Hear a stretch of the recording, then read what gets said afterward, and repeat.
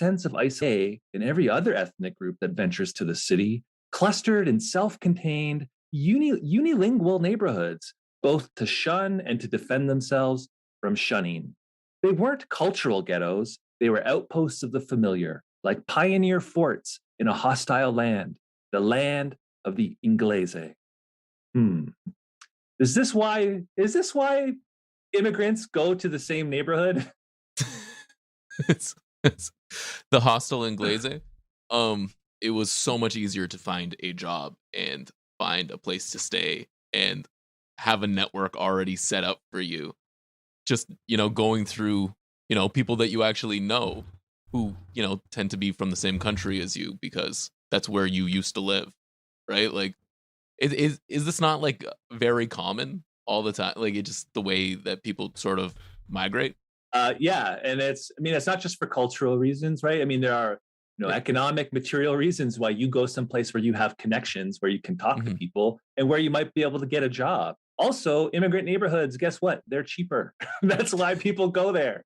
So this is a theme we're going to touch on a lot, I think, as we read this, is this insistence on not seeing class or economics anywhere. You're going to see this over and over again. What she sees is a culture. What this is a cultural ghetto. This is a place where people are choosing, like, just to like live a certain lifestyle, as if it didn't matter what they did for a living, how they make money, how much it costs to live there, or anything else. It's like the sun. She's like wearing the sunglasses from They Live, except it's the opposite lens in it. So it's like it removes all like images of class, like any obvious like any place where class would break through. It's like her eyes will just not absorb this. They actually hand out pairs of those glasses every Liberal Party convention.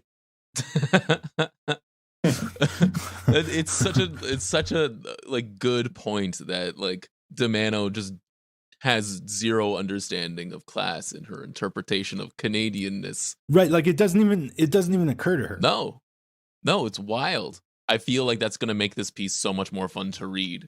And confusing. Yeah, like why are all these people here? Oh, because of the Inglese. The Inglese. It's the land of the Inglese. So, okay, I'll continue here. It was the early 1960s. I watched American TV beamed from Buffalo. I did too. Captain Kangaroo and Commander Tom. Unfamiliar with those shows. Oh, yeah, because you're from St. Catharines. Yes, we got all the good stuff from which Buffalo. is like a suburb of Buffalo. Come. Now it's a suburb of Toronto, basically. Yeah. Sitcoms like Petticoat Junction, man, these references, and the Honeymooners. That's I guess potentially funny one. Which had no similarities to our own existence on Grace Street, but which I misunderstood as that larger American reality from which I was excluded only because of my parentage, not by geographic boundaries, and certainly not because these were phony, idealized domestic situations that only existed within a television tube. This, I thought, flipping between Leave It to Beaver and I Love Lucy, is how people really live, except on my street. The privileged people, not the interlopers like us, the imposters like us, the ones who have propriety, first dibs on the country. Is that that? Is that that? The first dibs? I don't know, Rosie. Well, what is a dib anyways? Oh God. I think that's actually something that comes up several times, like her just base ignoring of First Nations people throughout this entire piece. It's just like, oh, the English and the Italians. The two founding nations of Canada. These people are described, she continues, the ones who drink milk at the dinner table, who have cereal for breakfast, who make sandwiches from pre-sliced white bread, who wear high heels in the house. So all of these cultural, culinary markers of identity. There is here's the closest we get anywhere to the sense, like she uses the word privileged, right? She uses proprietary. So this is the closest we get to any kind of class discourse. The sense that, hey, these are people who have more money. That's why they do this. That's why they have access to these consumer goods maybe you don't have access to. But that we never really get further than what we just heard. It is like, it's kind of a sad, it's maybe sad's the wrong word, but it's disappointing because I feel like there's a chance for this to go somewhere interesting, where she's talking about how, oh, this is how the English behave and like they act like they belong, and then like if she took it a step further and went, but they don't, they took this land from somebody, I feel like that would be a very interesting piece about belonging. And I'm kind of disappointed that it's just like abrupt stop, but I might be expecting too much from Rosie. Well, you don't want to disrespect Christopher Columbus. Right. So who came before him, that's not the point. I saw that Sopranos episode. It's one of the worst episodes probably of the Sopranos, but I'm glad. I liked it when AJ reads Howard Zinn. That's actually good. That's a very good part of it. Yeah. I'm glad they made that episode. Somebody needed to. I'm just gonna jump ahead a little bit here. It dawned on me somewhere around grade 1 that I was not American, not at all. Although this is not a bright kid. This growing suspicion was something I kept to myself for a while. It's not the kind of thing you ask an adult about, lest you appear colossally stupid.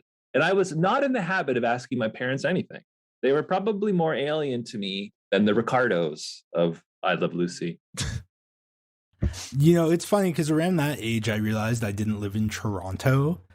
I actually lived in Thornhill. I must have been about 8 or 9 when I personally put together that my grandfather on my mom's side was my step grandfather, something they hid from me because of shame of my mom's biological father leaving the family. Oh, something like that, that kind of thing. But I don't know, not to cast aspersions on Rosie DiManno's. How old were you when you found out your grandparents were fash? Look, okay, obviously my you don't have to answer the question. He's 6. Were you his lawyer? No. When my dad was I don't have to answer that either. Grandfather fought in the army. I knew it wasn't the fucking Canadian army.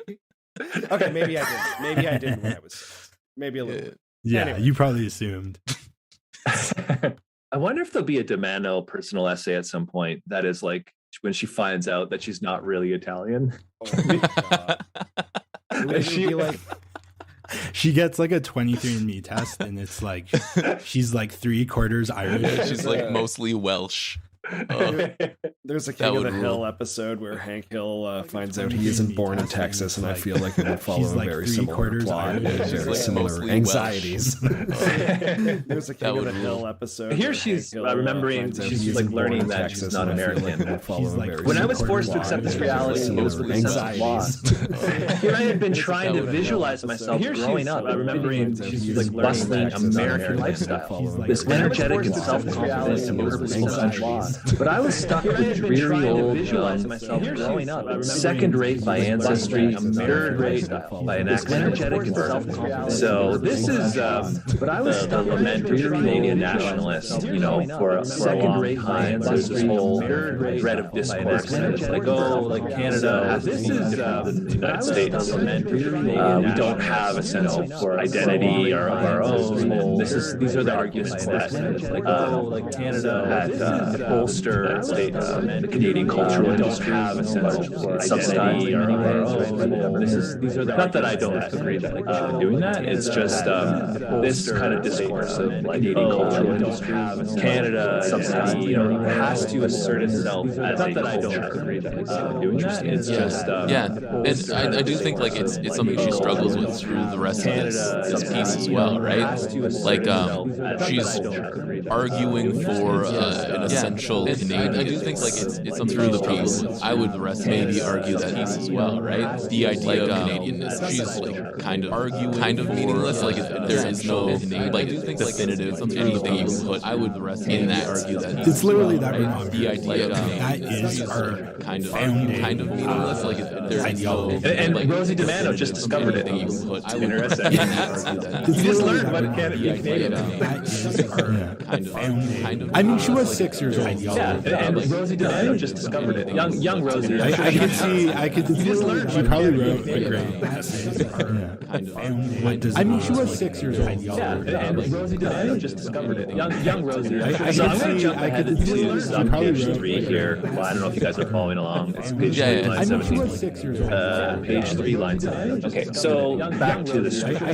There were many Italians on that street here. Some relatives, some merely Marino, you like that? Page 3, line 17. Okay, so back to the street. There were many Italians on that street. Some relatives. Countrymen or something like that. Fellow town. Marino, you like that? Shout out to a great pizza place in Etobicoke called Il Paisa.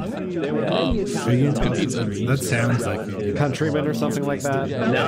Now I'm hungry. Shout out to sorry pizza place in Etobicoke called Il Paisa.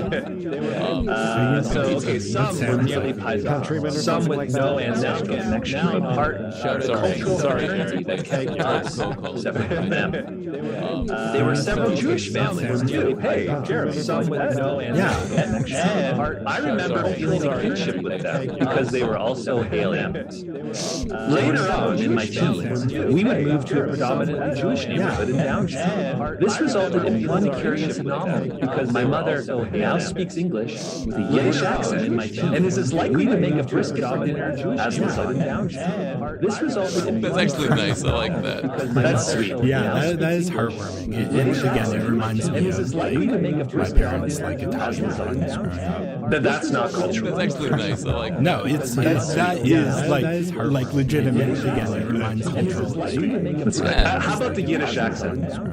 That's not. Do you think she's faking that? No, I think it's like more like legitimate. Again, it reminds me of Yiddish accent.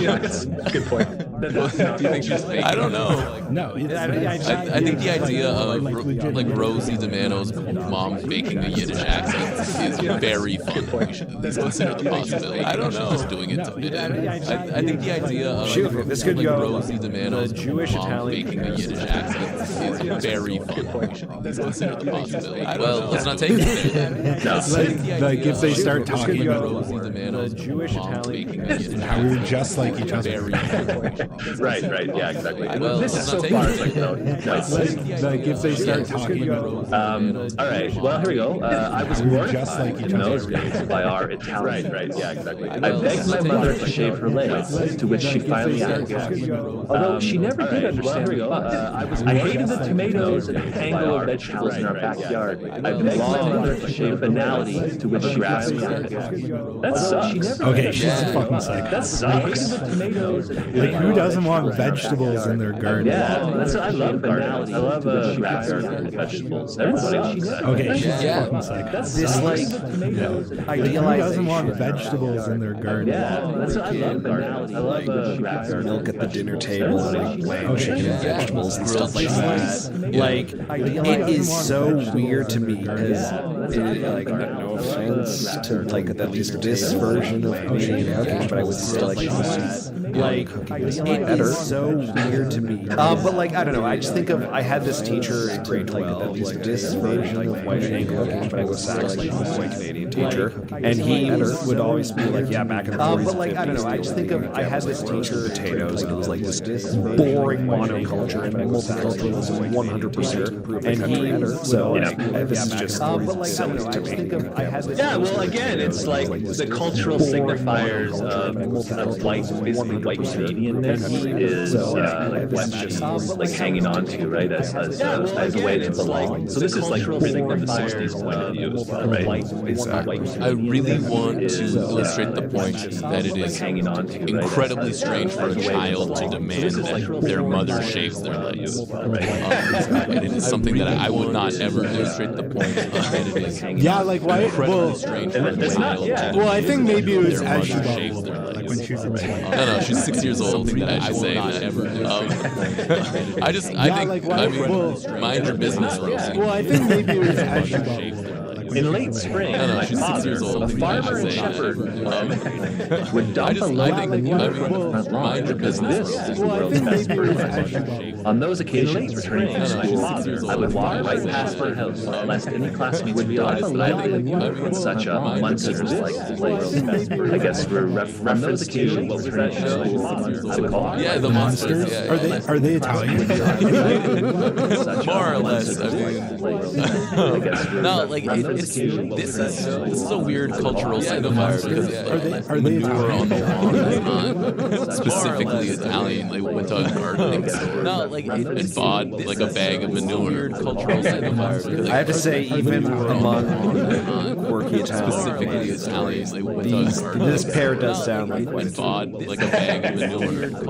This would I have to kind of say, suck even having a pile of manure on your front yard. You know, you need to have that this garden. pair does sound like exactly. Yeah, it's got a You want those tomatoes to kind of suck if you see a pile of manure. So my father, and I respect him for this, only in retrospect, never attempted to ingratiate. I respect him for that.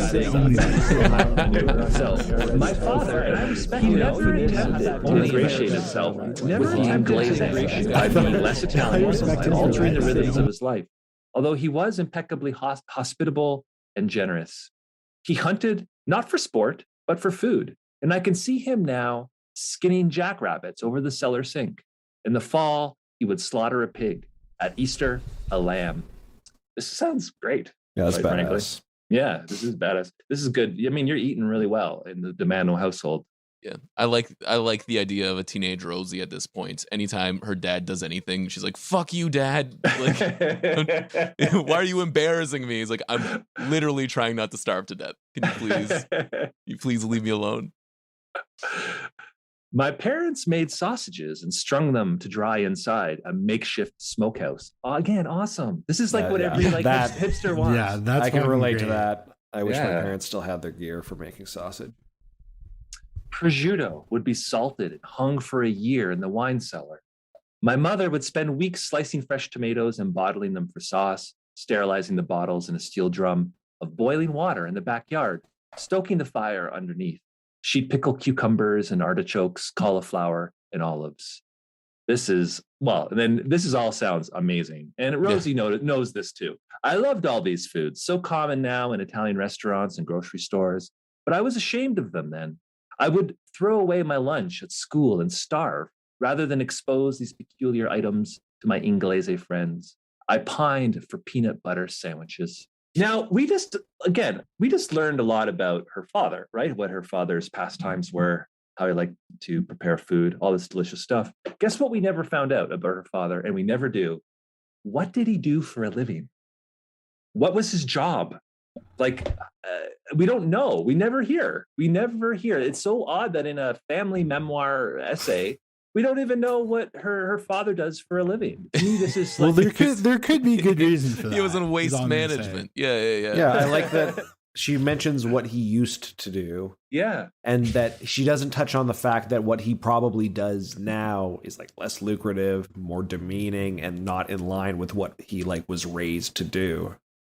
And it's like directly related to like class and capitalism and like, but man. Yeah, like why did they move to Downsview? Yeah. Well, Ooh. they're gonna. What happened in her parents' career? Well, I would assume that her mom didn't have a career In the 60s. just because that generation Yeah. didn't necessarily. I would assume that too. Yeah. No, I just thought that was telling that we find out about so much about her father, and we never do. I have know to what say, he does for a living. I'm Yeah. not sure how common this is, but maybe like my grandparents on my father's side, I think both had to work. My nonna did work at like the double bubble gum company, like just filling bins, that kind of stuff, factory work. So it's possible. Yeah. I mean, he probably had a nice unionized factory job, or maybe he like co-owned a like small construction business or something like that. But we're going to find out later where they end up. But again, we don't know how they really got there, economically speaking. So let me just skip a little bit here. So in autumn, after weeks of consultation and innumerable taste testing expeditions, the crates of grapes would be delivered to the house. Hundreds of them stacked on the lawn, California grapes for homemade wine.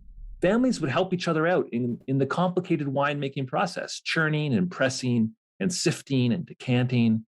It was, I suppose, a different version of the barn building efforts in other cultures, a community event. Invariably, I would step on a nail. And, Rosie. you know what? She's also, I mean, I guess this is part of the point of her, analysis in retrospect, right? Is that she's actually saying that she's in a very cool neighborhood. I mean, everybody's coming over to like make wine together. This is rad. Mm-hmm. This is really good. Getting the good grapes from California, that's pretty impressive. Like, it is like, I do think that one sentence where she says, invariably I would step on a nail is sort of, I don't know. It's like her signifying that despite, her actually thinking that this is a good idea, she was out of place. I don't think she actually kept puncturing her foot on the same nail every time this happened. I think she's like just trying to illustrate that she never felt completely at home with it. Like, I don't know if I'm interpreting that incorrectly. Yeah. Well, let's read this part here, and then we're going to learn a little more. Education was not highly valued in our family, which possibly made us, our subgroup of Italian immigrants, different from other ethnic groups washing ashore in Canada. Education was feared by these Italians, a fear nurtured and encouraged by the Catholic Church. Education would take children away from their parents, the priest said, would make them question authority, would draw them into the outside world, which was a forbidden place. So yeah, this is something that I am aware of too. It's something I have experienced in my family too, which is like not like an antipathy to higher education that was partly cultural, like maybe being Catholic, or I don't know, was part of it. I don't know if that was really part of it, but what is part of it is class, because these are people who didn't go to school and they immigrated here, and they don't have a tradition, but they also don't have a history of getting higher education and working in the professions. Mm-hmm. So I never encountered this kind of distrust on education from my parents downward. There was definitely the big like, oh, we've worked hard, my parents struggled, or your grandparents struggled, get you into university from them. But from their parents, like my grandparents, uneducated. On my mom's side, my maternal grandmother got really good grades up until grade 8 and then had to be pulled to work on the fields. And that was it. And I don't think it was necessarily like, we don't want to keep you in school. I think it was primarily no other choice. But this probably is maybe just like a way to like explain or cope with that reality, the economic reality of it. Yeah. I mean, again, we have a culturalist explanation. Yes.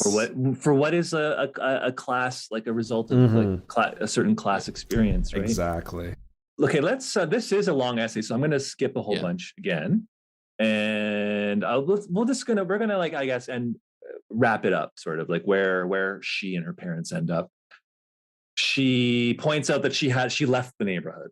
Okay, yeah, we know she went on to like a very good career as actually in an intellectual profession, right? So. Very, very much left the neighborhood, at least the way she describes it, as a place where people didn't get education, didn't work in the professions. She's talking about her parents. This is like page 5, line 34. My parents never took a vacation. In 45 years, my father has yet to return to Italy for a visit. Never mingled with another ethnic group, save for an Indian friend who was my dad's hunting companion, and the Jewish family in whose coin laundry my mother had once worked. Never had any curiosity about politics or social issues, or even the most innocent of Inglese pleasures, like, I guess, Wonder Bread? Also... grilled cheese. Yeah. Also, like, like...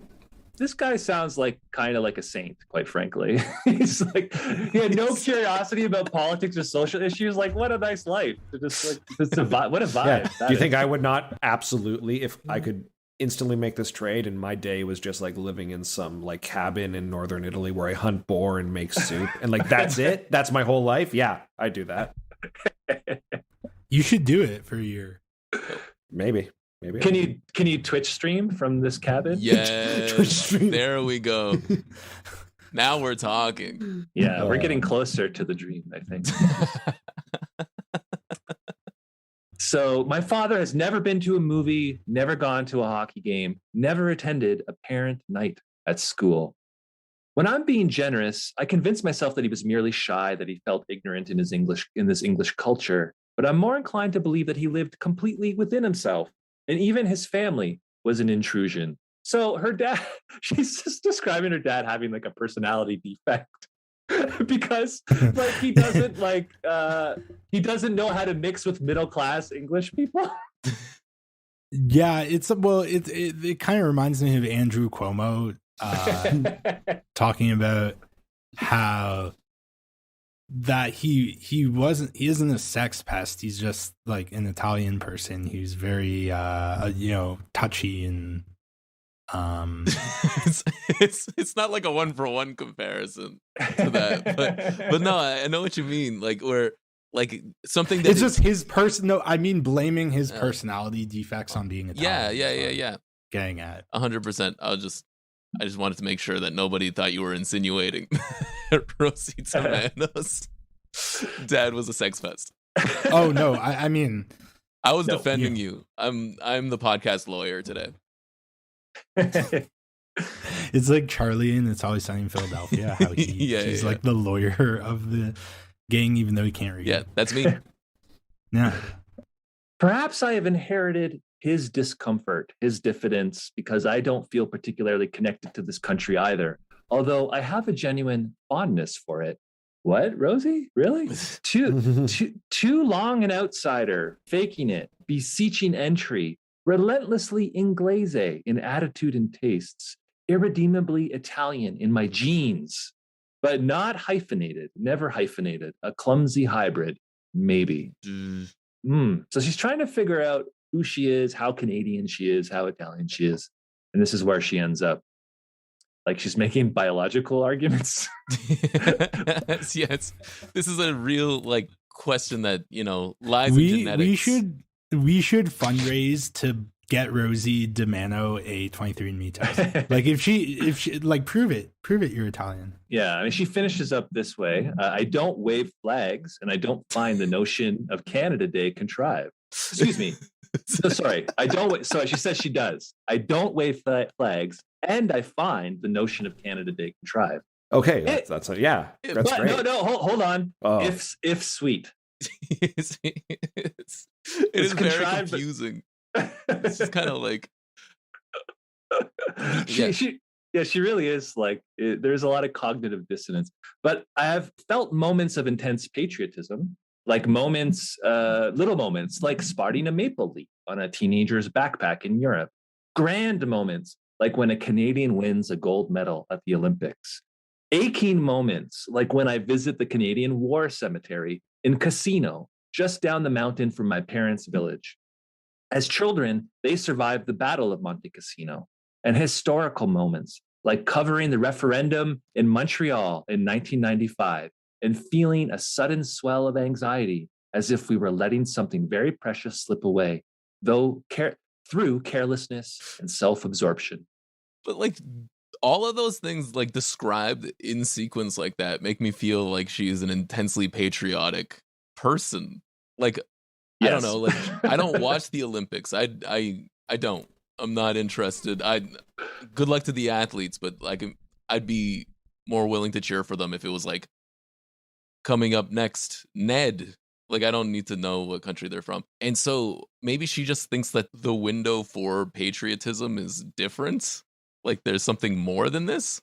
That note about the referendum, which was like a desire for like autonomy and self-determination from a very culturally distinct group in Canada. And then her immediately following that up with it being like this anxiety over losing this homogeneity of Canada. Like, I don't like that. My parents are Canadian citizens now. This is kind of funny, actually. My father, he didn't get his citizenship papers for decades after he immigrated and was a permanent resident. And from what I understand, allegedly, he got his Canadian citizenship because at some point he was going to be in legal troubles regarding his divorce from my mother. Oh, wow. and so that's when he needed to get his citizenship. because he thought he may have been deported. Because You're saying that before that he had been in Canada, permanent resident. he didn't have papers. He didn't have his. That's right. He was without. He was without his papers. Yeah. Interesting. But he got his citizenship then and was not deported. No, I mean, it was just a matter of just a little bit of paperwork, but it was interesting, the psychological resistance from him to just not ever get that citizenship. So it's interesting. It's kind of obviously a certain kind of privilege to being an immigrant of a certain type, of a certain time, that you're like taking your sweet time on getting your citizenship papers when you're like, you might get deported if you don't have them. Anyway, Grace Street is long ago and far away. They are living the good Canadian life. A suburban home, a cottage, 2 cars, a truck. That's 3 cars. Sorry. Money in the bank. They take occasional trips, mostly church organized, and are finally seeing a little more of the country. They vote, and they try very hard to pretend that we are not a fractured, dysfunctional family.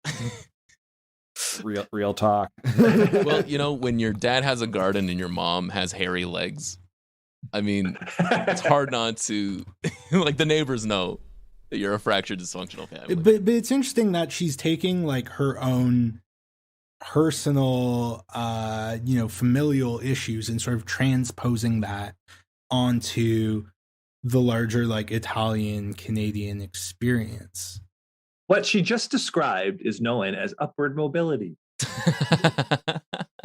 There's a very obvious concept to describe what happened to the immigrants of that generation as they made money, collected wealth, bought real estate. And then they retired because they didn't have to work anymore. And so this is what she just described. But for her, it's all a cultural choice. Like, oh, now they just decided that they like a truck. They like trucks now. Who thought of that? What? It's because they can buy a truck now. This is so much fun. I'm so glad that you brought this piece because it is very, very funny. And it's like that exact thing. There's a paragraph that I think that we skipped over, where she's like, I'm constantly astonished by 3rd generation Italians who are like more proud of their ancestral homeland than, the country of their birth. And like, she talks about how they act too Italian. And it's like you have to, be Italian, but like, don't be that Italian. What does she want then? Because Canada is apparently like contrived and sweet or whatever. So like, do you blame us for like choosing the place that actually has some cultural zest for like our identity? Maybe a place that wasn't completely built on like just colonialism and shit, like somewhere that actually was just like just propped up where people just like flourished and like that like has thousands and thousands of years of history and trade-offs and cultural development that there's just more legitimacy to it, frankly. I don't know. Well, she calls it a betrayal, like, which is like absolutely insane to me, because it's like, no, people are allowed to live the way that they want. Yeah. Well, I mean, like, speaking of betrayals, there is the final line in the story, which is, they do not read English. They will not read this story. They have never read a word that I've written. Well, Rosie, they can afford 2 cars and a truck and all that other stuff, so I guess they didn't have to, and you have to get over it. They can hire someone to read this for them and translate it. Like, maybe that's callous. My parents, like, my mom at least makes an effort to read my stuff or be invested in my life in a way that I can't relate to Rosie's lived experience, and maybe that's tough. But she's definitely at least guilty of taking her personal gripes with her family and sort of like casting them on the entire Italian Canadian community as diaspora. Yeah.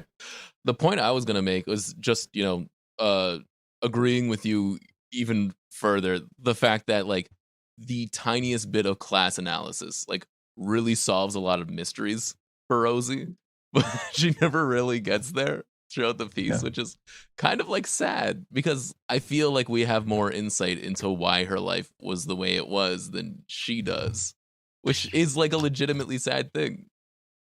It was the 90s. It's the end of history. It's talking about class made you sound like a outdated Marxist. It would really delegitimate you in the public sphere in a lot of ways. Is that true? Yeah.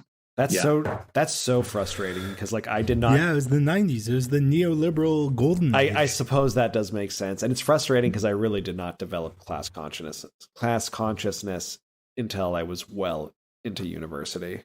You mean when you weren't between the ages of 1 to 10 in the 90s? No. Okay, fine, fair enough. But like, no, they're like just like the hangover effect of that, and then coming up in university or just coming up in high school and like, having all the lib teachers gather us in the auditorium when Obama got elected and stuff like that. Just set the tone for Marino to be a centrist, boring lib up until his early 20s, mid 20s. Right, she wrote this. It says 1997. So she was well into her 30s, at this point. But it is the 90s, so that's a time again where you're not going to be allowed to talk about. You're trained out of seeing anything as an expression of a class experience, Mm-hmm. And everybody was high off the fumes of their acid wash jeans, as I understand was a thing back then. So this was a fun column to read. I will say, like, completely different than the stuff that we usually take on, which is always horrendous, but like usually not this much fun. This was well written, though. Like Rosie, like knows how to write. Yeah, she does. Stylistically, it is. She's leaps and bounds ahead of most of what we read on this podcast. Which is probably why the Star keeps her around, even though she has a consistent track record of sucking. If you just pay attention to the words and not what the words mean, it's quite enjoyable, exactly. Right? But anyways. Wow, that was an interesting piece, I would say, from Rosie. Normally you read her writing about how like trans women aren't real women, or about these damn hippies camping out at Trinity Bellwoods Park. But it's nice to get a sense of like who she is, like in a deeper sense, We don't often get like pieces like this, that are personal essays about like the real deep inner workings that really allow you to like understand the psychology of these guys beyond their like crappy takes in big newspapers. Yeah, to me it's like representative of like a certain like white ethnic liberalism, right? But that it's certainly this era trained into cultural understandings of the world and trained out of a class understanding of the world. So that does, I think, shed light on like what she writes about now. Like you mentioned that Tent City piece that was like so roundly criticized in the summer, and like rightfully so. She goes around like on a tour of this Tent City, and it's all she's seeing is people's like personality quirks. It's like, oh, this person's a drug addict. That must be why they're here. And this person over here, they're crazy. So that's why they're here clearly. And that's her whole. I think there's like not even an aside anywhere about what housing prices are. It's amazing. My parents made wine. That's why I'm sad. You know what? The end of that column, the Tent City column, is more galling now that I've read this and her understanding of her own history. Where like at the end of her guerrilla journalism in the encampment, she mentions that she had enough after a single night. She walked home to her big brass bed and fell asleep, and I thought that was offensive already, but like now like getting a sense of her understanding of class is more aggravating. Why you got to do that, Rosie? You got to brag about your bed? Yes, I say it's about time someone holds people in encampments to account. Yeah, flick the comfortable. Fuck, that's so sad. We typically do like a news roundup Jeremy, you haven't been on Twitter, so you have no idea what's going on in the world anymore. But Aaron, Yeah, I've also stopped reading. yeah, well, it's the only way people can read is through their social networks. So I have no idea what you've been doing. Up, down, not left, right. Jeremy's looking out his window all day, watching the clouds float by. Yeah, it's true. It's very serene. Every cloud looks like a cell phone with tweets on it.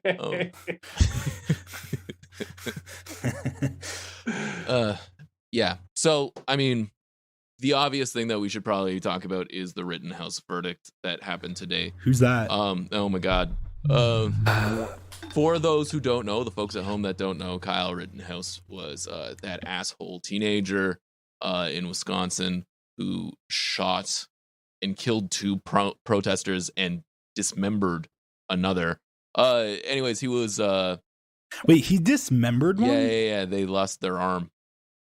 Oh, okay. I thought you meant he dismembered one of the protesters. He killed, after the fact. cut off his body after. No. He shot like shot Luca a guy's arm off. Magnotta. And he was found not guilty on all counts today. Because the system works as intended. Yeah, I mean, legitimately, like, that's what the system does. It protected a murderer who was protecting property. As is his right. It's really, really grim stuff. Yeah, it sucks. It kind of sets a precedent that says, like, yeah, you can kill protesters, leftist protesters. We, of course, remember that dude who shot like a chud, and I'm not defending that in any stretch of the imaginations, but they literally sent an FBI task force to summarily execute him, whereas this fucking Rittenhouse kid like walks. So I mean, like, that's just the tenor of the country. Yeah, I just want to know more about this judge. Like, he from my understanding, I wasn't on Twitter, so obviously I'm not getting the full picture, is that he was very biased towards the defense, and is generally, in other cases, more biased towards the defense. Washington Post had a pretty good piece about that, his sort of judicial record, and how it may have informed his conduct during the Rittenhouse trial. I hope someone digs up some dirt on him. We can only hope. The other thing that I think we should probably talk about is the RCMP moving into like unceded lands to help ensure that CGL is built during a time where they're actually quite needed desperately in other parts of BC after, you know, enormous floods everywhere. Yeah, literally defending, like trying to defend land for a pipeline while a country experiences a climate emergency, brandishing AR-15s in front of like wet sweating protesters tossing marshmallows.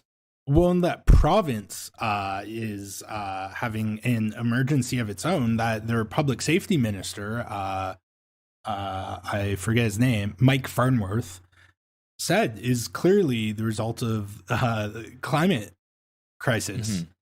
Mm-hmm. Insane floods where like the average rainfall for the month dropped in a day, cut off Vancouver from like the rest of the country. Abbotsford is like underwater, and some other towns.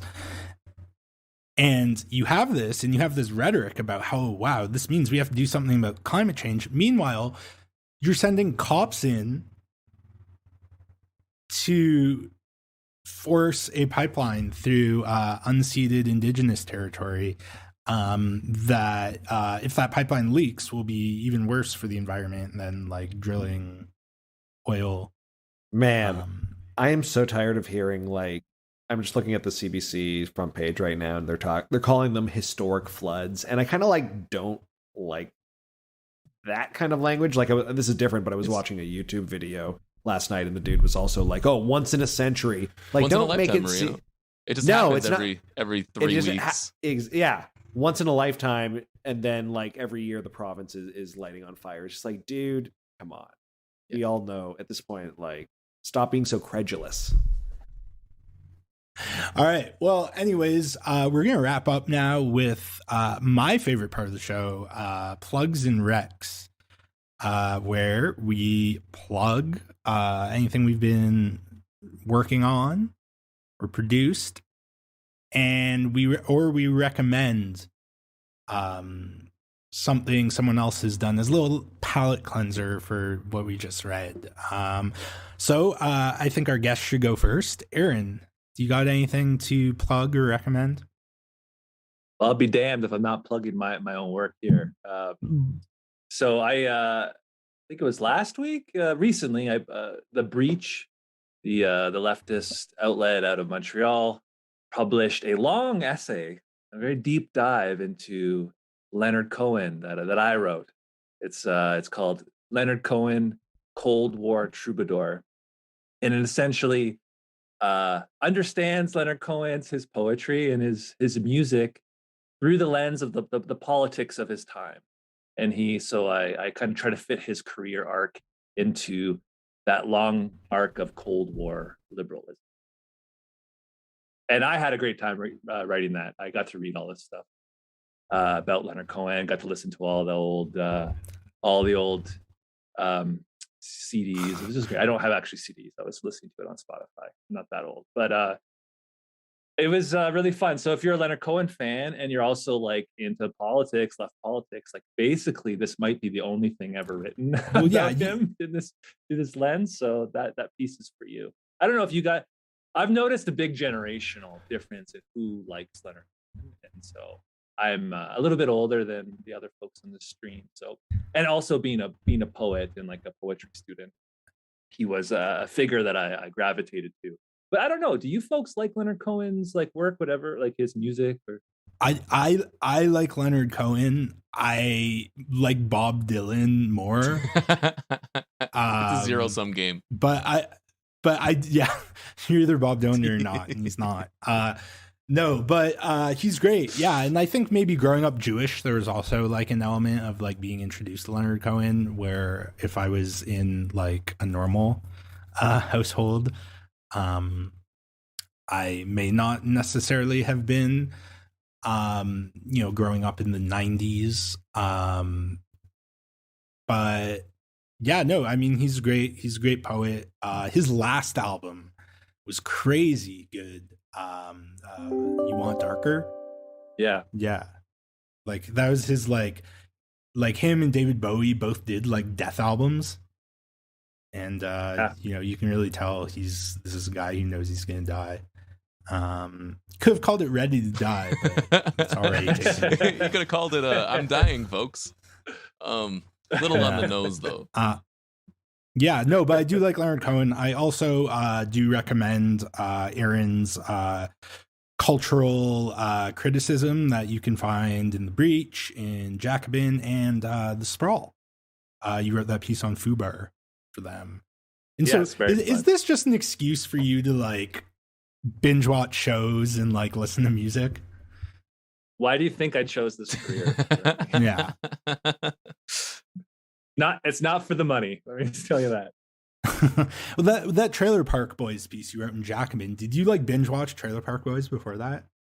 Damn right. That was a really good call. All like, how many seasons are there? I watched the original 7 seasons. There are many more seasons afterwards produced for Netflix. Oh, that right. I just skimmed a few of those. That wasn't the focus of my analysis.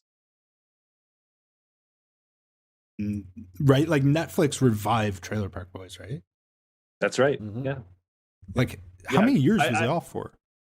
It's still well, I think it's been, I think the last Netflix season premiered in, if I'm remembering correctly, 2019. Right. And Trailer Park Boys is still producing episodes on their own website. It's called SwearNet. And so they put out a season of the show. I don't know, maybe 8 or 10 episodes like earlier this year. Actually, the same. It's not the same. And I get into that in my article. I try to take account of their career trajectory in the 20 years. Yeah, Marino, did you read anything or watch anything good? Did I watch or read anything good? Yeah. I'm about halfway through a little piece that came out yesterday that Jesse Brown has been very keen on. It is from our friends over at the CBC, and you'll never guess what the subject is. Oh, is it that we investigation? It is, yeah, about how they sent like multiple donors the picture of like the same schoolhouse, allegedly. Can't sue us. I'm about halfway through, but it's pretty damn good, and it's just Man, like, if the We charity wants to sue us, I would invite Mark Burry Yeah, loves our show. you so- heard it here first. Yeah, we'll take the. Yeah, Mark Burry should come on the podcast to answer for his crime. we like to hate on the CBC, and obviously the CBC pitch bot.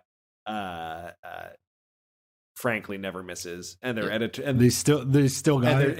and their CBC's general editorial direction does sometimes leave a lot to be desired, but there's a lot of good people there that we know personally doing a lot of good work, and this looks like it's a pretty solid piece, so check it out. We charity. I can donors. neither confirm nor deny knowing people who work at. How can you CBC. really Wow. know somebody, Like right? me. Like I know what you're getting at. Jeremy, did you read or watch anything good this week, or write something?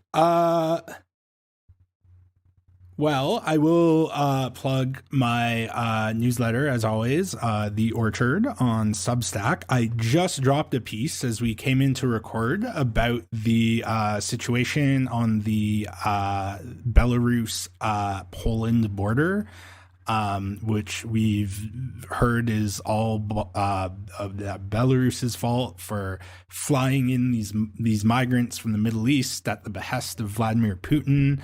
And people seem to be ignoring the fact that Poland's like, no more like migrants. No, right? Their role in that. So I wrote about that, which you should check out and sign up for if you haven't. I also have two podcast recommendations. The first being our beautiful boy, Alex from House of Decline, who wrote our show's theme music. Was on Kino Lefter. I just saw it in my feed before I got on. Haven't listened yet, but you get Evan McDonald and Alex from House of Decline in a room, and I mean, how can that not be great? And they're talking about the Mayor Pete documentary, so I'm looking forward to listening to that. And then also, speaking of friends of the show, Bronwyn Tucker was on the Green Majority with Stefan Hostetter last week, and you love to see friends making friends with each other, so that's it for me. Awesome. Well, I guess I'll leave the show off with one final recommendation, and this is an older article, but I met the person who wrote it.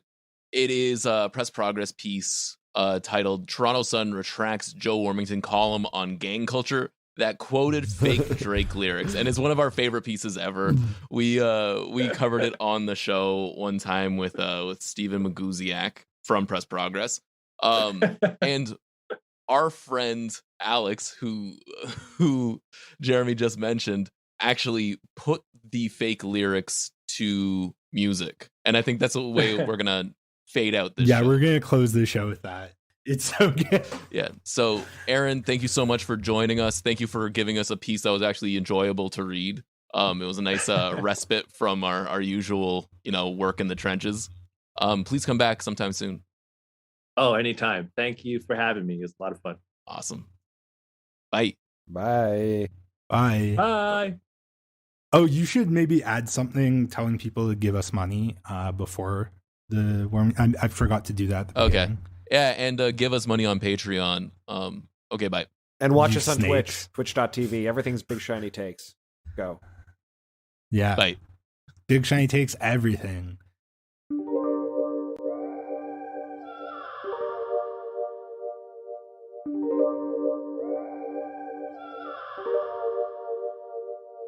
We can't afford to let someone else get killed.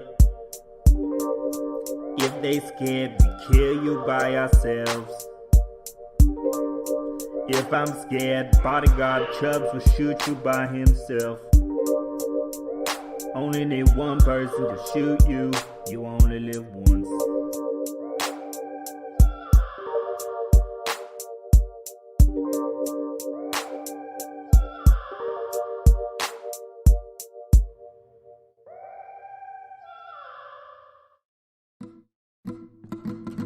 It's Big Shiny Takes, the only antifreeze speech podcast. Big Shiny Takes, reading garbage for your brain. It's Big Shiny Takes with Jeremy, Eric, and Marino. Big Shiny Takes are sure to entertain. Are sure to entertain.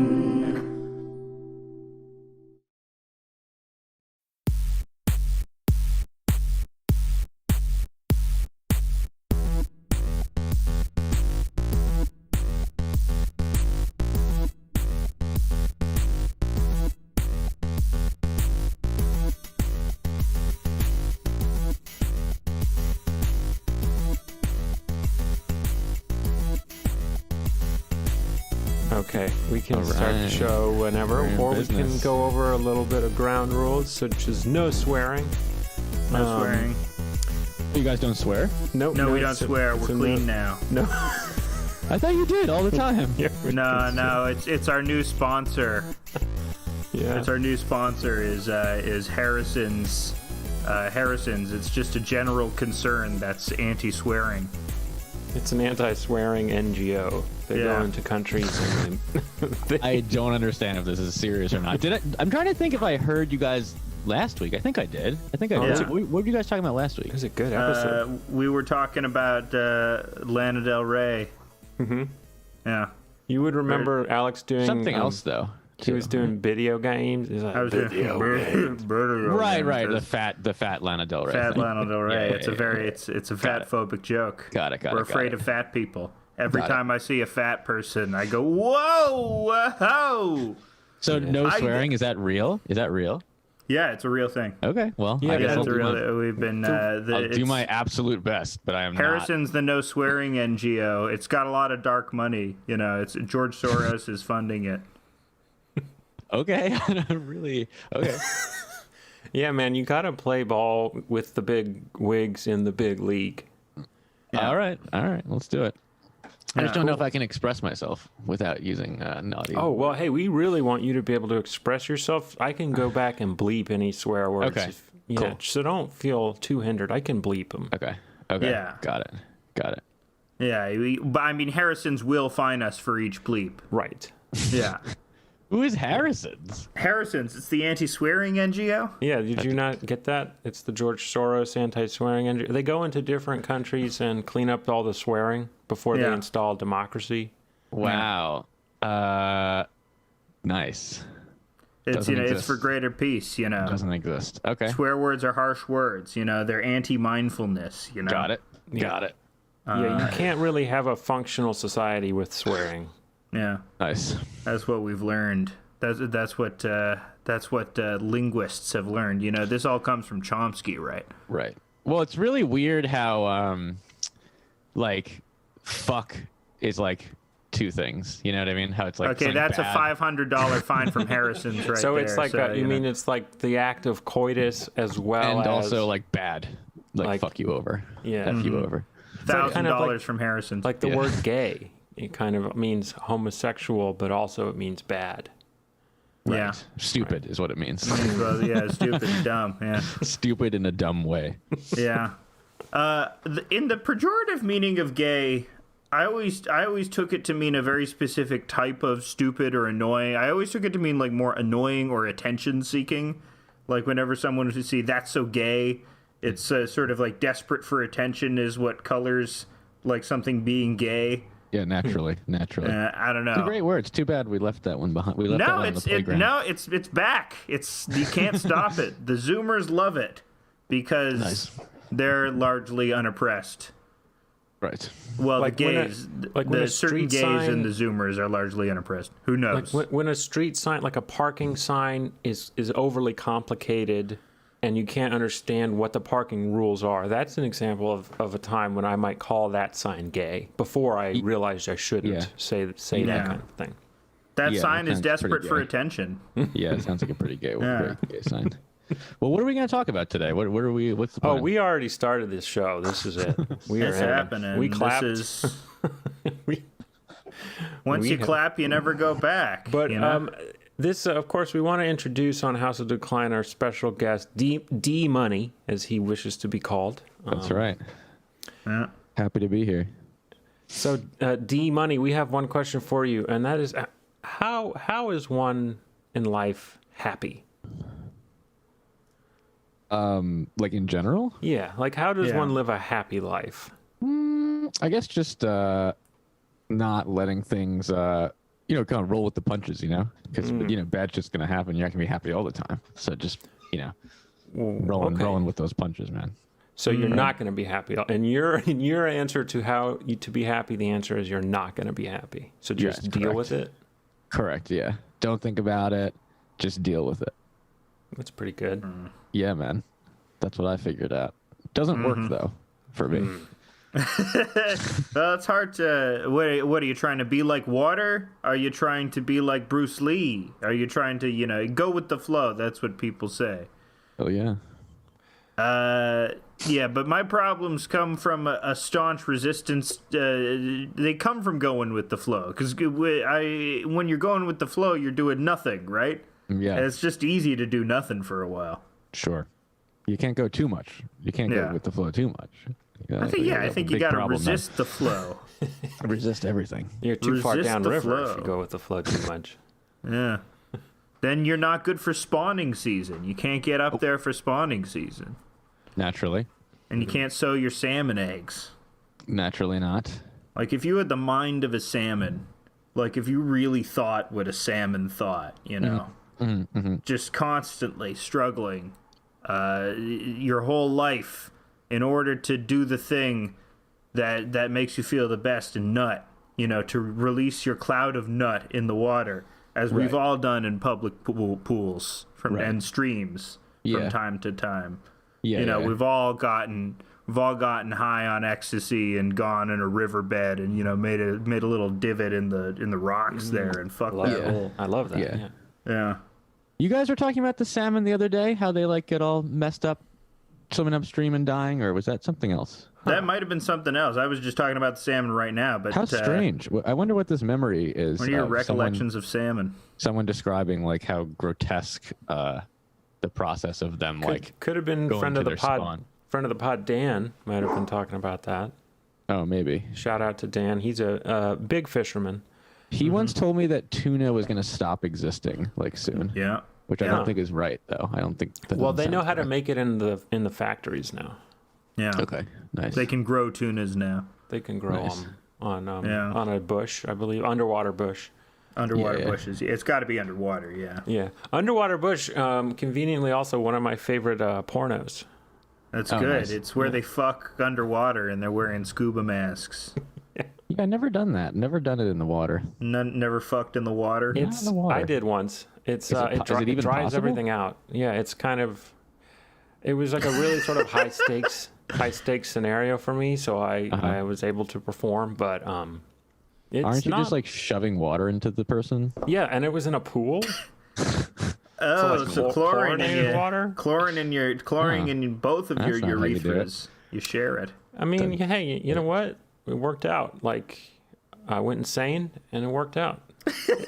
Just like the salmon, you nutted at the public pool. That is not my answer on how to be happy in life. It's not to have underwater sex. So don't resist the flow. Don't be like the salmon. Be like what sea creature would you be if you could be any sea creature? Who wants to answer this? Whose question? Sea creature. I have to think of some sea creatures.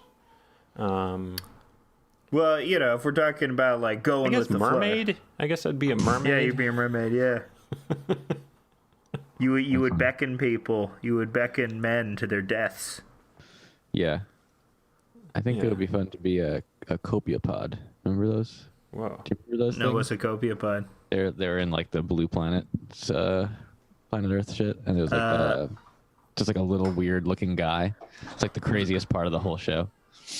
Those aren't. Okay, I gotta look this up now. Those are the ones that look like Kabuto from Pokemon. Yeah, they just look hilarious. Oh, they're horseshoe crabs you're talking about? No, they're really weird, funny little guys. Are they the they're tiny weird. ones? Oh, they're weird, funny little guys. They're tiny guys. Yeah. Yeah. That's a pretty. Yeah, they're cute. They're cute.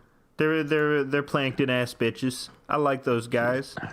They're cute and they're I beautiful. tell you, I wouldn't want to be a starfish. Why wouldn't you want to be a Because starfish? there's this one kind of shrimp that eats legs off a starfish, but the shrimp never eats the whole starfish. They only eat a couple legs at a time and then let the starfish grow back. It's like That's pretty horrifying. they just like torture starfish, and I would be too scared I was going to run into one of those mean shrimp. So. Yeah, also I just don't vibe with the like move by flexing my millions of tentacles along the ground. My millions of little You don't little- vibe with that? I would think you would vibe with that. No, I'm not a starfish guy. I'm not like I don't want to be any of the mollusks. I'd like to be more of a higher evolved, noble sea creature. Like a orca. Yeah, orcas are cool. They're dicks. They're huge dicks. I like that about them. They're really mean, which shows that they're intelligent. Well, I mean, honestly, if like I'd like to say something cool, but I'd like to be like a fucking seal. Those guys got it made. They're cute, they're pudgy, they're just on land. Although their hierarchy is pretty strict. I don't care. I would lay back. What do you mean their hierarchy is strict? You'd have to. I'd be one of the gay seals, you know. So I So wouldn't you- have to. I would be because they'd have to compete for the female, but then I'd just be a gay seal. So you wouldn't get any of the good food or any of the good places to No, to I would sit? team up with the other gay seals and fuck up those breeders. Huh. 'em Well, out. is that what gay people are doing? Like gay humans are doing? That's are what you gay guys, humans are are doing. you guys teaming up to screw We're us teaming over? up. We're teaming up to take out the breeders. You know, it's been covert ops all this time. I You knew know, there why was do you a- think we introduced Glee into the universe? There's a to whole destroy straight conspiracy that I people? was Yeah. unaware of. So we got a copepod, a seal, and a mermaid. Yeah. So there you go. It's a classic. It's an animated fiesta, and we could call it. It's like an adult SpongeBob, and it has that Rick and Morty style that everybody loves so much. Yep. And we Yep. could call it Sea Beasts or something like that. Yep. Does seem like there's be a show about bugs coming soon, doesn't it? In that style. Like a Rick and Morty bug show. Yeah. Yeah. There's See, I gonna can see be. it coming. I see it. I can see it on the horizon. It's gonna be called Insects Assault. No. that's Yeah, bad. it's gonna be called like incest or something. Just insect. Yeah. That's what the kids like these days. Incest. Yeah. Yeah. Kids love the stepsister porn. Tell Yeah, you, baby, it's me, Morty all there is. Steinway. Well, I got right at the beginning of the stepsister porn. It was me, Steinway and Bros Porn Industries. We did the stepsister, the stepmother, the stepbrother, stepfather, and all the way. We Yeah, were why is making it all headway. like that now? That's It's there are many theories because we're mostly inside now. You know, we're an indoor race. There's it's just what's around. You're just noticing what's around. I don't know. I don't think anything of it. Maybe people are caught in this continuous cycle of nostalgic self-effacement where you're constantly hearkening to this world where you weren't aware of how shitty your life is supposed to be. But I don't know. I look back to childhood and I don't have particularly great memories. yeah. I don't really need. I also don't really need my pornography to have a story. I enjoy the stories when they're like a good story, you know, like I'm a ballerina and I can't get the part or something like that. I always love pretending to be the ballerina. Nice. I also don't even watch. I just like skip around the whole time to like different parts, just like constantly. I don't even watch it like through. We were debating maybe a top five porn stars if we can. Well- but Alex said he doesn't know any porn star names. I don't know any porn. I was watching this one porno. Really? And it was there was a bunch of apes at the beginning, and at first they were being bullied by some other apes, but then there was this like big black slab, and they all learn from the slab, and they learn to use tools. Right. And that's then, the best like in one. this porno, it then cut to the moon. Yep. And, you know, That's the best they one. were on the moon and they were exploring, and there was like another black slab. And then it's like, then you go to the future, and there's this evil computer that has it out for this guy. But then the guy narrowly avoids death in this porno. And you know, in this porno, this guy, you know, he he eventually transcends space and time and becomes the new form of being. And I think it's called Cunts. My favorite porno is there's this guy and he goes to this sort of abandoned hotel in the middle of nowhere, right? And it's wintertime, and the proprietor of the hotel is like, "Are you going to be okay staying here for so long by yourself?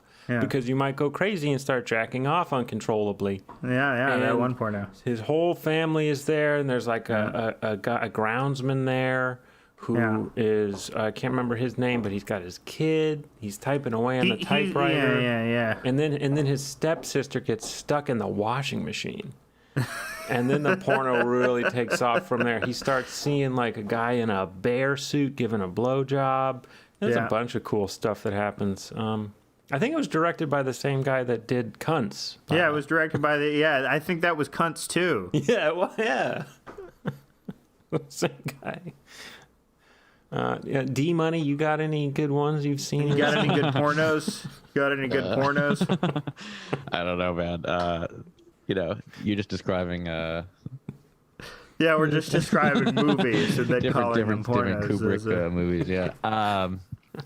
No, man, I don't know what's been going on. What were you guys talking about before I got here? Were you getting weird? No, let's get weird.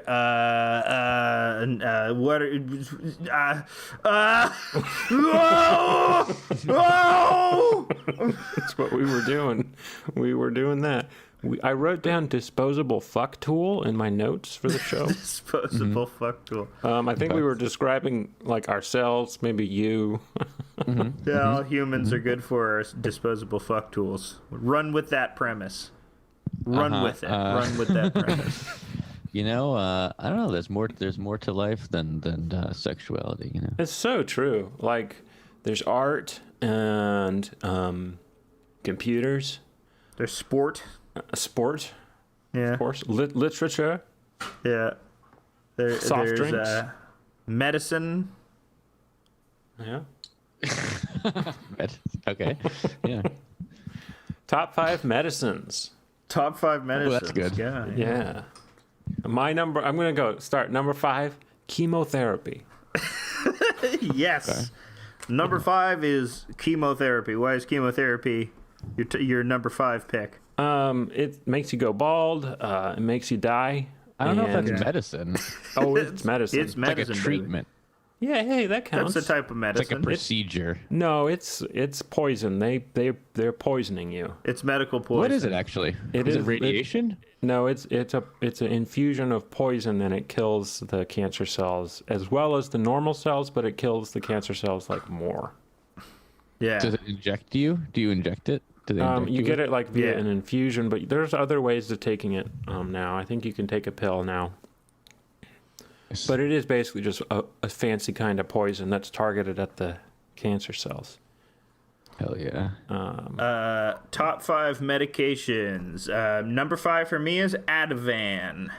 What is That is I think it's an anti-anxiety medication, Oh, okay. and it makes you really sleepy. And why don't we those- can we just do top 5 drugs? That would be fun. Too. the top 5 drugs? Top yeah, 5 chemotherapy is a drug. Okay, number 5, chemotherapy. It makes you die.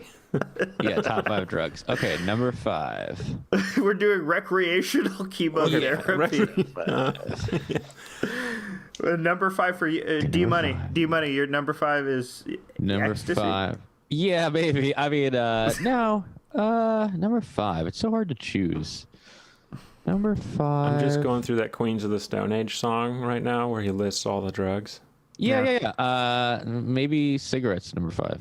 Cigarettes, nicotine, cigarettes my slash favorite, but- nicotine. Ecstasy, marijuana, something, alcohol. Yeah, maybe 5 cigarettes. Good drug. Wow. No, it's not really a drug. It's more of like a thing with your hand. More of a thing to do with your hand. Yeah, but that's a drug in itself. We can get very abstract with this, you know. Right. Like love could be an answer. Yeah.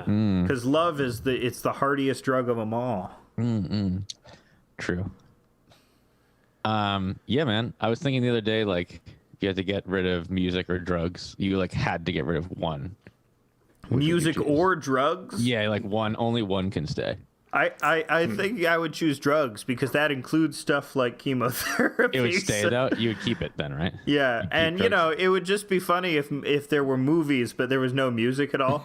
That would be pretty funny. I think that would be great. Can you, if there's no music, can you pantomime music, or does you can't sing? You cannot listen to music or play it or hear it at all. Oh, what counts as music? Yeah, though? so what if you tap singing? Rhythmically. Are you taken away by the music police? Doesn't count. Okay. Yeah. You just wouldn't. It just would sound like shit to you, basically. Like, you know what I mean? Like you could tap rhythmically, but it just would do nothing for you. You say music would be so unpleasant. The experience of music. Nothing. Yeah, that would be pretty funny. Yeah. And then I guess the same with drugs. The drugs would just do nothing. Yeah, that makes sense.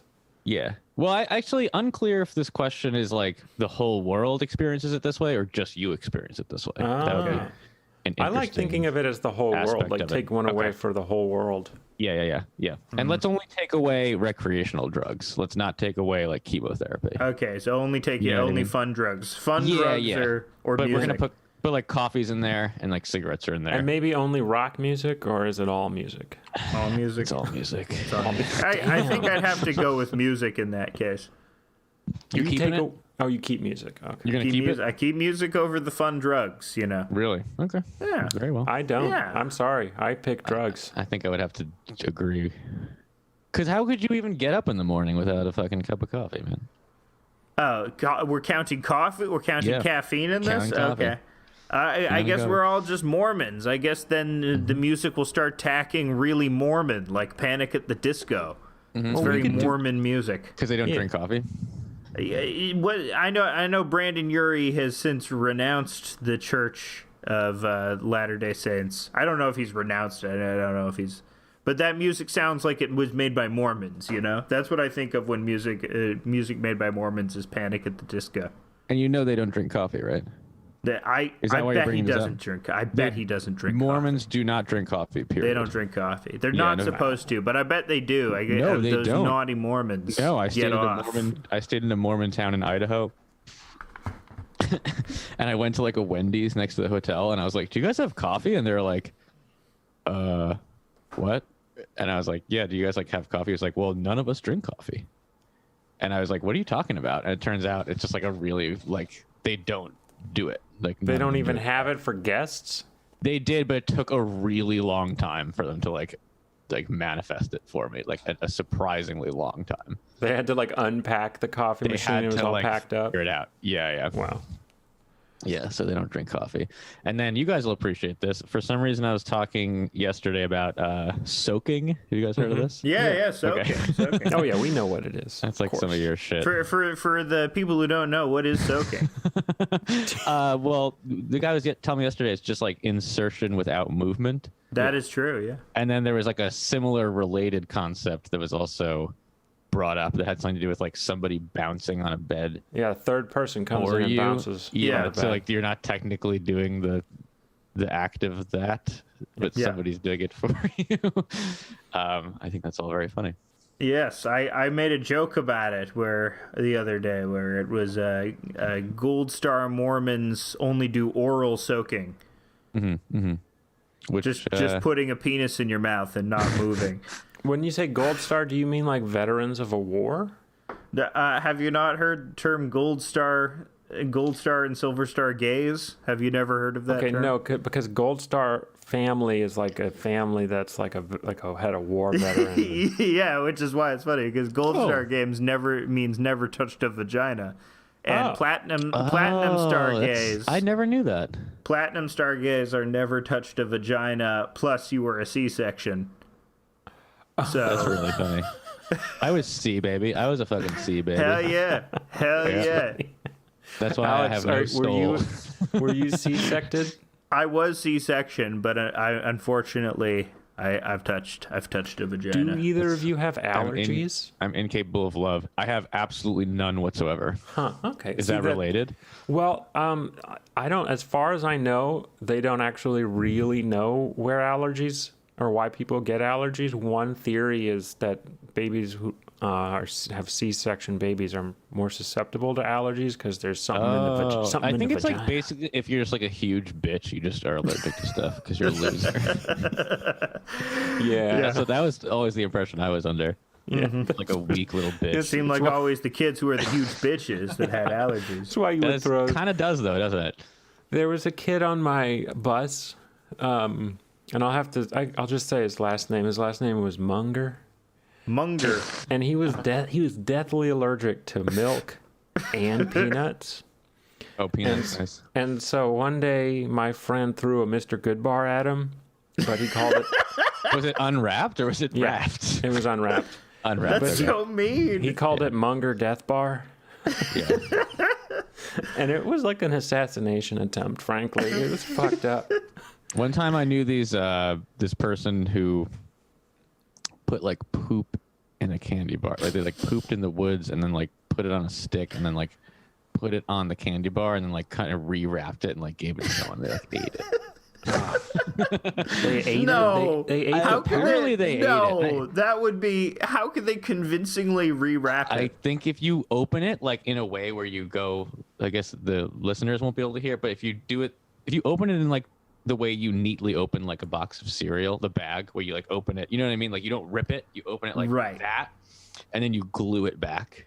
Okay. You know what I mean? Like if you glued it glue back. the seam back together. Yeah, you could definitely get away Went with that. through all the trouble. Yeah. Just to feed their friend poo. It was their friend, you say? I think it was like a frenemy, you know. Okay. Friendly Wasn't there, rivalry. I believe in the lore of your youth, the D-Money, there was eating of weird milkshakes. Yeah, well that was a Dan thing. That was like some Dan shit. Yeah, we used to give him We can ask him. We'll have him on the show next week and clear it all up. Yeah. I don't know why we did that, but it was great. It's fun to make your friends eat weird stuff. I know.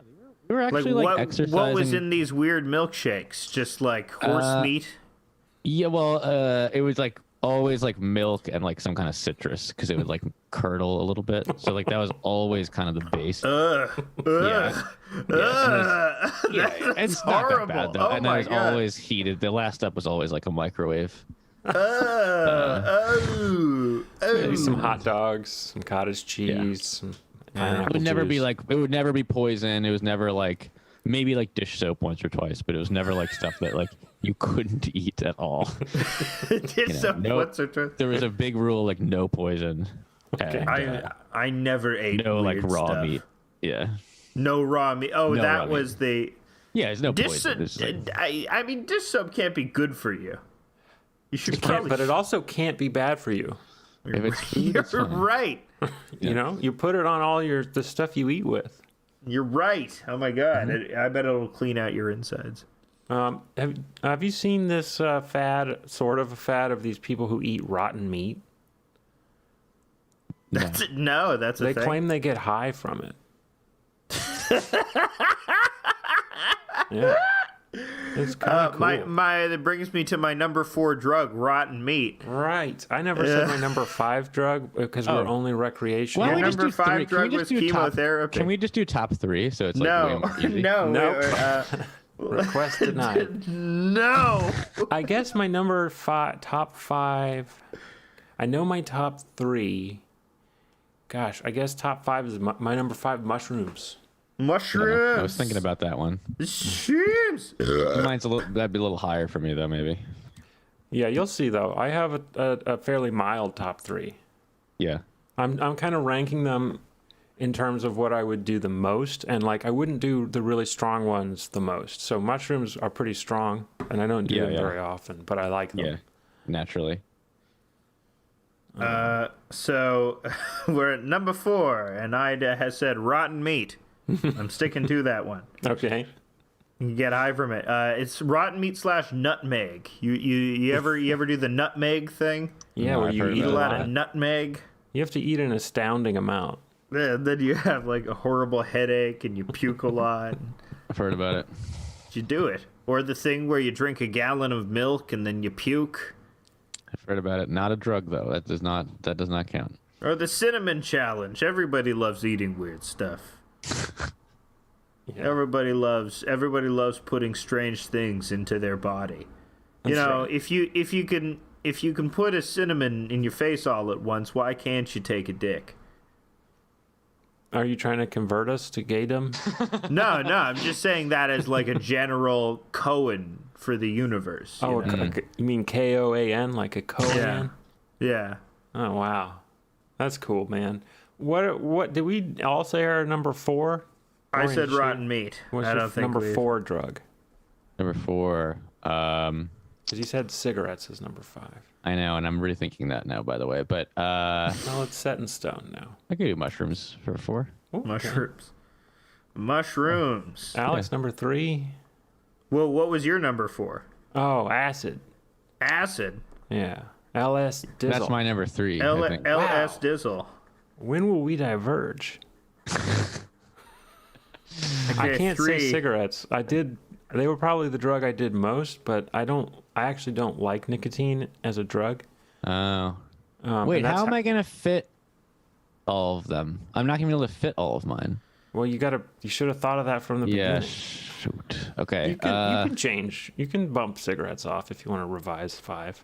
No, it's got to be on there still. All right, we'll figure it out. We'll get there. Alex, what are you? Oh, my number 3. My number 3 would have to be,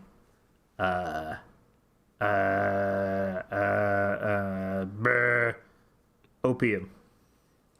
How much opium have you done? Yeah, how much are you doing that?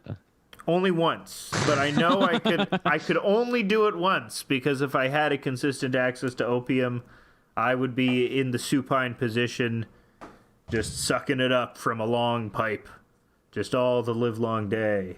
Just Nice. Probably listening to like the master musicians of Jujuka. Right. in the I feel like every background. time we used to get opium, it was just so bad. At Bard, you mean? Like, Yeah. I thought it was fake. I have it a was memory probably. of I was in Germantown on opium, quote unquote, and I was doing dishes for someone. I was just like, I'm going to do your dishes because I'm on opium, and I was just kind of pretending that I was high. Yeah. But I think opium's set to make a comeback. I think we pulled out of Afghanistan, but that's because we're going to normalize trade relations with Afghanistan and get fair trade opium. Oh no, we can talk about real stuff now. Is that why everyone's dying of fentanyl poisoning? That's actually, yeah, I think I've heard so. a lot of people say that, and I want to just check in with you guys about it. 'Cause all the people that I hear say it are kind of weird, but I'm kind of like, that might be true though. Yeah. Wait, people are dying of fentanyl poisoning because of the withdrawal from Afghanistan? They're like Because claiming there's like a correlation of some kind. Yeah, it's the harder to get all the good regular, stuff? Yeah, all the I regular guess. heroin Yeah. is Yeah. gone. So all So there they is now is say. fentanyl. Mm-hmm. I think that's what I heard, but I probably heard it sounds from like the same bullshit people. to me. I mean, I think there is like I think just the fact that fentanyl exists and is just much cheaper because you need a much smaller amount of it to fuck people up. Mm-hmm. So that's just gonna drive. Why would you want to kill your customers? But why would you? You don't want to kill your customers. It's just you fuck up the amounts. Sometimes. There's other But it's advantages still, to it. Yeah. Yeah. Like it's just a lot cheaper to mass produce because you need smaller amounts of it to get people Right. very high. Okay. Well, yeah, and it's cheaper to transport and eat and safer to transport because you can hide it better because you're dealing Right. with like a tenth of the amount. Right. I'm going to list my top 3 all in one because they kind of go together. Okay. And it's weed, Valium, and Adderall. Weed, Valium, and Adderall. I've never taken Valium. Those 3, that's like, so a really cool thing to do is to drive across the country or a long distance and you take weed and Adderall for the drive and then Valium to sleep when you're done driving. Wow, the perfect system. Yeah, you can drive forever that way. Wow. It's Is it pretty restful cool. sleep though? Yeah, it is. Really? Okay. Because you're not the weed and the Adderall. As long as you don't go crazy with the Adderall, I mean, you would need a significant amount of Valium to counteract it. Right. Well, I realized I totally fucked up and I can't even fit all of my tops on my list. Just list them all. We'll do some slashes here. I realized that I can't. We'll accommodate it with Big some problem. slashes. You know what they are. I mean, Adderall, whatever, weed. Adderall. You're an Adderall? Why does everyone like Adderall so much? It's so hard to get. Like once you get it, it's like you're so productive. You don't get it that often, really. Yeah, you gotta go to the Bard Library. To get it. My number 3 was opium. My number, I guess my top 2 is acid and cocaine. I love cocaine. What? I didn't know you loved cocaine. Solid too. Oh Solid yeah, top cocaine is great. It's another drug that I forbid myself access to because I would become a coke addict immediately. If I had a guy, oh my god, I would just. That would be a funny thing to do to you. No, it would not. No. Coming to Canada. No, you don't do it too much. It's fine. It's like it keeps you. It regulates itself. You start to feel like a real freak if you do it too much. That's not. I don't know about that. I think what I like about cocaine is that I am so genuinely interested in other people. Right. I like listening to people. I like hearing their dumb ideas about stuff. Right. And then bouncing stuff off of them. I like playing makes it a drums lot on cocaine. easier. That's what I like to do. Yeah, that's cool as hell. For me, the best drug for playing instruments is acid. Actually, not cocaine, but Yeah, acid is a good instrument. I played in Barrytown. I played drums on acid while everyone was out of the house for a good hour, and I swear to God, it was like I was fucking Neil Peart up in there. Yeah. That was yep. I had a really formative moment playing drums on mushrooms. I'm having a big problem. I really have to poo. Oh, well, you can go take ahead. What should I do? Can you take the laptop with you? Is that possible? The cable's long. I can maybe take the mic in there with me. You don't have to. No, I don't know if the headphones can reach that. Just take 5. Alex and I can handle we can hold down All the right, we can batten down the Okay, hatches. BRB. Everybody's going to shit. A-doo doo doo. A-doo Did doo you doo. take your? Oh, you got a little. Is that a pork pie hat? It's a little sailor hat. Oh, it's a little I'm wearing sailor a little hat. sailor hat. Yeah, What's that I for? got it. It was for a thing. I got nominated with my friend Miles for an award for Broken Pencil magazine for best lit zine of the year for something that I illustrated. But we lost. But we made a video for it, and it involved us out at Cherry Beach, just doing obtuse things. With various nautical themes like filming. So you went out to the seagulls. beach, and then this is a beach on a great It's lake. a lake right? beach. Lake It's a beach. Great Lake Beach. So we got seagulls and mallards. Got a lot of mallards. If I had been was this the same Great Lake that if I had been at my Great Lake Beach, we could have waved to each other across the water? No, this was not. This is Lake Ontario. You're on Huron. Really? You're on Huron. I rarely go out. I'll have to check the map. You don't know your lake geography? How good's your geography? My geography is okay. What is the capital of Burkina Faso? Oh boy, that's a hard one. Okay, I'll give you an easier one. What is the capital of the Maldives? Okay, come on. Nah, okay, what is, I'll give you an easier one. What is the capital of Jorg? What? A country I've just made up. Man, What is the capital? I'm learning I'm bad at geography. Yeah, you don't know in my head. You'd get The it. You don't know Maldives. I always said Maldives. Is it Maldives? I Is it- don't know. 'cause I've I'm heard thinking- Maldives. Okay. I don't know. I do know that they're the country the most at risk for le change de le climat, which is, Yeah. of course, climate change in their It language. is. Is That's it their French speaking?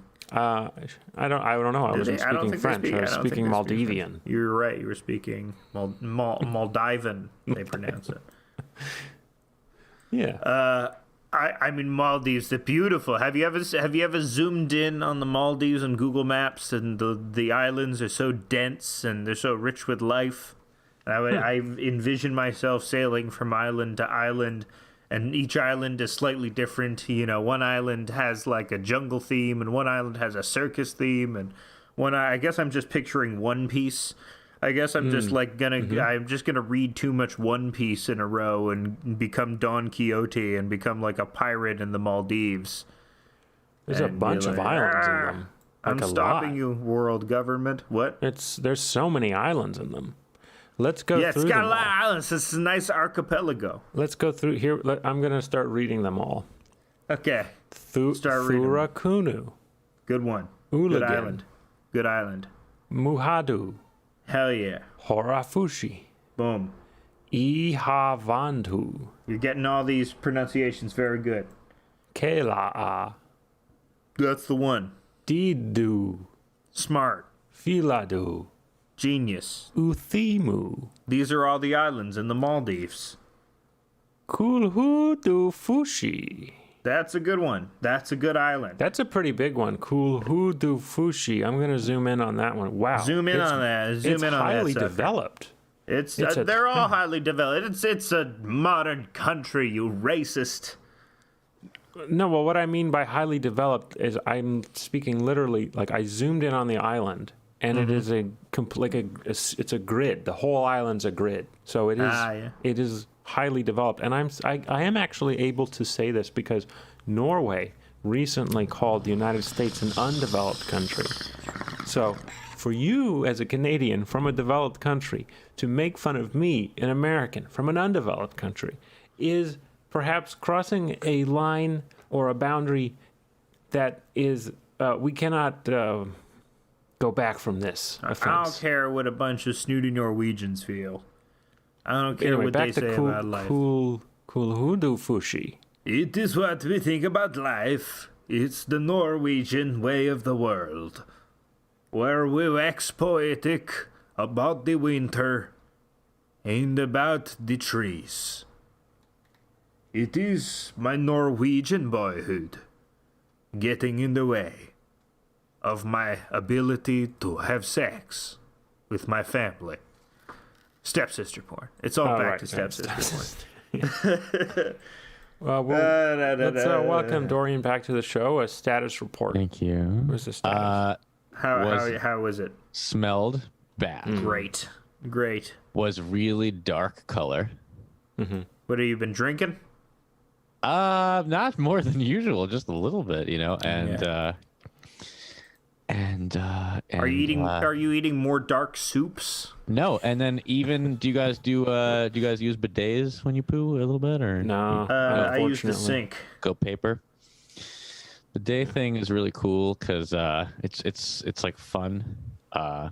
It's Definitely gay very fun, as yeah. fuck, but really It's very cool. attention seeking. Yes. Very gay and but very very cool and but a weird problem with it is you still have to wipe after using it, and then you have a weird problem where if you didn't blast away enough of it, or even if you did, it's like when you put the toilet paper there, it's now wet and it kind of like soaks through the toilet paper, Yeah. and it like really gets on it just really feels like it's way more disgusting because now it's like really on your hand. So you have to And wash. you get those little pills of toilet paper that stay around your asshole. Well, I generally avoid those because I get good stuff. I get like You get good the paper. Awesome paper. I get the cheapo stuff. I really hate my own asshole.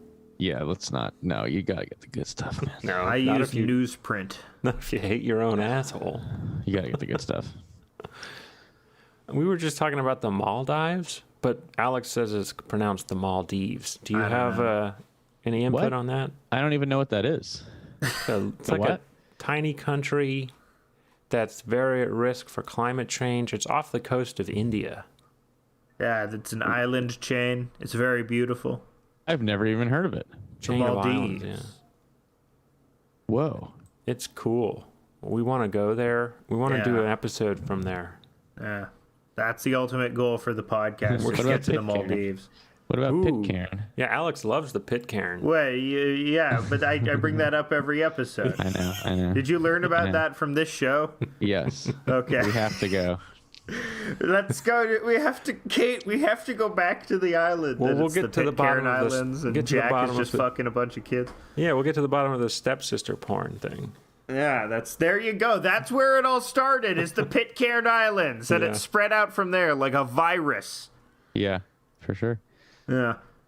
But it was more pedophiles. It wasn't. It was less stepsister porn. Maybe that's what like the stepsister people say to themselves. Well, at least we're not pedophiles, you know. What's wrong with that? What's wrong with them saying that?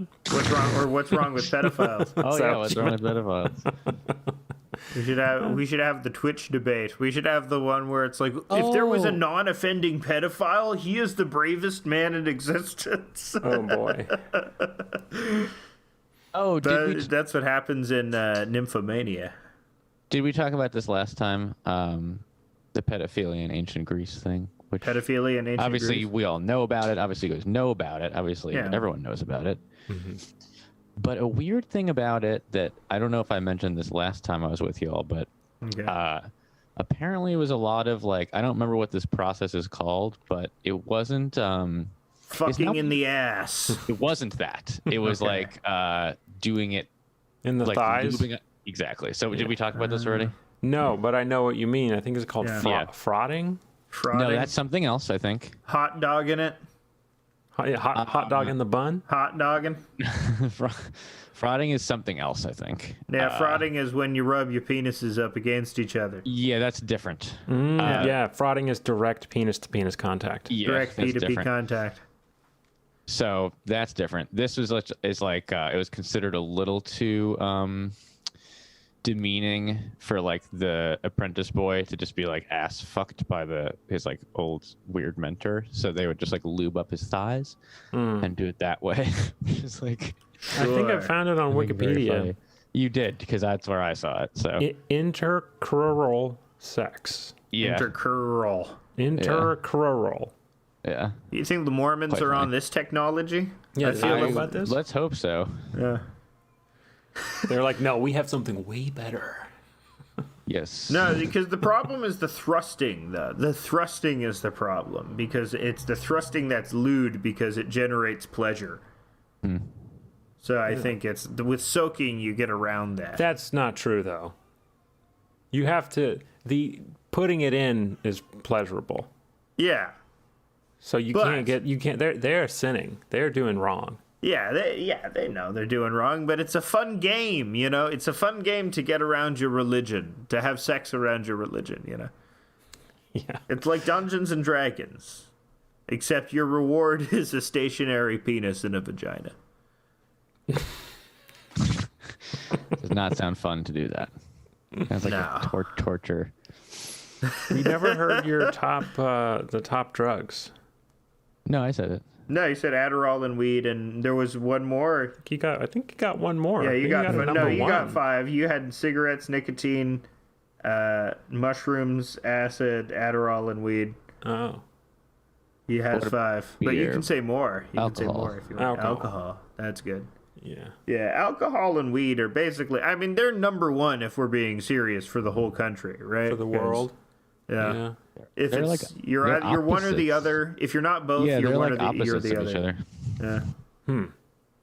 But that's why they take up 100% of the drug doing world because they account for people's various vibes. Yeah. Nah, I got a weed vibe. I understand that about myself, which makes me suck. Makes me suck to beer people. The beer people hate me. They can just tell, like, oh, that's a weed guy. Yeah, that's a weed guy. He doesn't have he can't match my beer energy. You know? Do you remember when people would be like, "Don't mix them"? Did you ever like, hear they anyone would- tell they you that? would- Like, don't mix beer and weed. Like they Yeah. would deathly, like it's a don't deathly wanna, warning. dude, you don't want to mix those two. Well, man, I did that once, and I just like, oh my god, you don't even want to do it. Yeah, And you I've get had a those little guys. too fucked up, if you know what I mean. No. And then from ages 21 to 27, that's all I did. getting real crossfaded. Yeah. Yeah. What's lean? Can you guys clear that Lean? up? Yeah. What is lean? Lean is cough syrup with codeine. Okay. So what is loud? Loud is weed. Okay. Loud is simply weed? How odd. Loud is weed, yeah. Oh. Chiefing on that loud.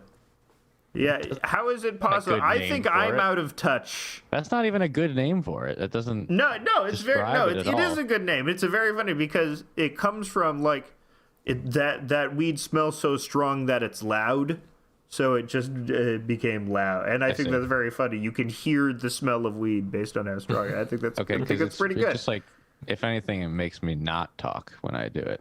Yeah, Weed. Like, loud. quiet. You don't want Yeah. to chief on that loud. No, I would become quiet after the fact.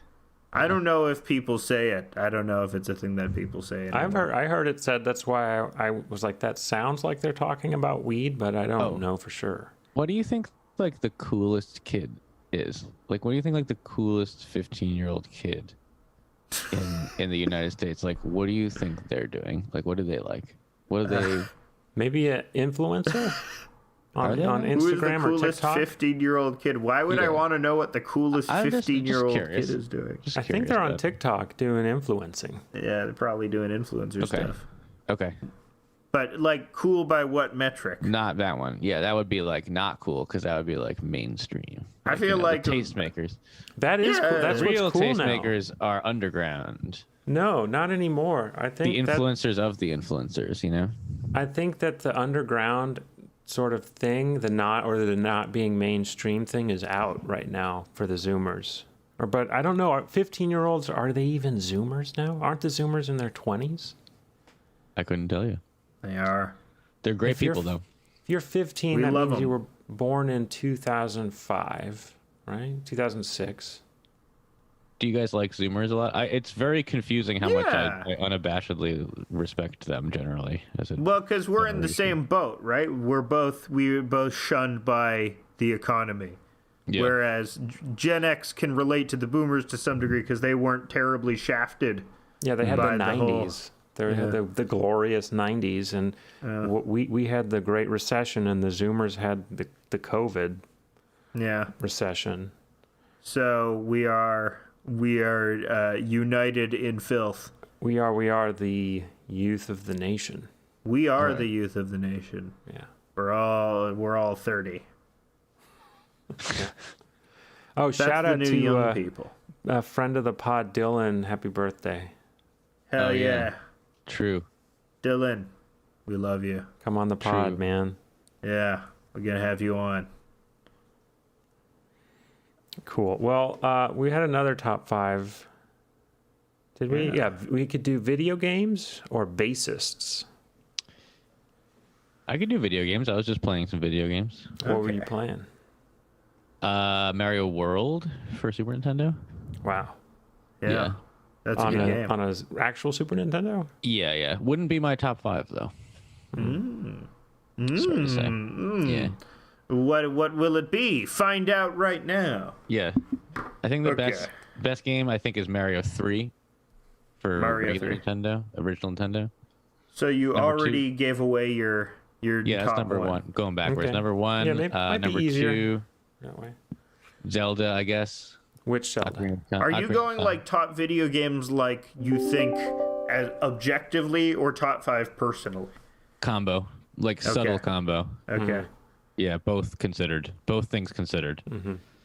So number 2, Zelda, obviously. Number 3, Wait, which Zelda? Ocarina of Time.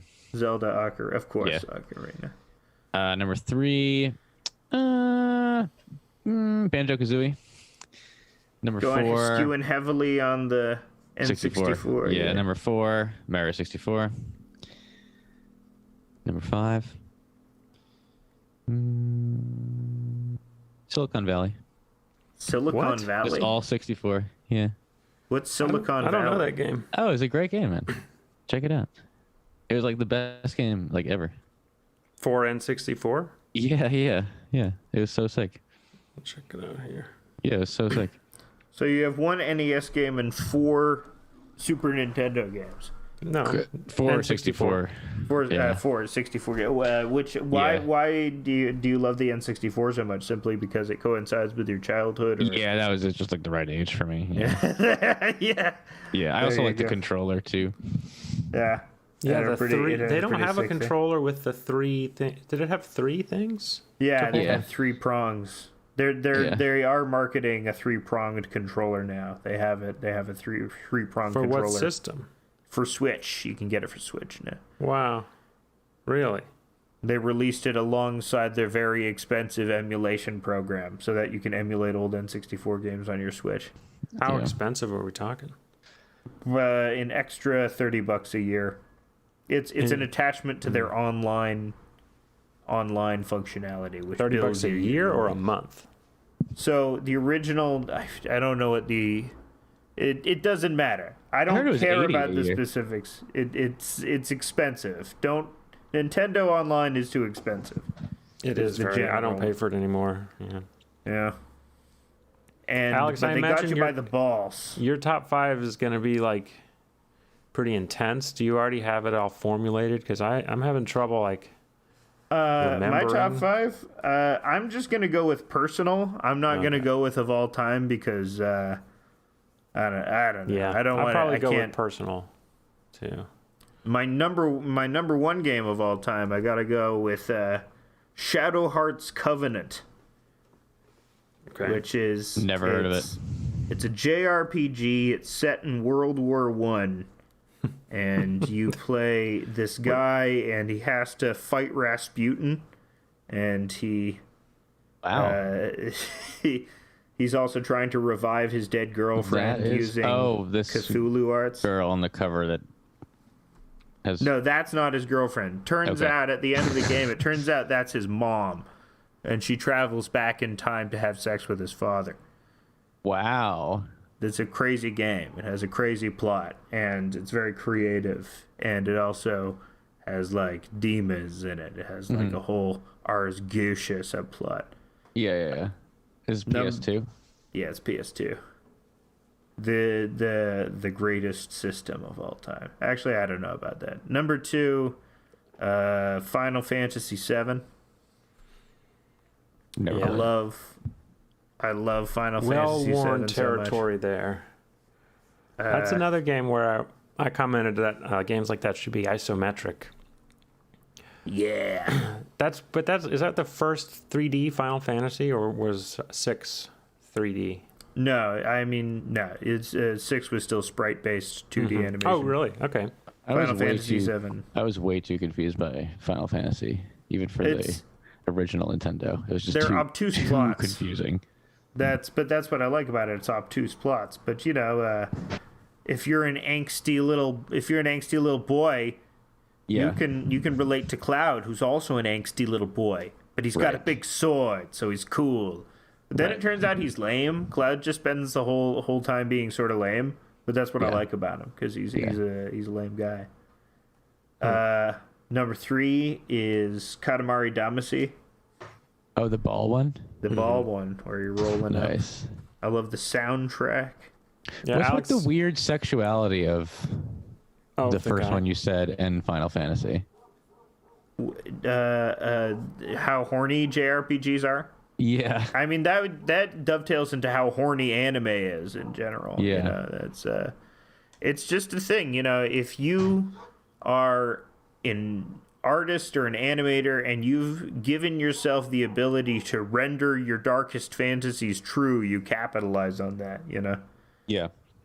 That's the, you know, you see people, you see talented artists all the time doing commissions for furries, and their job is to make the id happen. I mean, Their what kind job of is to- lives? What is it done to our psyches that I assume you guys experienced this too? That the first pornography we saw was probably like hentai, anime pornography. Or It I don't know wasn't if for me. I don't know if it wasn't for you. Well, maybe you're lucky then. Somehow that was like the easiest to get at a certain point. No, it was sex gifs. It was sex gifs for me. And I see. funny enough, it's still sex gifs. Sex gifts, I should say. What do you mean? You mean like the website you go to? You just go to sexgifts.com. No, I don't just go to sexgifts.com. I've been going in there for 20 years. Go to various message boards. That's a very significant thing to say. Never tell the police that you go to message boards. Going to message boards. I'm going to message boards. So what? Number 4, number 5. Number 4 would have to be a game that I had. I really, really liked Super Mario Odyssey. I think Super Mario Odyssey makes me feel a certain type of way when I play it. That sense of expanse and wonder, in a way that I think is it's great. I have only good things to say about it, and there's just so much to do and to explore, and it's the puzzles are really short and snappy. So like in other open world games, like say GTA, which it's weird comparing Odyssey to GTA, but it's largely the same idea, where you have big open world areas with a bunch of tasks to complete, and then you get your reward for it. And I always found the missions in GTA just too long. They always felt really. Missions. Yeah, the point of GTA is you just explore and listen to the radio because it's funny. Yeah. The remaster came out and was really bad, apparently. Of San Andreas? Of the first 3 of the games, it's Vice City, San Andreas, and 3, and they're all in a package. But it's They've not worth remastered getting those apparently. before, which is weird. Yeah, They've I got like Xbox versions of those like a while ago after they had already been out for a long time. they really That fucked company these up. sucks. Like Rockstar sucks. Rockstar, yeah. I mean, I've never the GTA games I'd never really vibed with their sense of humor, which I get that's the appeal of it, is that they're very nihilistic and nasty. But there's this weird lack of substance I feel when I'm playing them. That maybe I just want to be babied by weird baby games, and I'm fine with that. I'm fine with my taste in video games. I've long since accepted that. And my number 5 game would be Marvel vs. Capcom 2, the fighting game. I love fighting games.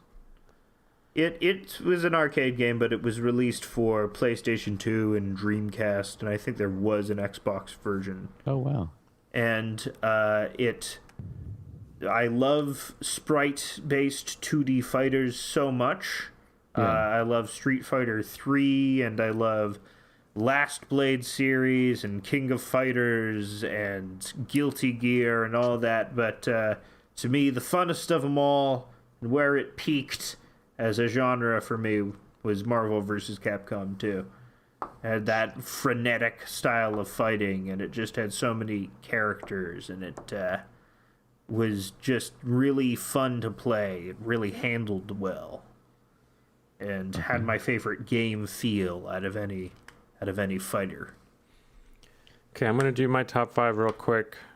The first 3, I'm gonna do in regular order, so start at 5. The first 3 are for Game Boy, because all I had growing up was a Game Boy until like 10th grade. So for Game Boy Advanced, I like this game called Golden Sun. Very good game.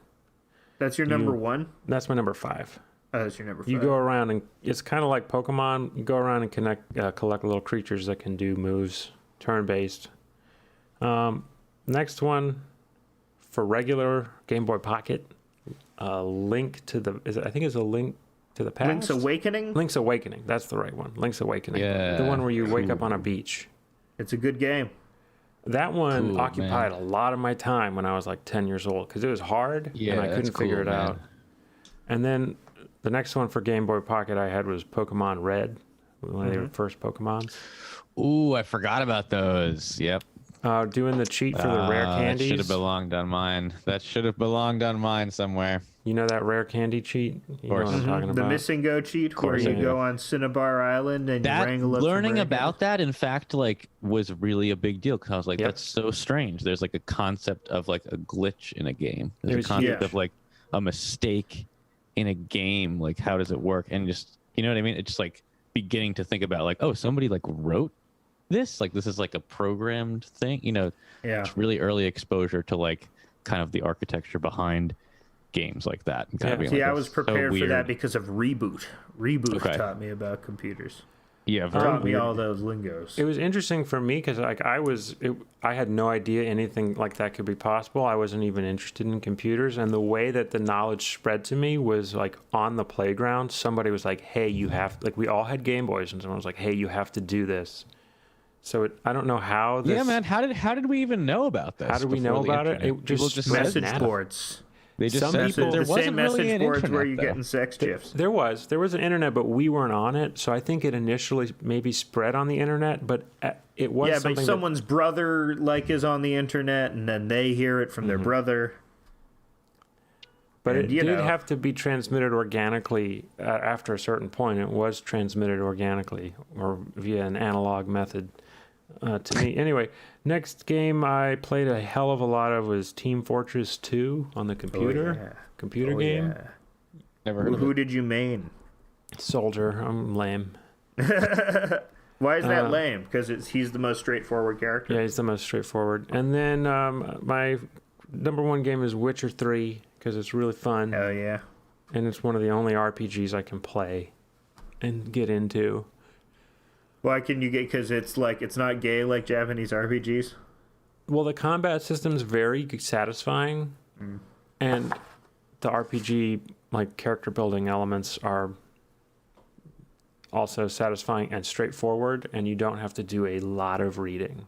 A lot of RPGs, they're like, here's 7 books you have to read during the time that's you're what I playing. like about it. I skip all the reading, man. I just want to hit the buttons to make the dopamine get in my brain.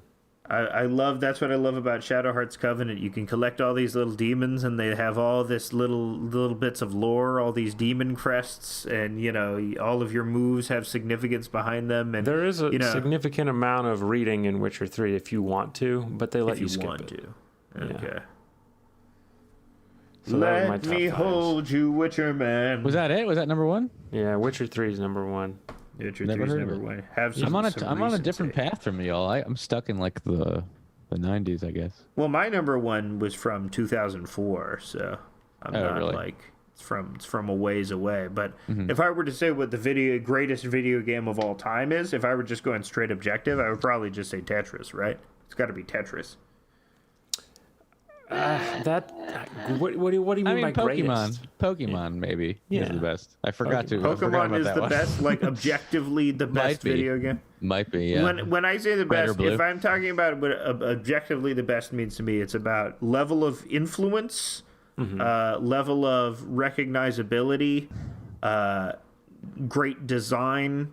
Super Mario 3, then maybe yeah, I would have Mario to say. game. Super Mario 3 is up in the is in the running for that because so it has to be it has to be popular, 2 it has to be influential, 3 it has to be easy to understand, 4 it has to be designed very well, and I think Just go Tetris on and on hits about all three. those. I think Tetris is That's 10 true. out of 10s.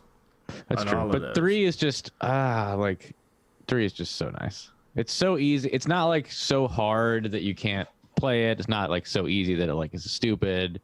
It's the perfect thing for all occasions. I think it's interesting that 3D platformers never really took off, or there was an era of 3D platformers, but people realized they all sort of sucked. But then isn't I mean, 64 doesn't suck. yeah, Mario 64 doesn't Odyssey suck. isn't that a 3D platform? Yeah, I mean, because the Mario games are the only one to do it well, because they're the only ones that have like really nailed movement in 3D platformers. Like, you like Banjo-Kazooie. Yeah, What do you like about Banjo-Kazooie? I mean, I would consider that a platformer of some kind. I Yeah. think again, it's just the level of the design is just really interesting to me, where it's just like kind of the right amount of difficulty. It's like really not that hard, but if you really want to do it right, it's hard. Like if you really want to get everything, collect everything, do it all right, that's hard. But like if you just want to play it, it's like very like colorful, and like the music is amazing. And it's just basically the shit. Yeah, Tetris. There would probably what do you think is the most influential shooter of all time? It's probably just Doom, right? Doom, and then GoldenEye, Yeah. and then PUBG. Those are probably the top 3 biggest shooters. I've Or never most heard of PUBG. not biggest, most influential. Because PUBG is not very big, but PUBG influenced Fortnite, which is now the main deal. I've never heard of PUBG. It was I the think original. It came Well, up not with the original. the but concept it was, of like the last man standing style game, where everyone is dropped onto a map, and then the map slowly closes in on you, and it's like a fight to the last guy. Oh, it was does this influenced game by even the exist? Oh, Player Unknowns. PlayerUnknown's Battlegrounds. Oh, Have you ever seen the movie more Battle you know. Royale? no. It's a great movie. It's where a bunch of Japanese kids kill each other. Have you guys read any On good an books island. lately?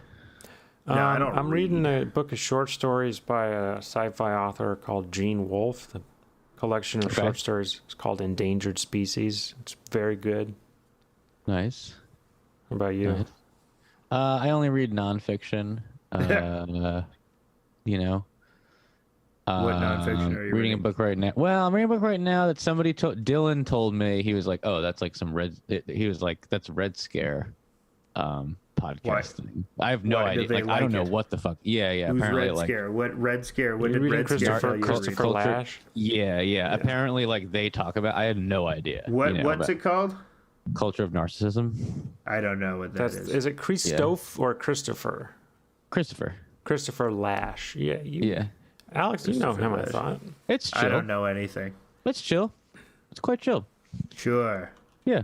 Alex Check is it out. apolitical now. I'm apolitical now. He I stopped don't paying care. attention. This book is apolitical. It's not really. It doesn't really. I wouldn't call it left or right. Really, it really doesn't speak to that. I'm not apolitical. I'm just not doing. I'm not doing cartoons anymore. 'Cause Oh, really? I'm not doing political cartoons anymore. 'cause Really? they're- I didn't realize that. You were for yeah. like a second. Yeah, but I realized I don't like them.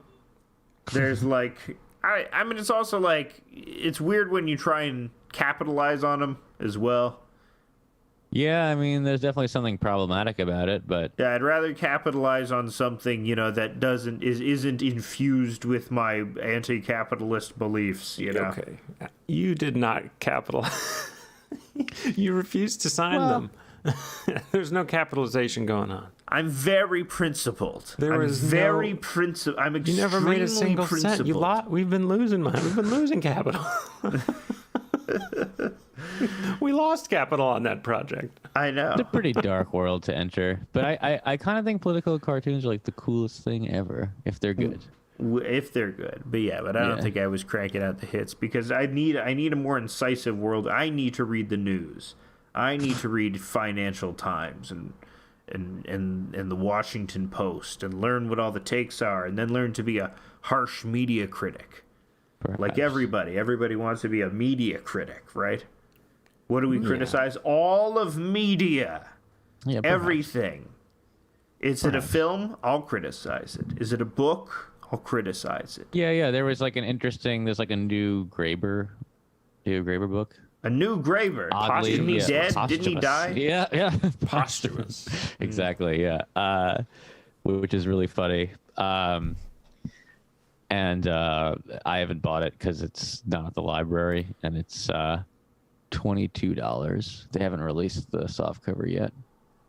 So I'm 20, kinda just like, 22 is too much for you? it's a little too much for something I'm gonna read once. Like, yeah. why do I need to? But you can put it on your shelf. I bought a don't- book. I bought a book that I'm going to only read once for $22 pretty recently. Gonna read it once, and then I'm gonna lend it to Dylan, and then he will probably give it back to me, but maybe he will lose it. I don't know. What a Maybe good I'll guy. never What a see good guy. Happy birthday once again. Been mentioned on the show It's a a big lot Dylan today. show. It's a big show for Dylan. Maybe we can name the show Dylan and have a picture of Dylan be on the... Yeah. I don't know. Probably check with him first. Maybe before we put do his that. address on there. Put his address, put his But social security. there was a number. really I like this like comment on the Amazon page for the book, for the Graeber book, is just like blew my mind. It like blew my mind. It's this guy Mikey, and it's the top review, and he gave it 2 stars, and he basically hates it and says, contending that life is now worse and wealth is more stratified than it has ever been historically is ridiculous at best. In the times of kings and serfs, life was horrible for everyone, and very few had even the most basic rights. Blah, blah, blah. The author's awe-inspiring overstatement of the occurrence and degree of historic matriarchies is but one of the many revisionist flaws invoked to appeal to our modern sensibilities. Basically, like, he's basically having a problem with the idea of like critique, the idea of like bemoaning the state of society, you know, which I thought was like really interesting because I've been like fixated on that for a long time and just kind of like sort of shat on by that, you know, for a really long time. It's an immobilizing thing. It's a terrible thing. I don't really... Yeah, it's like very funny. You are not miserable because of capitalism and democracy. You are miserable because you have flouted the basic tenets your ancestors understood and that were necessary for us to reach this point of comfort and safety. Hell yeah. This guy, he knows what it's all really about. I'm funny, going to eat Mikey. only raw meat now. He's so funny. Cultures of the past praise rugged individualists and brave warriors, the people necessary to lead us out of hard times, but we shame those people now. Yeah, we shame the rugged individualists these days. This guy, yeah. Like I mean, Mikey. We really don't, but we kind of do. Mikey's So- a hero to millions. Mikey's probably Mikey an knows what it asshole. takes to get it done. He's probably like a weird Joe Rogan idiot, man. But it's just like, it kind of reeks of that to me. But at the same time, He might be like he a kind of weird... has a point. Do you know Kinda of has a point. Do you know of the Kinda has a conservative? How does he have a point? Well, it's just kind of like, we're here. Like, you can't just like, you know what I mean? Like, you gotta, like, a lot of the Graeber stuff is just very like, it doesn't really propose a solution. It just kind of critiques. It's really interesting and it's really good and it's really smart, but it's just kind of depressing. Yeah, but you know, it might be right. And culture of narcissism is the same way. But yeah, Like, I do. almost exactly the same. Where it's just like, yo, we're fucked. I do think it's not just capitalism that makes people miserable. I think capitalism is part of it, but misery is a holistic. It's a holistic entity. I mean, some people, 100%, all of their problems are because of capitalism. But Somewhere along the line, we chose it. Although, like, elites chose it. Although no, it's been like we chose it because it's etc. been good to us. We like it and we participate. You know. Technically, we chose it. Technically, like, there's a way of thinking of it where we did like select it. It does exist. It is dominant. You know, like, we chose it. Well, you know, it's the people that like it chose it. Yeah, I know, but still, And like, they we're all had, the you same. know, who's we? Maybe I'll go out and become a militia guy. Maybe I'll become the gun guy, you know. Maybe Right. I'll be the gun guy The now. gun guy? You mean Kyle Rittenhouse? I'll be Kyle Rittenhouse now. Oh yeah, do you guys know what happened with that? I don't. Yeah, he's really not Not guilty. guilty. He's not guilty. Yeah, because he's a fucking child. He's a fucking little. No, fuck that's baby. not. I mean, that's not the reason why. He's 5 years old when he shot this. He was 5 years. He's a little 5-year-old boy. They realized he was too He's a little baby. ugly. They realized he was a little too chubby chubs. A little chubby baby. Your Honor, he's a baby. How could he have? Yeah. He's not guilty by reason Just- of baby. I don't care. I mean, I wasn't there. I just think everyone should have guns. Really. That's true. Yeah, it did make it much safer for everybody. Yeah. If everyone just had I would like a guns- gun. if everyone just had guns and fucked thighs. If anyone cut me off walking, I'd gun him. Oh yeah, no. I was talking to this kid the other day. who was like like kind of just being like, you know why everyone's so nice in the South? It's because everyone has guns. Like in New York, people will be like, yo, fuck you, screaming and like cursing. It's because it's a knife culture. Because we don't have guns. You have knives, you know. Yeah, but in the South, The deaths won't be clean. Everyone has guns. Yeah. And like you don't know like if the guy that you're like fucking with like has a loaded gun like on them. I think some people are polite in this. The South, I'm sure, contains multitudes. It's very polite. I don't know if sundown towns still exist. Does sundown towns still exist in the South? I'm not sure. I'm not sure. Is that where everyone just takes their pants off at the end of the night? That's when everyone takes their pants off at sundown. Yeah, that's when everyone is naked at night. After the sun goes down, everyone takes off all their clothes. No, it was actually it was a phrase for when the sun would set, they would lynch the black people unless they got out of town before the sun set. That's terrible. That's we a should terrible change the thing, meaning of that word to what I said. Make it better. It's what Biden's doing. He's in sundown town, let me tell you. It's true. He got a colonoscopy this week. So, guys, it's been great. We are at that time. Doran, you have anything you want to promote? You want to plug? You want to sell something? Got anything for sale? Not really doing much these days. Not really doing much these days. I don't really have any like material or anything. You want to like sell a used instrument or something? Yeah, I could sell this. We're a forum, as on top of being a podcast, we're also a forum for used instruments. You know these Boss like multi-effects pedals. Okay, so Dorian's got a Boss multi-effects pedal for sale. Beautiful How much Boss is that going? I would ask like, I'm trying to get like 100 maybe, but I can go like as 80 maybe. All right. Well, if you email houseofdecline@gmail.com, we will put you in touch, and you can get for $80 to $100, depending on your negotiation skills, a Boss GT6 multi-effects pedal. That's right. That's that good Plus for shipping vocals? and handling. Is that good for vocals, my man? I've never tried, but it has a lot of different features, and because I'm all about really vocals these love it. days. That's like I think you're really gonna love it. You My can be main thing just is, like like- your hero, Reggie Watts. Yeah. If you want to You be can like that guy. Your musical and comedy hero, Reggie Watts. All right, well, Yeah. check us out next week. It's been House of Decline. Thank you so much, Dorian, for coming on. Of We course. really appreciate it. Of course. Yeah. Thank you for having me.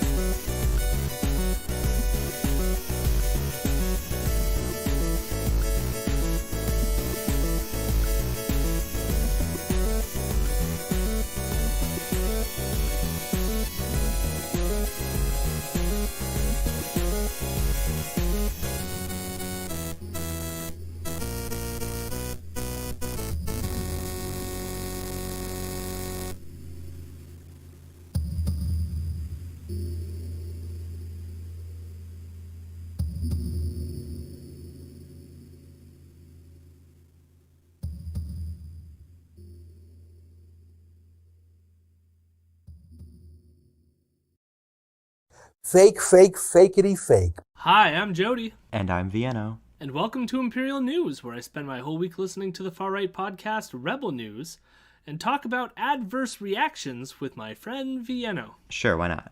Yeah, that's what we're doing, I guess. How are you, Vienno? Well, apparently I'm having adverse reactions. I mean, it's nondescript, but you can probably guess what it's about. No idea, of course. What could it be? Such a mystery. But yeah, I'm okay. It's really, really hot out. It's supposed to be like 42 degrees tomorrow. I'm not looking forward to it. Yeah, it is soupy. That would be my best descriptor. Yes. All like I think for the majority of the time, like, my plants have been well watered, but even when I water them extensively right now, they still look wilty as shit during the day. It's just so hot. Yeah. I love to feel like every step I take is just swimming a little bit. Gross, but accurate. Yeah. How are you? I'm feeling pretty pumped myself, but I think this is going to be a quick episode anyways. Not much to get into, so just more anti-vax shit, which is how it goes. But I guess we'll do it. This is the Imperial Roundup. Hello, my rebels. Hello, my rebels. I'm a good boy.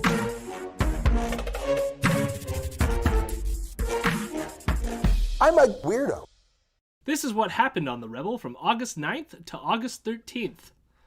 Ezra and the rest of right-wing media reported on a party for Barack Obama in order to make a hypocrisy argument about COVID and the elite. Look at the rich having a fun, mask-free time with all their rich celebrity friends, while we, the lowly people, we are all locked down and wearing masks. And, like, I agree, like, it's bad optics and this sucks, but from Ezra, this is just fake populist rage with racial overtones. Ezra chats with Alan Bokhari about the Anti-Defamation League working with PayPal to remove extremists from their platform. They use this story to make a general point about companies depersoning conservatives, such as GoFundMe blocking campaigns to pay the legal fees for bakers who refuse to bake cakes for gay people. Ezra then talks about Robert Spencer, not Richard Spencer, different dude, Robert Spencer being depersoned by the liberal ADL. Spencer is an Islamophobic bigot who co-founded American Freedom Defense Initiative with Pamela Geller, whose writings were quoted and praised by Anders Breivik in his white supremacist manifesto after he murdered 77 people in Norway. It is also worth mentioning that Ezra had Geller on his show the week before, so this is just a continuation of Ezra praising and promoting people who are praised by a mass murderer for their Islamophobic bigotry. Of course, Ezra doesn't explain why these people are being removed from these platforms, just that they are conservatives. Ezra praises the first few liberal ads, suggesting they make Trudeau look like a strong leader. He then criticizes O'Toole for running an ad against even having an election because of COVID, which Ezra thinks is weak. Ezra's initial election prediction, given these ads, is that the Liberals will win a majority government as we continue our slide into liberal authoritarianism. I think Trudeau's going to win. And I think Canada's descent into authoritarianism will continue. Trudeau has always told us he admires communist regimes like China and Cuba. He wants to be leader for life, like they have in those countries too. Ezra discusses a $61 million payout for cultural industries, which the government describes as emergency relief. Ezra thinks that this means that the Liberal government gave $61 million solely to media companies to give Liberals charitable coverage during the election. If Trudeau didn't pay reporters a $61 million payout, they might not report on what the government's doing. So it's an emergency. Better get them that money quick before the election, or they might not cover the news? Really? Do you mean they might not report friendly enough? Is that what you meant to say? Or they might not report pro-liberal enough? Is that what you meant to say? You really think that reporters who are working right now, writing stories for the news right now, you really think they wouldn't cover this election, cover the news right now, unless you gave them a $61 million bonus right now before the election? Is that what you're saying? $61 million shared among all media companies seems like a pitiful amount to buy influence. But Ezra gets to further the conspiracy by highlighting that the government did not name the recipients of the emergency relief. Staff would not answer repeated requests for names of publishers and the amounts they received under the ad hoc program called Emergency Support for Cultural Industries. Why is it secret? Ezra says he never watched The Handmaid's Tale because it was anti-Trump propaganda. Trump, according to Ezra, was not sexist. Therefore, the TV show was not good. I never watched that anti-Trump show called The Handmaid's Tale. It was meant to be a commentary on Trump.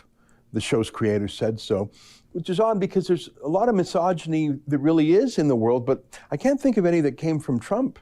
Of course, Ezra never mentions the many credible accusations against Trump of sexual assault, rape, and harassment, not to mention his choice of Mike Pence as VP and his general courting of the religious right by appointing anti-abortion judges to the Supreme Court. Ezra then claims the original book was about the Islamic Republic of Iran, but that Atwood wrote the story to be about America because she's a coward. I see it coming from Iran, for example. I actually see it coming from radical transgender activists too, if you want to talk about women's rights and women's spaces, but not from the Christian right. You know that Margaret Atwood, who wrote the original novel some 40 odd years ago, she said she was actually basing the concept loosely on the revolution in Iran and its anti-women Islamic tenets, but she lacked the courage to criticize Islam, so she made the tyrants American conservative Christians. Atwood has been explicit since the time the book was written that her inspiration was focus on the family, the moral majority, and the Christian coalition, all of which were far-right anti-women, anti-LGBTQ Christian fascist movements that helped to elect Ronald Reagan at the time. Not to mention that the book itself, in the epilogue, references the Islamic Republic of Iran as a comparison to Gilead, which is the made-up country in Atwood's book. So, contrary to her being a coward, she made the comparison herself in the book.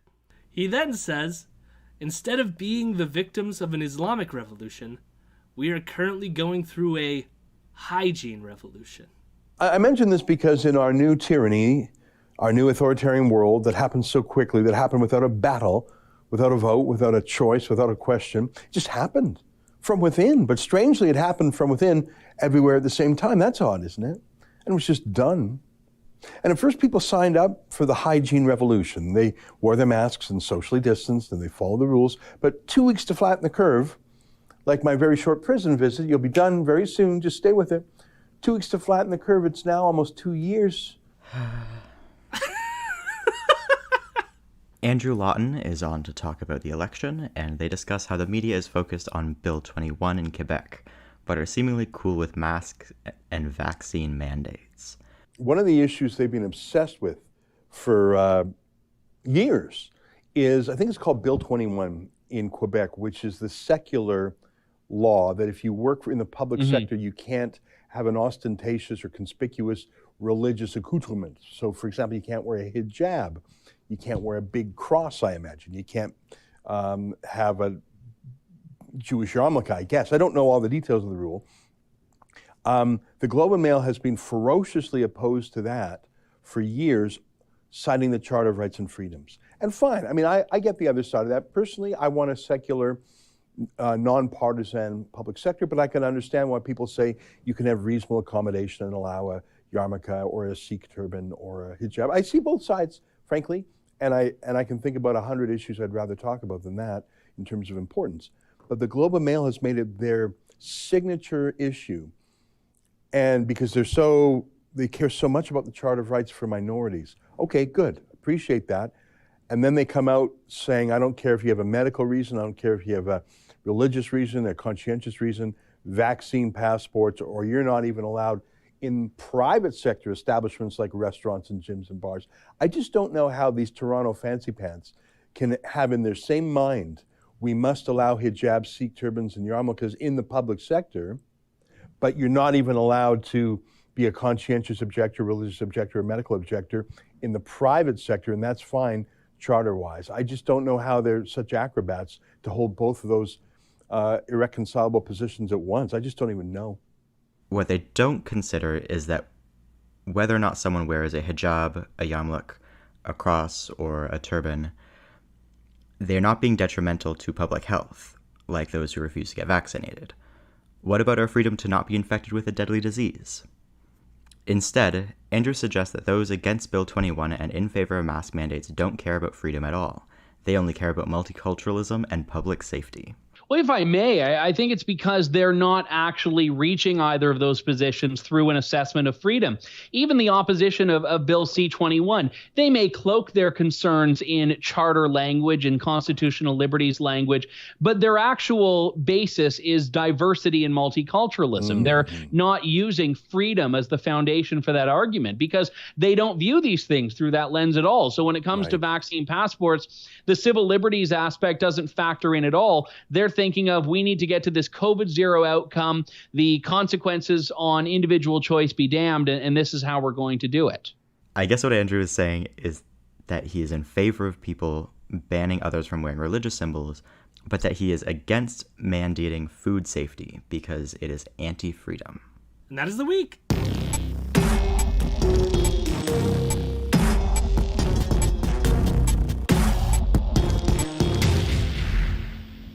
The main segment, again, is going to be about COVID and vaccines and all that shit. I'm surprised with how many times they come up with more, I guess, wrong things to say about COVID. The only reason I bring up COVID on the show is when they say something that's relatively new, or at least come back to a point they made before to trot on, like, old ground.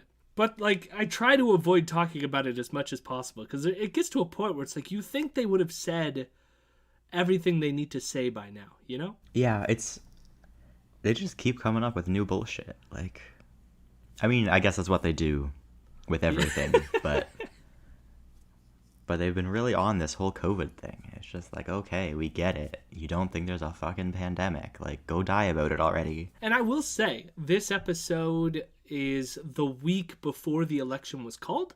So my guess is for the future weeks, hopefully we will move into more election-related stuff.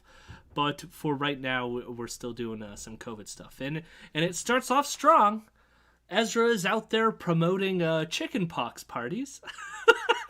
I'm old enough, I'm 49, to vaguely remember that when we were kids, parents sometimes had things like chickenpox parties where healthy kids would deliberately be taken to play with other kids who were sick so they'd catch the disease when they were young and you'd get over it easily. The thinking being catching some of those diseases when you're a teenager or a grown-up is much, much worse. I know there are risks each way. There are risks in life. No matter what you do, there are risks to doing nothing. God. Do you know what a chickenpox party is? I know of them. I think that they were done by the time I was like a child because the chickenpox vaccine had become a thing. I know that they're bad. I know that they were just like, oh, one kid's got chickenpox, so everybody gathers to get the chickenpox so that you're immune afterwards. Did you ever get chickenpox? I got chickenpox, I think 2 or 3 times. I probably need to go. I don't know if I was vaccinated as well and it just didn't take or something, but I probably need to like go see about getting a vaccine again just to see because yeah, like I got really mild cases multiple times and it wasn't enough to give me an immunity at any point. I mean, that is the one obvious reason why chickenpox parties are not a great thing to do in the first place, because contrary to popular belief, you can catch it more than once. I think it like compared to other viruses, it may be the case that chickenpox, once you get it, it creates enough antibodies that a lot of people can be good to go after getting it. But of course, like, that doesn't mean that, I mean, Ezra's going to use this chickenpox party idea to sort of like promote the idea of like innate or natural immunity, right? Yeah. And he's talking about chickenpox parties largely in that light, saying that before there was a chickenpox vaccine, this is how we dealt with the chickenpox. And it wasn't good to do it back then. For the reason of, like, you could catch it again. But also, like, another, like, contrary to popular belief, like, chickenpox can do actual, like, long-term damage sometimes. Like, not always. But, like, there's a reason why we have a vaccine now, and it's a good thing that we have a vaccine now. And it's not just because, like, it's mildly inconvenient to have, like, little pox on you that are itchy and irritating for, like, a week or so. There's also the same thing about COVID where it's like if you have an immunocompromised relative or someone like me who got mild cases but probably doesn't have immunity to it. And like chances are if I wanted to go get a vaccine now, I would have to pay for it because it's only free for like certain ages and whatever other bullshit. But it would probably really fuck me up now if I got it, type of thing, or like even older people who don't have an immunity to it. Isn't that what shingles is? Doesn't shingles kill people? It can. And I do think they're related. I'm not sure if they are the exact same thing or not. I'm not a medical doctor, so I didn't prepare for that question. But I do often hear people say that chickenpox is related to shingles, so they could be the same thing. I think one of the things that connects to COVID is the idea that chickenpox doesn't often kill people, but it has long-term consequences that are still important to want to protect against, right? But I remember even when they came up with the chickenpox vaccine that a lot of people were like, well, why would we vaccinate ourselves against this thing that's not going to kill us? As if like, as if getting infected with a disease is just, it's a disease, No harm will come from it. I'm more familiar with measles too. Like a lot of people talk about how like a lot of people don't die who get the measles, but it's like one of the more common consequences of getting the measles is like encephalitis. So it's like, do you want like brain swelling? Like brain swelling is not a good thing to have, regardless if the thing doesn't kill you. Listen, not everybody dies of smallpox. Like, yeah. Not everybody dies of polio. It's just so silly the way people talk about disease. And I wonder if that's an effect of living in a society where disease has largely been held at bay due to vaccines over the decades. But hopefully after this pandemic, maybe we'll have a bit more of an awareness going forward, hopefully. At least for most people. We'll see about that. Yeah. It's obviously not going to affect the people like Ezra. Mm-hmm. Ezra then, he wants to go on to a bit of a side tangent again, which is something that I've highlighted before that he's talked about on the show, which is the idea that Quebec specifically had a higher rate of COVID fatalities. And his reason for thinking that Quebec was worse or somehow more he thinks that not only is Quebec worse, but it had the most death, and it was all because they're pro-euthanasia. And that if we just fix Quebec's penchant for wanting to die, that somehow our numbers would be way lower. What? What the riskiest thing is for a pandemic virus, coronavirus, according to the Globe and Mail and a public inquiry in Quebec, the biggest risk factor in Canada for coronavirus is if you're in a Quebec long-term care home where they believe in euthanasia. Just hundreds and hundreds of people killed when you prescribe morphine and basically pull the plug. I'm not quite sure why that's not called a sort of homicide. Yeah, because Quebecers, they just hate life. They're pro-abortion, pro-euthanasia. So he literally says that Quebec's numbers are higher because their people were killed. So they didn't die from the disease, they were euthanized, and that's why they had higher death numbers. Are you not curious why Quebec, with less than a quarter of the population of Canada, had so many deaths, especially in the first year? That's why, according to the doctors and the nurses who testified before the inquiry, it's because they were killed. I mean, what can you say? When he's right, he's right. The Quebecois love death and dying. Yeah. And, I mean, what the fuck? He's hit on this before, and this is the first time where he literally was just out there, and he said that Quebec's numbers are higher because the people were killed. And I'm just like, what the fuck are you talking about? How would you even have, he must think that, there's this, all throughout the long-term care homes throughout Quebec, people are just like, oh, this person got a little bit of an illness, kill him. Somebody coughs once and they just get taken out to the backyard like a lame horse. Oh my god. They call it old yellering.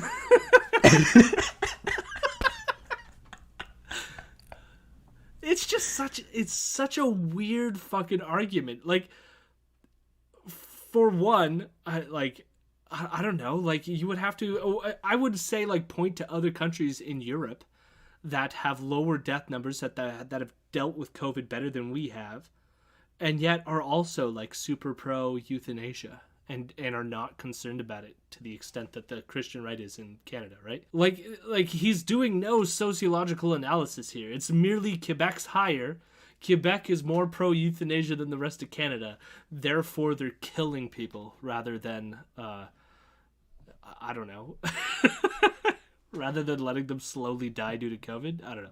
Ezra's an amateur thanatologist. So, I mean, so his point here is to highlight this to then go, see, like, our numbers are inflated due to the fact that Quebec's just killing people, and therefore we don't need vaccines. And he's like, and then he starts going into, like, well, like, what are the issues with the vaccines? And so he then starts talking about thalidomide. I'm going to show you images right now that are not for the faint of heart, so look away now if you must. We believe in testing medicines, and not just for a little while, testing for years, because when a drug called thalidomide was tested insufficiently, moms had babies without limbs. Terrible tragedy. A medicine that hurt people. And that's why we test, and you can't rush tests, because how do you know how it affects babies in the long term, or breastfeeding, or a young man or a young woman's fertility later? You don't know until time passes. I don't know if you're aware of what thalidomide was. Never heard of it. So that was like a big issue with creating what they called like flipper babies and stuff like this. They were, it was a drug that was given to a lot of people, including pregnant women, and it caused several thousand women to give birth to children with birth defects. And it was a huge scandal. They had to pull the thing. I think the drug is actually useful for some other things. It was just that they started giving it to pregnant women, and then you had all these things, and it was a huge scandal, okay? And Ezra says, by like referring to that therefore, with vaccines, you need lots of tests. Even though thalidomide was not a vaccine, it was done at a time when there was like less regulatory control over these things. So they were giving it to pregnant women without studying whether it caused birth defects. The comparisons don't really exist here at all. But the idea is like, look, in the past, there was something that caused some issues, and our government let us down, and the companies took advantage of us. That therefore, any medical advance is just like, could possibly have something extreme happen to us. So we need to be really concerned, and we need to have lots and lots of tests. Thank goodness they've been doing lots and lots of tests. Yeah. Well, you see, the convenience of this argument is that this is how they can move the goalpost to the thing, to the extent at which no amount of tests is going to be sufficient. You can always run more tests, right? You can never be 100% sure. So you can, one more test, please. One more test before I think they're safe. And therefore your anti-vaxxers can keep like holding it at an arm's distance and justifying never getting the vaccine. I love having COVID forever. So then he runs through a bunch of other like same old talking points that we don't have to go over. One is like, if this was like the plague, you wouldn't need to be bribing people to take it. And I'm sure there was people who would deny plague stuff if we had a plague too. So I disagree. And then we get the weird abortion line, which is, where are the pro-choice people now? Isn't it my body, my choice to get the vaccine? And I will highlight here, we did a video recently on stream, which was an anti-vaxxer talking about like the 30 questions pro-vaxxers won't answer. And this was one of those ones too. And I have to say, if someone gets an abortion, it doesn't affect me. If someone refuses to vaccinate themselves and then spreads a disease to me, it affects me, right? Like, why is this so complicated? I am glad that both pregnancy and abortion don't spread through the air, I gotta say. Sperm becomes aerosolized? We'd just be fungi at that point. Or better yet, the eggs become aerosolized. Both. Then we get a great talking point that I have not heard yet, okay? According to Ezra, more Torontonians have been shot and killed than are dying from COVID. There are so many Toronto shootings these days, by the way, and the police tweet about them all, that it's plain to me that more Torontonians are getting shot than are dying from COVID. And most of those getting shot are not, 90-year-olds, but being euthanized by long-term care homes. They're young men. I mean, if you look at Quebec, then he's not, With the old yellering that's going on. Exactly. They're getting shot. They're not dying of COVID. Oh my God. So, in 2020, 39 people died of gunshots in Toronto. Does that sound more or less than who died of COVID? That's a good one. Let me just think a little bit. I think more than 39 people died from COVID. I gotta say, in the biggest city in the country. Just a guess, though. This is since the start of the pandemic. 3,579 people have died from COVID in Toronto, which is, I think, if you did the math, 3,579 is bigger than 39 people. I don't know. I'm gonna open my calculator real quick. I realize in one of our recent episodes we talked about math being not good, and we should get rid of it. Or I think we canceled math, didn't we? We canceled math on our show, but we're bringing it back just for this, okay? I will say as well, in case these numbers are too big and abstract, even in just the month of December in 2020, 64 people died of COVID in Toronto, just for that 1 month. So 64 in 1 month is bigger than the 39 people died of gunshot wounds in a year. So why is he such an idiot? I did get a bigger number by multiplying the 3,579 by 34. And that's a much bigger number than both of those. So God damn it. I don't know. Numbers get bigger? Know. Yeah. So who knows, really? Can't quite answer that question. You know what? I wish that we were in the position of just being able to make up shit all the time. Like, there's something freeing to just be like, more Torontonians are being shot than die from COVID, and just being able to say that with no, like, internal dialogue going, does that sound right? Should I double check this? Maybe I should look into this. Listen, there's a real gun pandemic going on right now. I mean, like, when you put it that way, too, like, what's going on here is there's definitely, like, racial undertones in this, obviously. Oh, yeah, of course. I mean, honestly, Ezra bringing up Toronto alone is probably racial undertones. Like, merely saying Toronto is a racist dog whistle. For Ezra, yeah. Like, yeah. It's the same thing with, like, whenever right-wingers are like, oh, the elites in Toronto, or, in the U.S. it'll be like, oh, the coastal elites. It's like, oh, you're talking about the most diverse cities in the country. Yeah. I wonder why you're pointing there. Because I know you're not pointing at the bankers. I mean, it's like the Obama story, too, where it's like, how many rich fucks are doing rich fuck stuff? But it's like, they have to make a big scene out of, like, about Obama, right? Yeah. And I wonder why. Not that Obama doesn't suck. It's just like, the fact that they dwell on him as opposed to everyone else is a little telling. So then Ezra's going to ask the deep questions, okay? He wants to know, how come we don't get stats about all the people who have died from the vaccine? So lots of statistics. I've shown you some. The fearmongers show you others. But why don't we hear stats on a daily basis in the same way about people who are injured or killed from the vaccines themselves? Is that not an interesting question? I think it's interesting. When we were still giving AstraZeneca out, anytime somebody got a blood clot, it was like all over CBC. It was all over all the media things. The like handful of times somebody died from one of those blood clots, also all over the news. I don't think there's been anybody else. Like, no, they're just not releasing those stats, Fiona. Just a separate counter on the CBC page that's just like, here's the number of cases in Canada today. Here's the number of deaths today. here's the number of vaccines given today. Here's the number of deaths today. And every day the deaths is 0. So then Ezra decides that he's going to do the research himself and figure it out. And so Ezra finds this thing that's called the adverse events following immunization. For those who might be Americans listening to this, this is the equivalent of VAERS in the US, which is the vaccine adverse event thing.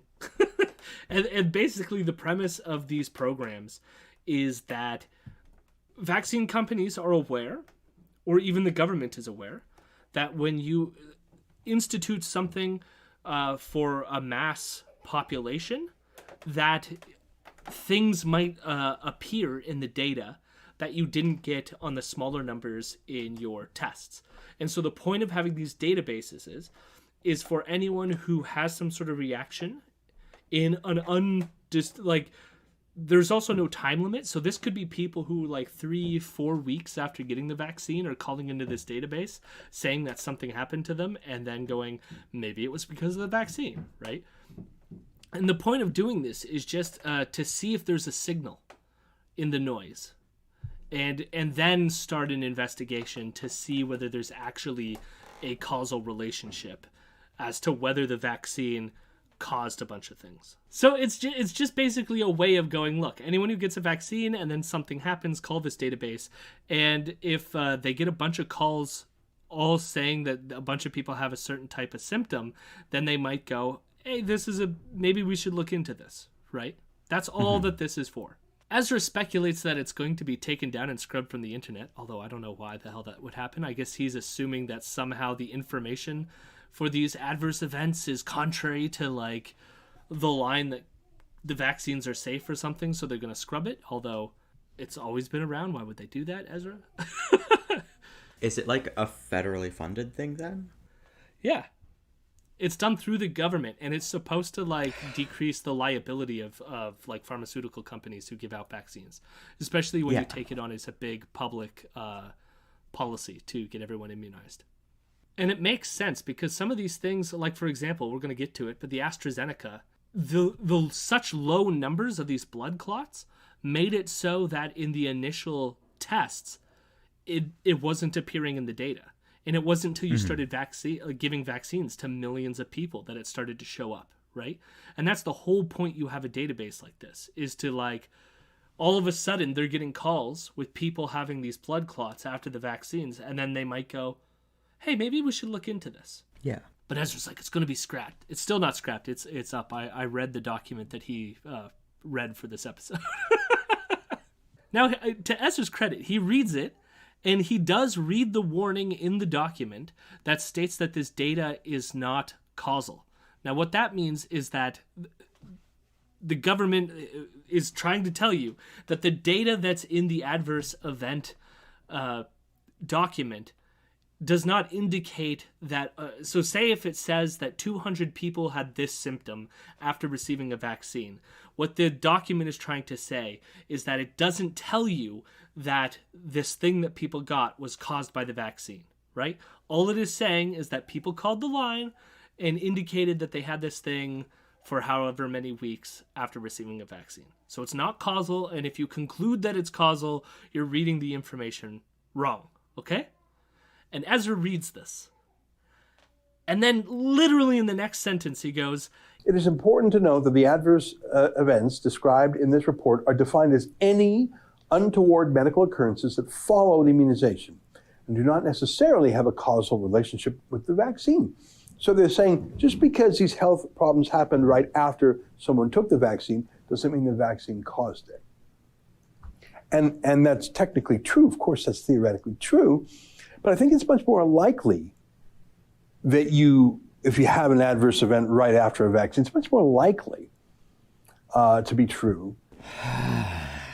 And obviously, if anyone knows, if you're a data scientist, you're cringing out of your skull right now. But you can't determine what's likely or not likely based on this information. For one, if you have a bunch of anti-vaccine people, they could be calling this hotline and giving them false information.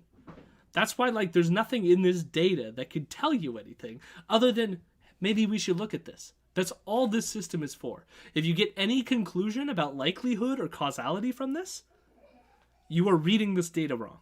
And so right away, Ezra is going to read this data wrong. Isn't that wonderful? Woohoo. So great. He even says not only is it likely, he even claims that this data is more reliable than people who die from COVID. If you have an adverse event right after a vaccine, it's much more likely to be true than the test for reporting deaths from COVID, which is actually reporting deaths with COVID, typically 30 days, as in you died, maybe from a heart attack or a stroke, but that death was blamed on COVID because you also happened to be tested positive for COVID within 30 days of the death. I'm serious. That is the definition of so many death stats for COVID. That's why a person falling off a ladder was counted as a COVID death. I'm not even kidding. He even mentions here this ladder case, which was his go-to example of them falsely attributing a death to COVID when this person died from falling from a ladder. However, when I researched this case back then, the dude fell from the ladder because he had, and then died, not from falling from the ladder, but because he had phlegm in his lungs that was caused by COVID-19. Hence, he died from COVID-19, even if he fell off a ladder. Yeah. Which is like all the cases that they want to think. And like, there's probably a couple cases that were falsely attributed to COVID-19, but overwhelming data shows that it's probably likely that we're undercounting these cases, not overcounting these cases. And so there's probably a lot more people who have died from COVID that we misattributed to other causes. Yeah. He then indicates that this adverse event information suggests that there's 9,000 adverse incidents that have been recorded after 19 million doses of vaccines. Sorry, these numbers don't line up. Like, what do you mean?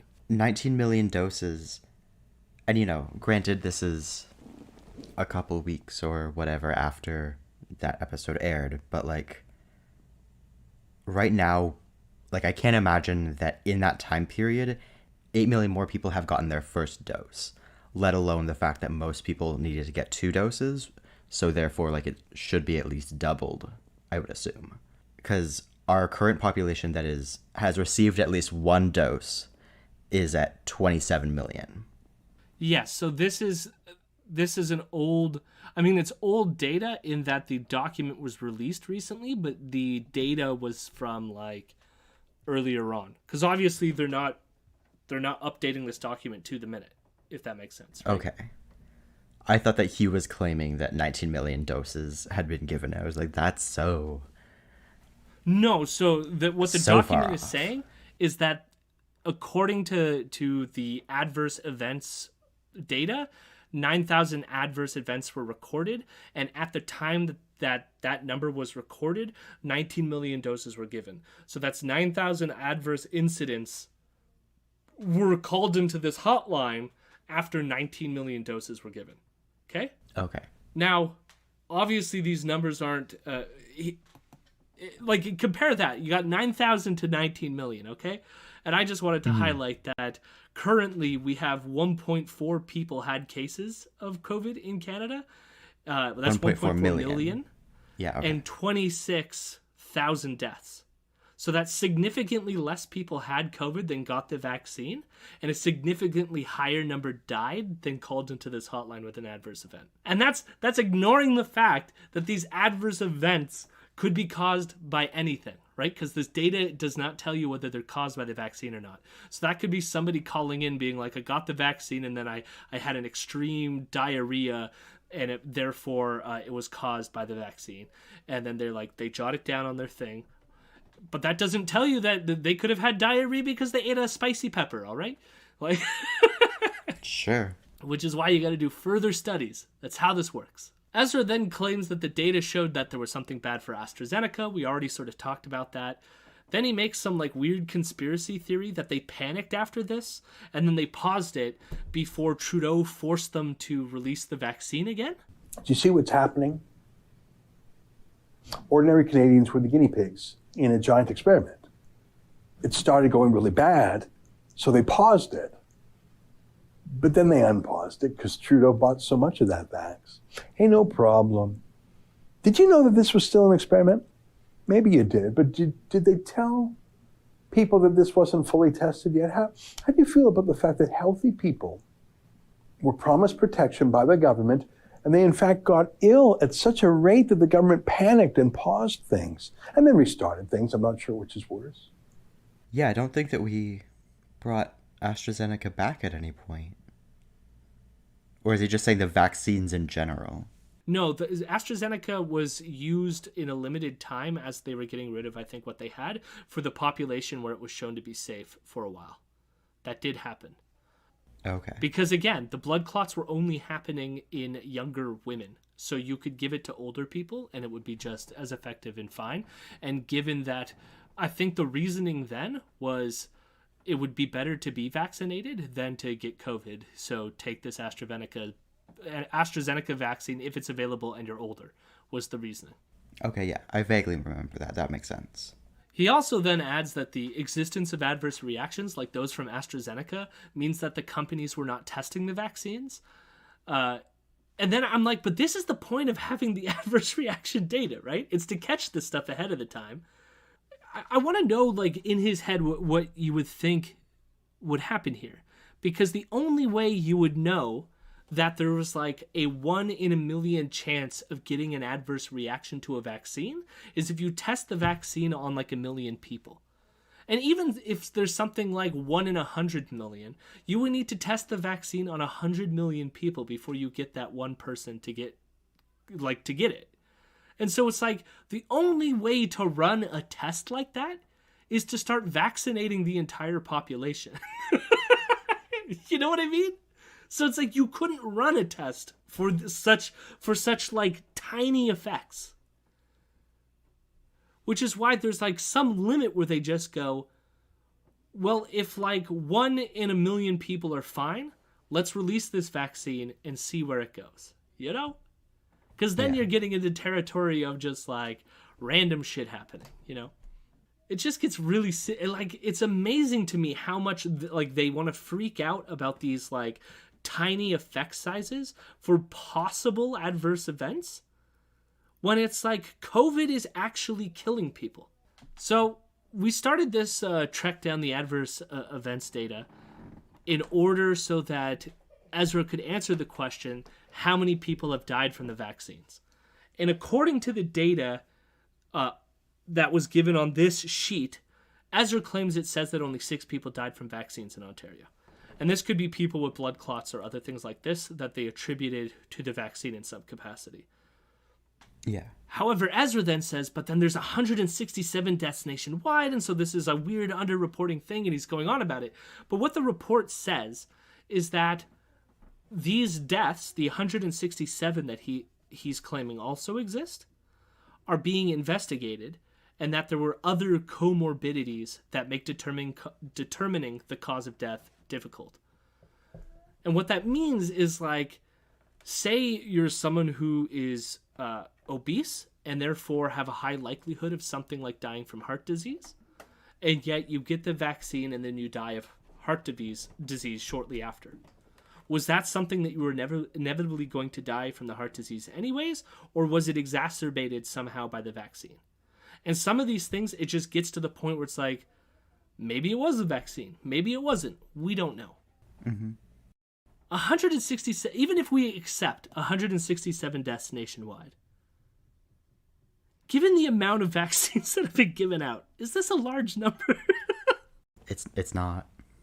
In fact, I would even say that it's smaller than the currently counted like 26 or 27,000 and the projected, I think, over 50,000 deaths from COVID that have happened in this country.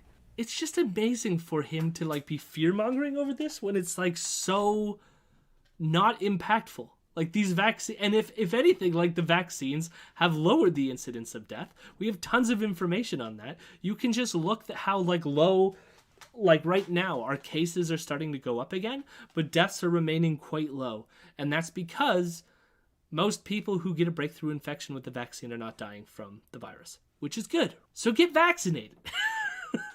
The super frustrating thing about all of this is that, like, you know, there have been some arguments where it's like, oh, it's you know, we handled COVID relatively okay, so it hasn't made that much of a, like, death impact. Like, it's not like everybody knows somebody who has died of COVID type of thing.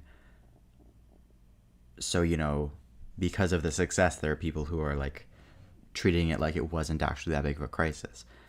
Yeah. But then, you know, you look at the fucking US or Brazil or wherever else where it's just like, oh no, even when shit's really bad, these people still don't care. Like, there is nothing that can make them, like, actually give a shit about other human beings. And that's just so... Like, what the fuck are you supposed to do about that? Like... They're a death cult. They don't care about the lives of people. They just want to be able to go to buy their soda drinks from the store while breathing on other people because freedom, and they don't give a shit about other people. And I think, like, at this point, tons of people are going to be connected to people who died. There was a member of my family who died from it, you know. This is what it is. And I think, especially in America, there's going to be tons of people who know someone who dies. Oh, yeah. No, but that I was kind of contrasting here to the US, where we aren't at that level. Even though, again, we didn't actually handle it well. It's one of those, it's always the comparison to the US type of thing, where it's like, you know, we can do absolutely horribly, but then the US will always do it worse. So somehow it looks like, oh, we're doing all right. On this front, we should have made New Zealand the comparison. Yeah, but I don't know. I don't know shit about what's going on over there. Like, because I also don't really know what their, like, anti-vaccine is like. Because that was kind of the main point, right? Like, although Australia, you know, Australia and their whole, like, anti-lockdown and anti-vax stuff is pretty big.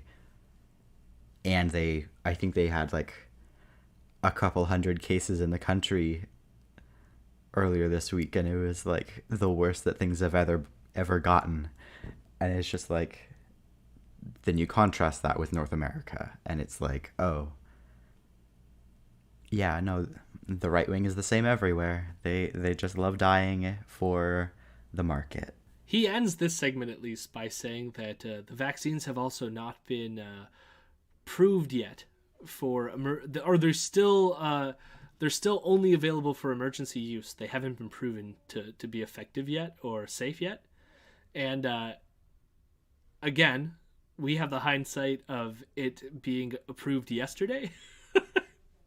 And my guess is that it won't matter, and we'll get to that in a bit. But it is worth acknowledging that for the longest time, Ezra has constantly said that the vaccine is not safe because it's an emergency use. And it's no longer in emergency use, at least Pfizer. And so let's see if Ezra changes his tune. But I don't think he will.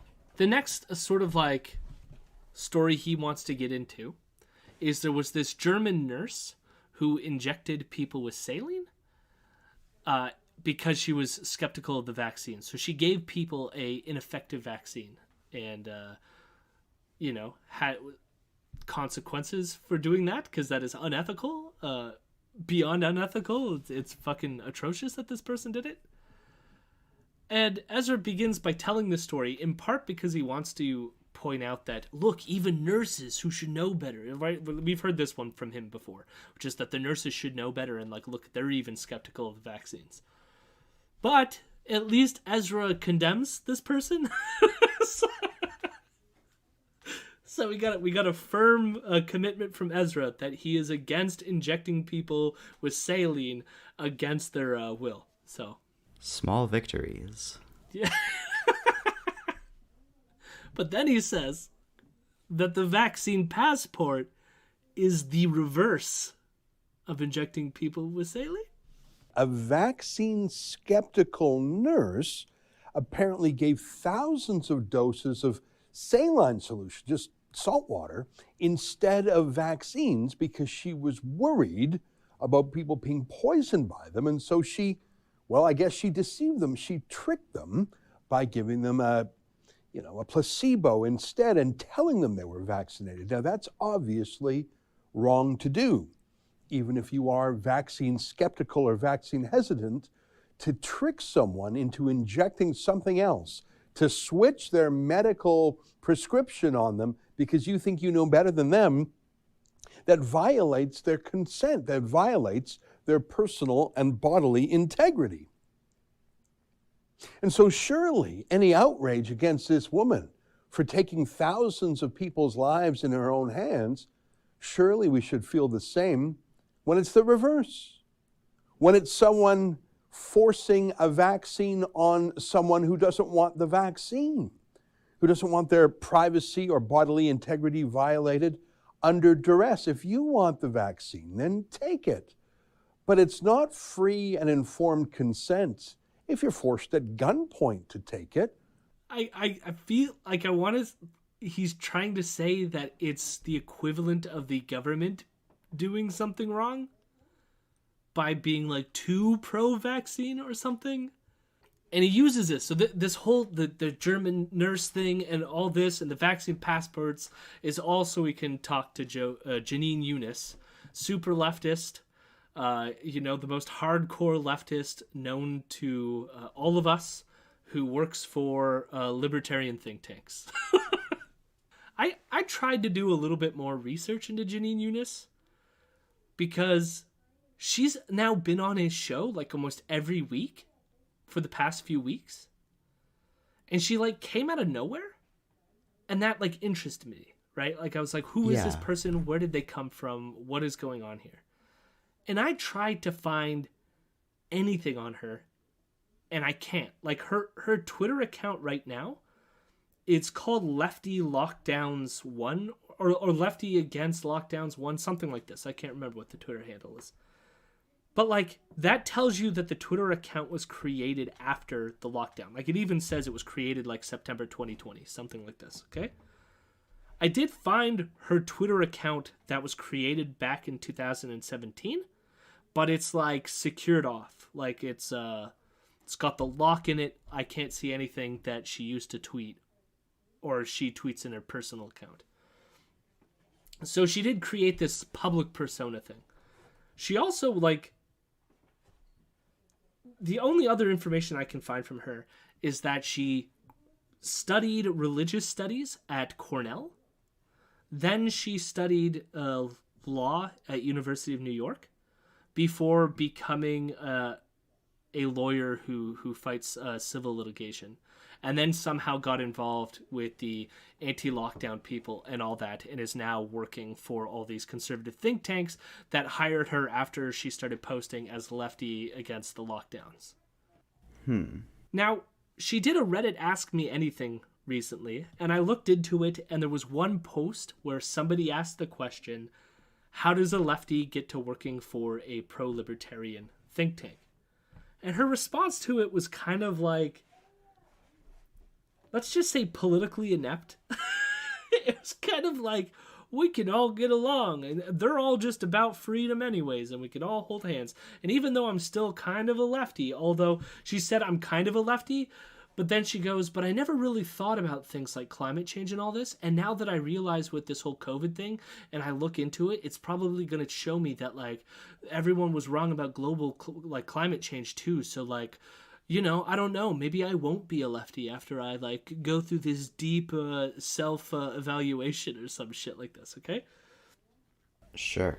But she says she still is a lefty, or at least came from a lefty area to a certain extent. Now, the only thing I could find from her past that would give me some indication of anything was she wrote a piece in a Cornell alumni magazine back in before the COVID thing happened.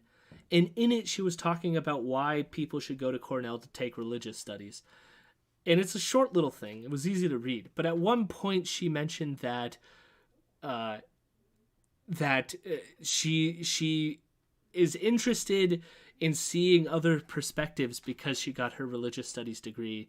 And it allows her to see things from the perspective of her conservative colleagues in the law profession.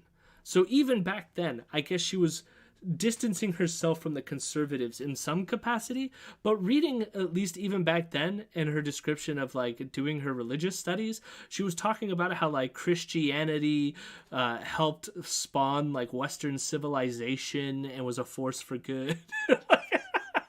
And so I have a feeling she was always someone who was just like, I like the environment, and so I'm a lefty, or something like this. You know what I mean? Yeah.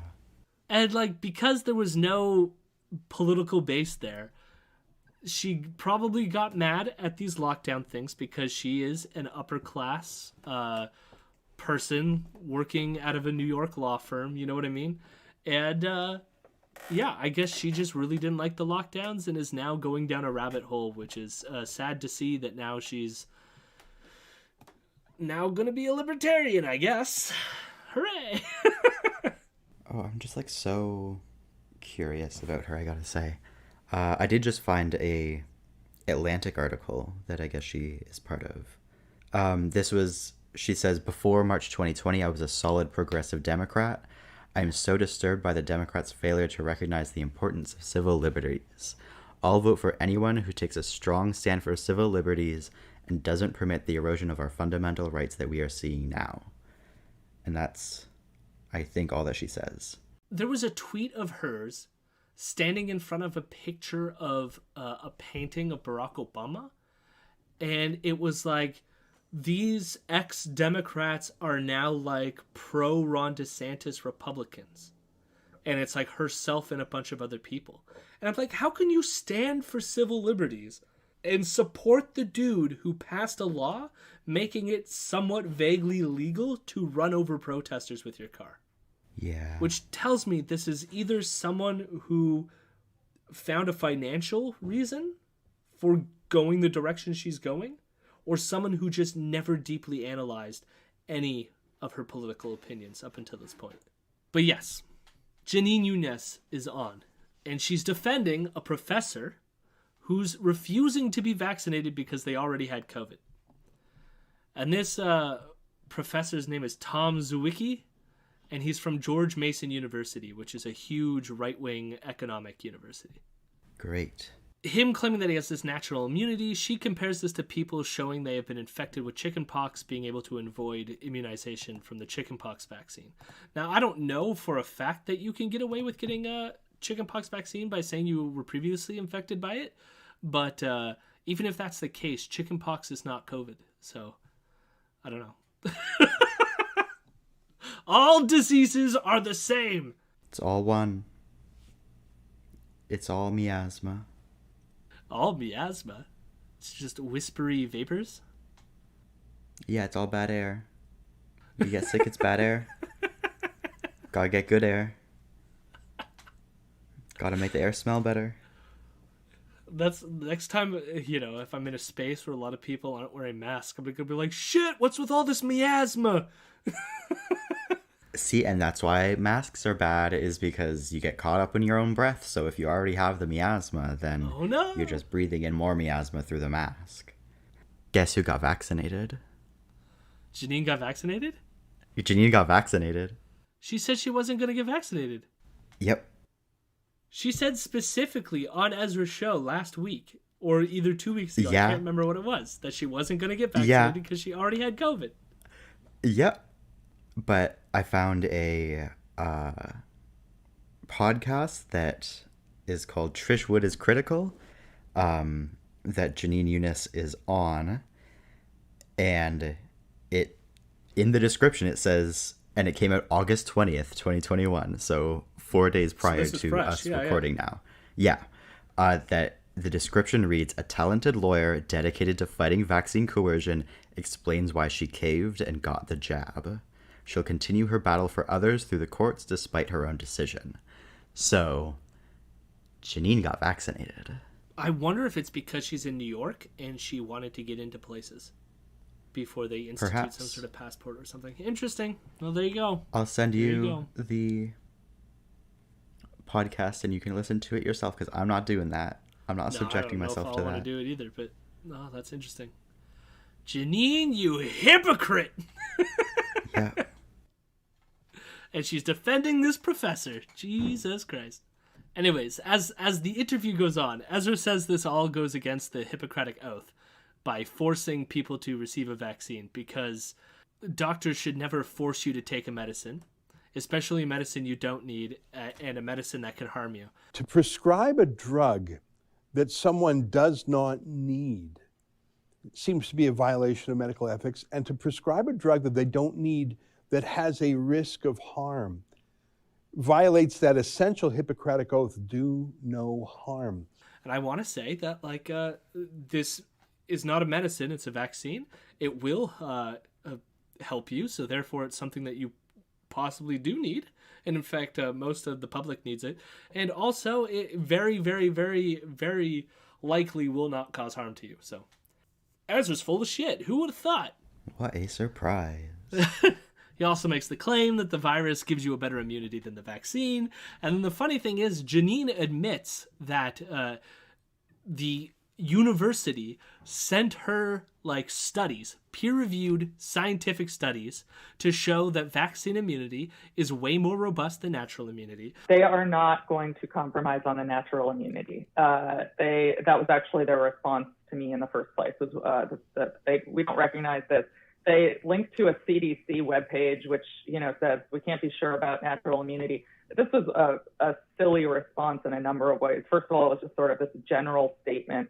As we know, as many scientists like Martin Kulldorff and Jay Bhattacharya have said, it's a ridiculous thing to say, well, we don't know how long natural immunity lasts. We don't know how long immunity from the vaccine lasts. Nobody knows that either. And in fact, we're making guesses about the vaccine based on what we know about natural immunity. And she just ignores, she brings this up and then just ignores it and says, yeah, but those don't really count. There's no evidence that vaccines are more robust than natural immunity. And I've read the studies. It is quite clear that the antibody response from the vaccine is way better than the antibody response from people who have been naturally infected. Ezra then again brings up the emergency use thing. And this is where I tell you, he's going to pivot in this direction. You mentioned that you think Pfizer might be approved by the FDA. The first thing I tell people when they talk about these vaccines is that they are not yet approved. None of them are approved. They're only authorized for emergency use. I think that stuns people because they assume they're approved. They are not. Now, that may or may not happen, and I'm worried that there will be corners cut for political reasons. And of course, he's going to start saying this because this is the first time he's caveated the emergency use thing, because when this episode aired, it started being reported that the emergency use was around the corner, or the full approval was around the corner. And so Ezra saw that coming and is now pivoting away from it, going, these vaccines are just emergency use, but they're probably going to cut corners if they fully authorize them. As we said, again, yesterday is when, from when we're recording, is when they fully authorized the Pfizer vaccine. And my guess is Ezra's going to still be an anti-vaxxer, regardless of the authorization, which means when he's making these points right now, he's completely full of shit. He hasn't read the report about the Pfizer report. He knows nothing about its full approval, and yet he's already preempting it, saying they're going to cut corners. Wonderful, of course. Ezra then says that the vaccines are now less efficacious, but then he doesn't say why. But I see the top story right now as we speak on Drudge Report is that Pfizer's vaccine, the efficacy, its ability, has fallen to 42%. We had been told that these vaccines were 80, 90% effective. So I think this whole thing is still a giant experiment. Why are the vaccines less effective right now, Vienna? Let's see if you know the answer to this. Variants. I don't know, honestly. Nailed it. You got it. Delta. Delta is way more infectious. That's the only... That makes sense. You know what's amazing is that you felt like, I don't know, and threw out a guess, and you were right. And Ezra just couldn't fucking figure it out. Ezra then says that the death rates are so low, so why are we doing this? And I just want to say, that's partly true in Canada, but in America, the death rates are back up to 1,000 deaths per day. So speaking to Janine Eunice, who's an American, maybe this is something you should be concerned about. I also want to say Florida. Remember when I said that she's a Ron DeSantis Democrat now, or whatever the fuck she's saying? Yeah. Florida is now exceeding the amount of deaths They're now at an all-time high for deaths in their state than throughout the entire pandemic, which should not be happening, but it's happening because they're not vaccinating their population and not mandating certain things. So congratulations, Florida. Ezra then wants to dive into the racist thing that you've probably heard if you've watched any Fox News stuff, which is that Ezra says African Americans and minorities are the least likely to be vaccinated. I know that statistically speaking, CNN and the New York Times like to say right-wing Fox voters are the least likely to, Fox viewers are the least likely to get vaxxed. Actually, in terms of sheer numbers, I think it's African Americans. I think it's Black Americans and other minorities. This is actually not true at all. 57% of the unvaccinated are white. So that is not true. I think it's like technically true if you count like per population size. So like African Americans in totality are less likely to get vaccinated than white people in totality. But since whites represent way more of the population, they account for 57% of the total unvaccinated population. I mean, and also, again, different contexts for not getting vaccinated. Like, well, then the immediate next thing that Ezra mentions is the Tuskegee experiments, which is like, yeah, okay. And then he mentions the Montreal smallpox thing, and he says these are the things that are like the reasons for vaccine hesitancy. And like they might play some role, but the mere fact of the Tuskegee experiment existing doesn't mean that you should just not trust the vaccine. Like, I can understand why people don't, but there's ways of going about trying to make those people comfortable and increasing vaccine uptake. But Ezra's take is to agree that, like, the Tuskegee and the Montreal smallpox things are reasons for not taking the vaccine. And it's like, it's better to like find ways of dealing with people's hesitancy than to tell them your hesitancy is correct.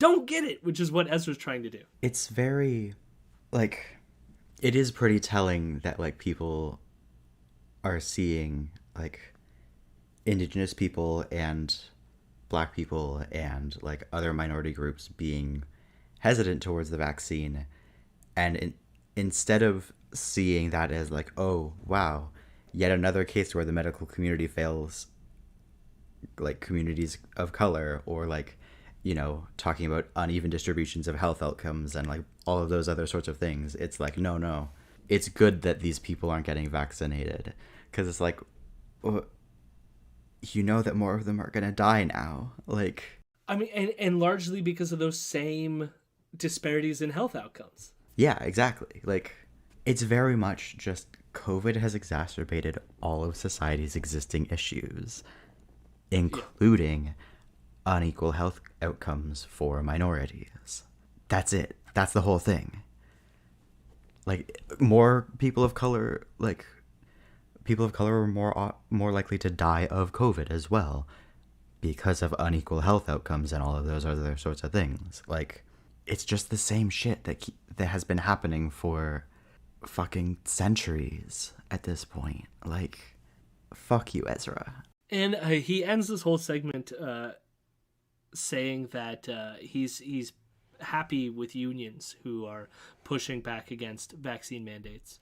And this is something you and I have discussed on our live stream, and there'll be a YouTube up probably around the time this video comes out where we discuss some of this. So if you want to know our thoughts on that, you could probably check that out. But like, briefly, it's just that like I might be a little bit more in favor, I think, of the unions. I wish they would mandate it, but like I realize, as you had told me on the stream, that given the things like the Tuskegee experiment, all this other stuff, people are hesitant, and how do you deal with that? And like, there's issues with giving your employers medical information.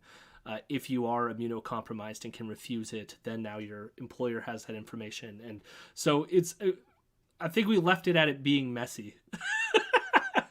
And yeah, it is messy, but but this is another reason why I'm kind of like mad at the union's takes, which is just like, now it's being used by Ezra, which is, it's gross, but yeah, the whole thing's a mess. Yeah. And we will end.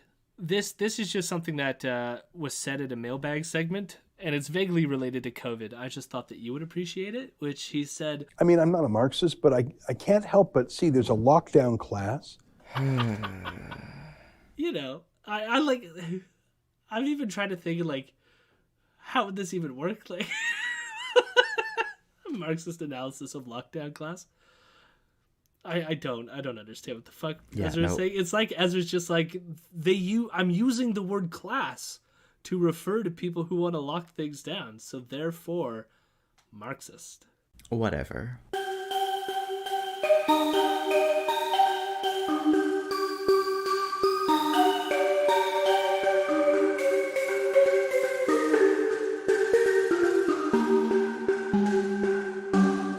One of the local mosques in town, the Hyatt Mosque, runs a soup kitchen and have been asking for donations to keep the soup kitchen up and running for supplies and like cookware and everything like that. So if you got some money, throw it their way. The donation link will be in the description, along with maybe a little description of like the effort itself. It's been operating since July 2020, so like a little bit more than a year now, but it started during COVID and has been maintained during COVID, and they kind of just need help to keep it going. And then I have two little articles. One's very short, like 2 minutes, and that one is, did Canadian warplanes bring peace and human rights to Libya? The answer is no. What? I was expecting the answer to be yes. It's talking about Canada joining the NATO mission to Libya in March 2011 and dropping 696 bombs of various types using Canada's like CF-18 fighters, and basically questioning like what was the point of that. And then also the Liberals plan to spend $19 billion to purchase 88 new fighter jets next year in 2022, presuming that they are in government again. And it'll take around another $60 billion to operate and sustain them for their full like life capacities.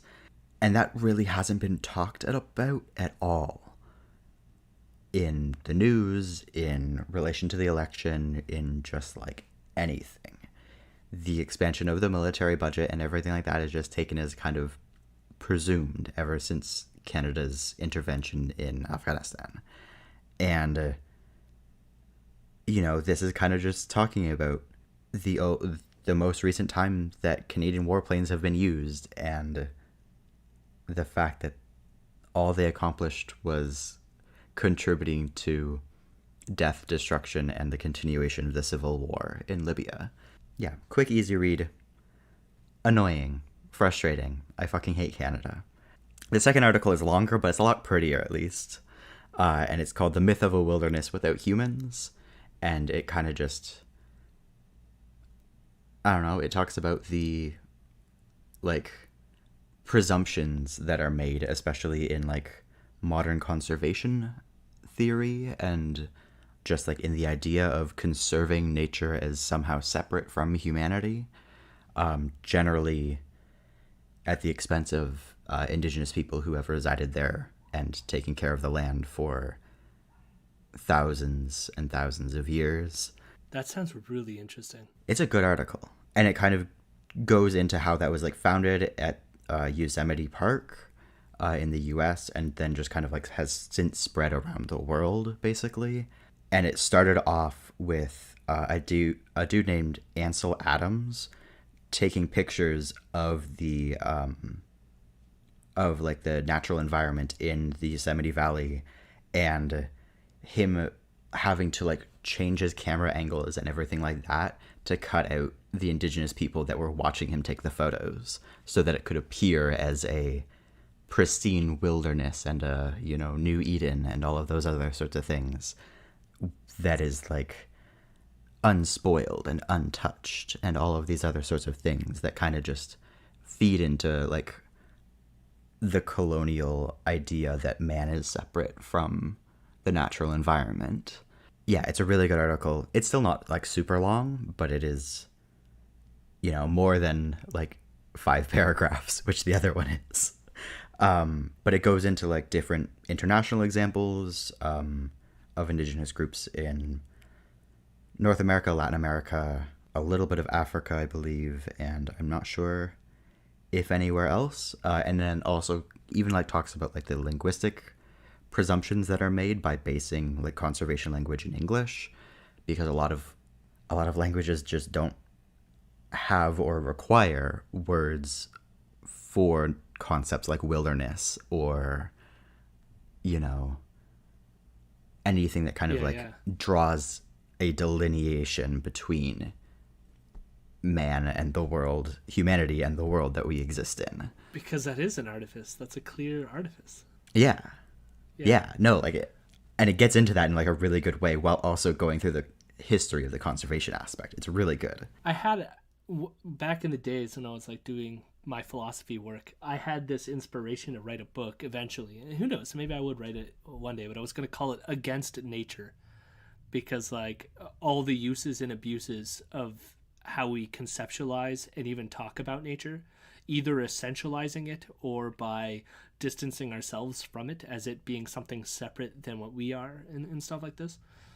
Anyways, it probably will never get written, but these are things that I've definitely thought of before. Better plan. Against Nature, Eco-Marxist magazine. Yeah. Then we can get multiple people writing for it. You just have to do the editing. We'll see. Maybe. All right. No promises, though. I've already. Nobody steal our idea.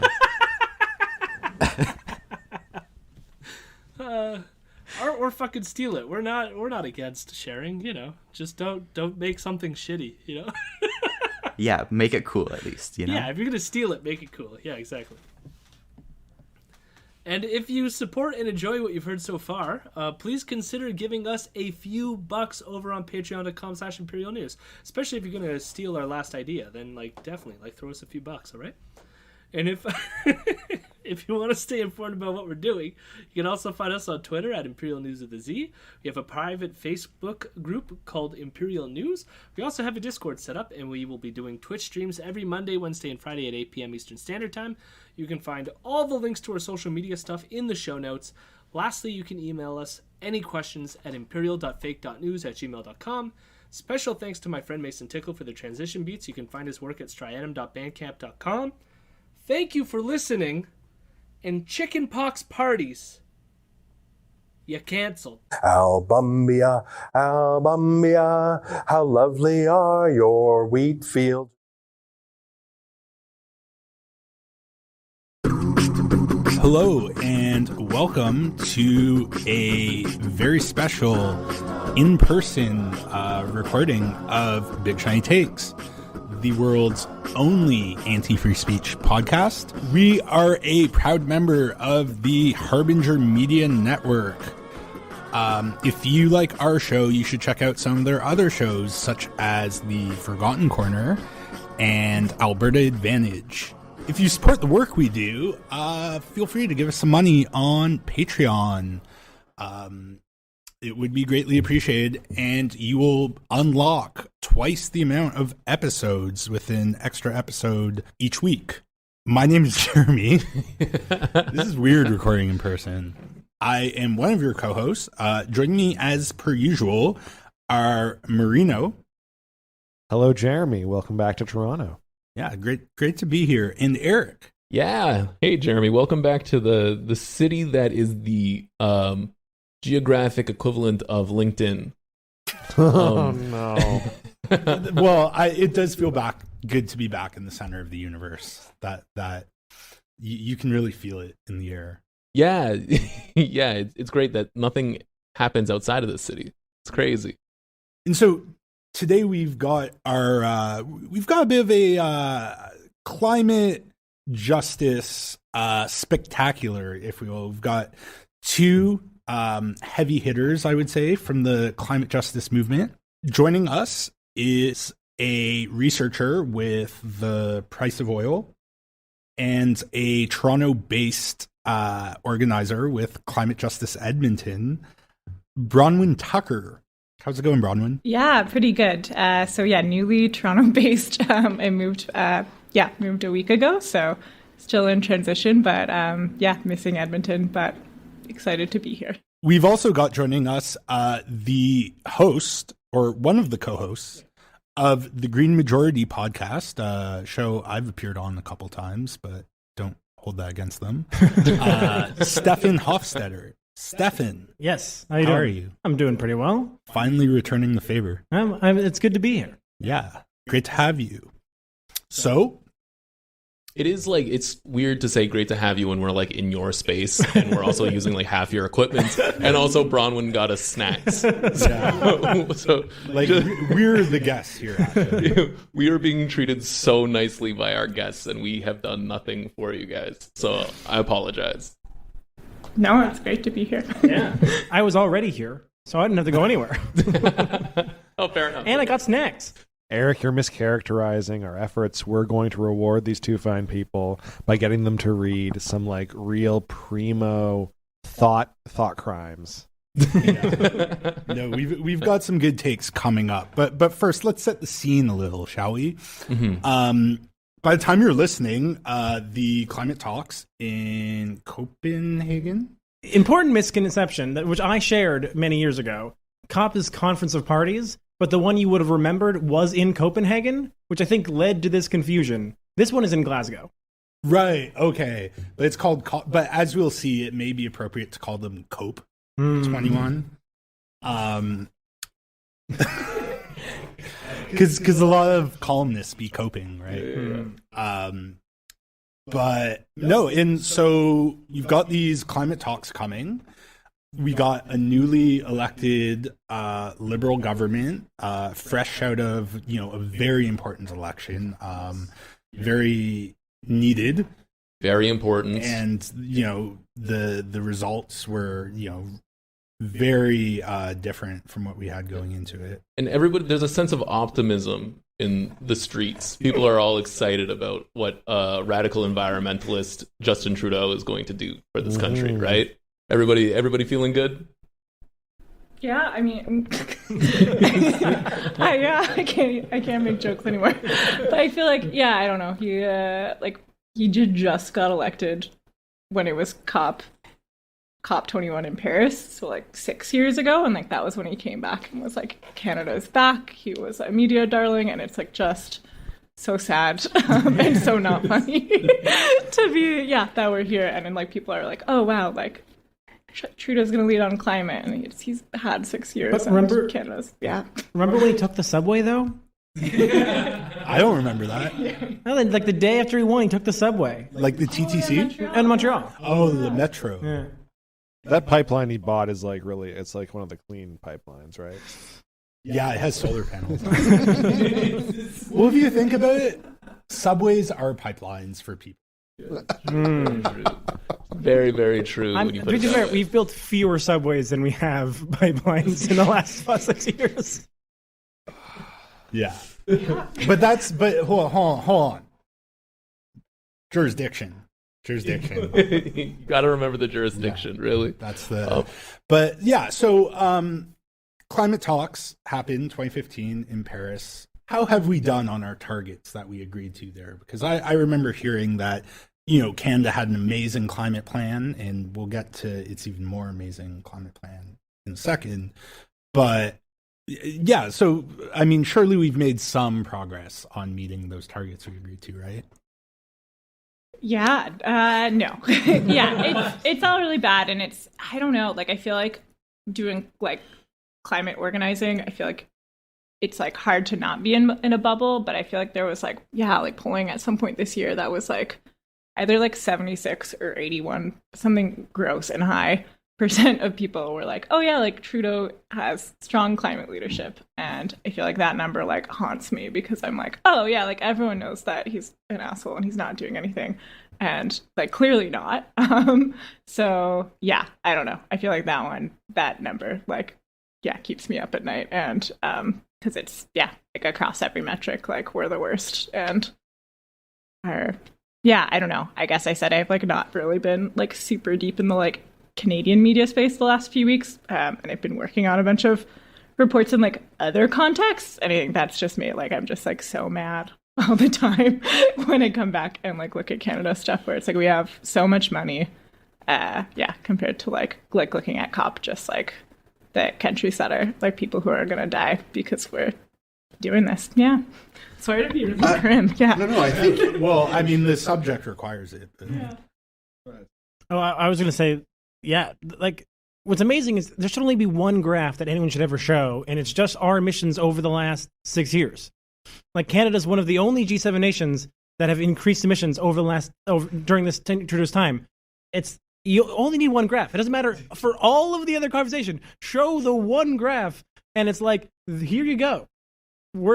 This is not leadership. If it showed anyone else, it was like you have to drive down this street and they turned around and drove the other direction, no one would be like, now that guy gets it. No, Bron, but I wanted to cycle back to what you said. I'm just wondering why you think that there's this major gap between what public perception of Trudeau's climate agenda is versus the reality. Yeah, I mean, like, I definitely, do you also try to take, like, polling with a big grain of salt? Because, like, obviously it's biased. So I think that's, like, part of it. I think there's, like, also a lot of, I think there's, like, a lot of people who are, like, not super paying attention and being like, okay, well, they're saying much better things than, like, Harper.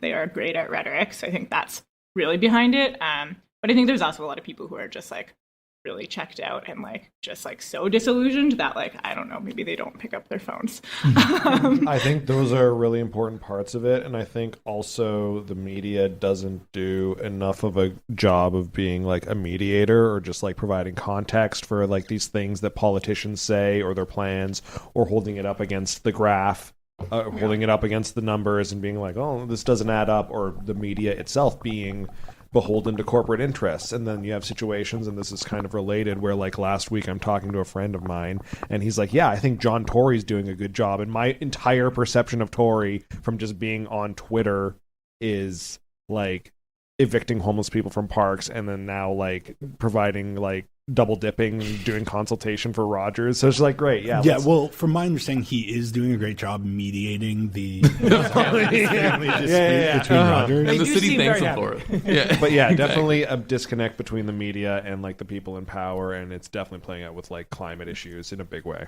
What I find interesting about the columns that we're going to get to is that it's criticism of Trudeau's environmental policy from the right, which actually kind of plays into the public not knowing what the hell's going on, because both columns are framing Trudeau as some sort of radical environmentalist, which, I mean, gives me a migraine. So I can't imagine what it does for either of you two.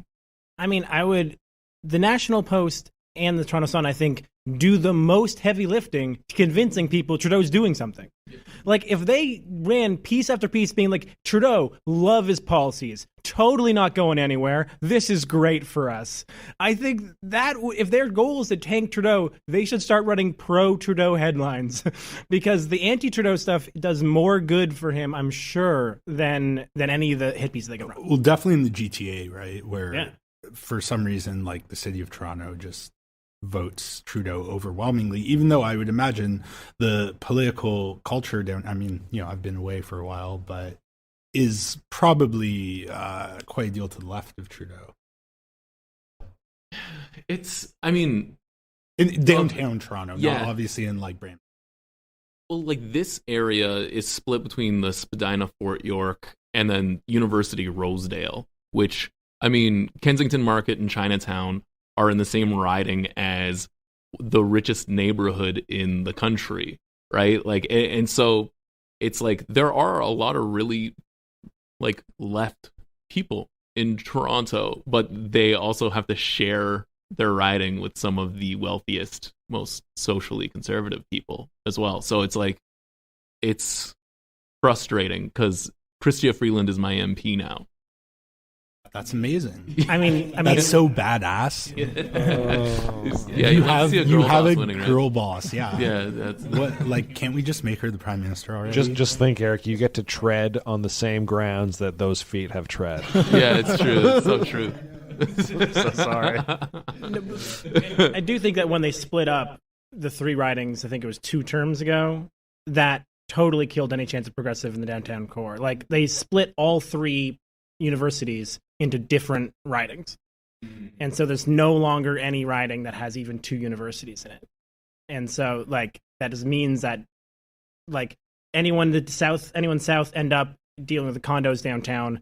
Anyone slightly north ends up with Freeland. Anyone west, gets sucked in too. So they've, like, doesn't look like gerrymandering, but it truly, I think, creates 3 ridings of Liberal seats that out of what definitely would easily be 1 or 2 solid NDP seats.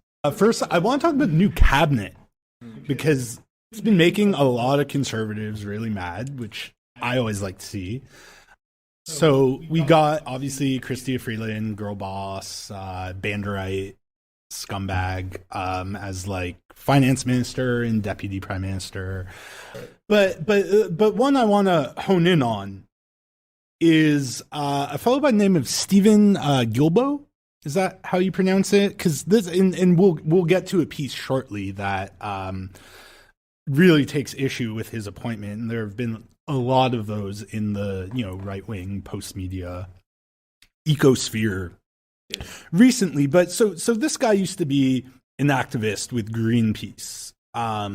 So Stefan Bronwyn, what do you know about Guilbeault? Like, is he good? Like, I would imagine not, because he's a liberal, but I mean, he comes from, like, a climate justice background. He was critical of the TMX expansion, but obviously that wasn't a barrier to him running for the party that purchased it. Yeah, I think, like, my deepest hope is that he has just been, like, playing the long game, and I think it's unlikely, but I'm, like, not going to rule it out. I feel like I don't know. I guess I'd be like, no. What's it, like, no permanent enemies, no permanent friends kind of thing. Like, I am not hopeful, but I think just, like, given that he, like, did have this background, like, it would be a fun arc for Canadian politics, and, like, let's hope. But yeah, I mean, I think, like, looking at anything he said this week or, like, in the last, like, term that he was in government, he is, like, saying all the liberal talking points. There's, like, a tweet of his from today kind of being like, oh, no, like, don't worry, our oil production or our oil plan, like they said in their platform, that they would start, like, put a cap on tar sands emissions, oil sands emission. This is where I'm going to have an identity crisis for the next month of, like, whether I say oil sands or tar sands now that I'm in Toronto. But yeah, they were like, okay, we're going to put a cap on the tar sands. And so, but then, yeah, he's, like, busy tweeting being like, oh, no, don't worry. This is definitely not going to hurt production. We're just regulating the pollution in the industry, which does, like physically does not make sense. Like, that's not, we can go into that if it's helpful. but that's like similar to the Alberta NDP's climate leadership plan. Yeah. They put a cap on tar sands emissions, but that cap was higher than what production already was. I'm so sorry. Yeah. I'm honestly, I was like, again, the number of people who I respect who like him are a lot of people. Like, there are a lot of people I respect who are like, yeah, this guy was legit. He was on the front lines. He really cares about this sort of stuff.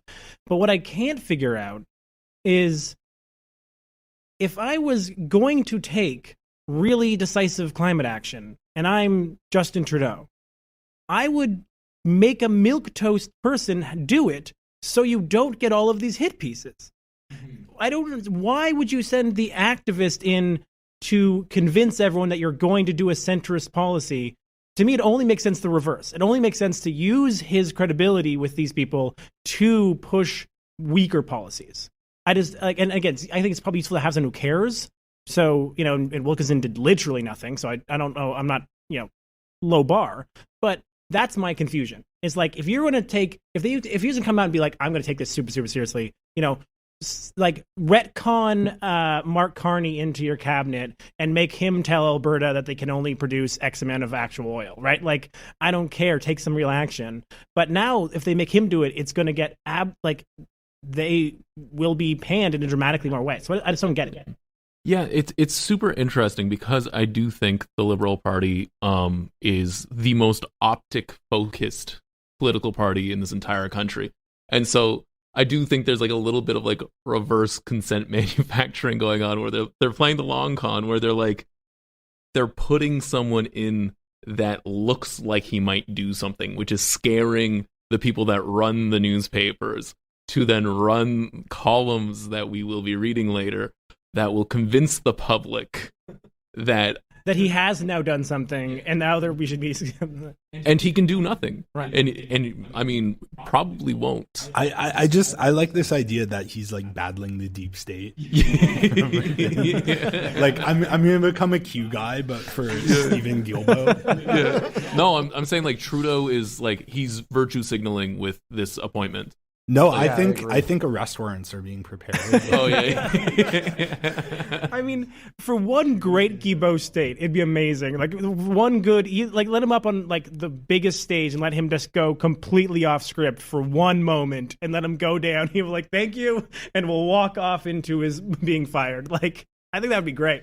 But in all seriousness, this sort of narrative about Guilbeault and sort of how he was thrust into this position, and the right wing hate machine just started immediately going into overdrive. It does remind me a bit of Shannon Phillips, Alberta's former environment minister, who was also at one time an environmentalist.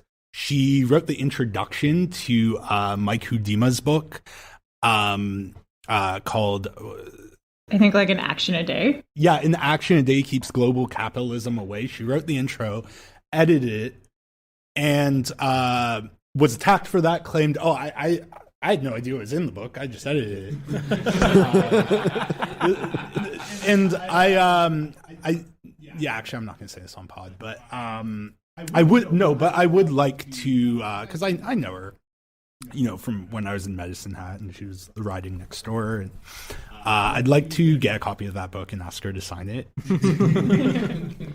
But I mean that with Phillips, I mean that resulted in, and we're still hearing about the the aftermath of this. I mean, Lethbridge police were literally stalking her, and she, as she made very clear from the get-go that she was pro tar sands expansion, right? Like she's in, on my other podcast, I've, spoken to her and I tried to sort of push her on the pipeline issue, and she just would not have any of it. She's like a true believer that big oil can help us get out of this crisis that they created. These optimistic, energetic young companies will with CEOs. Oh my god.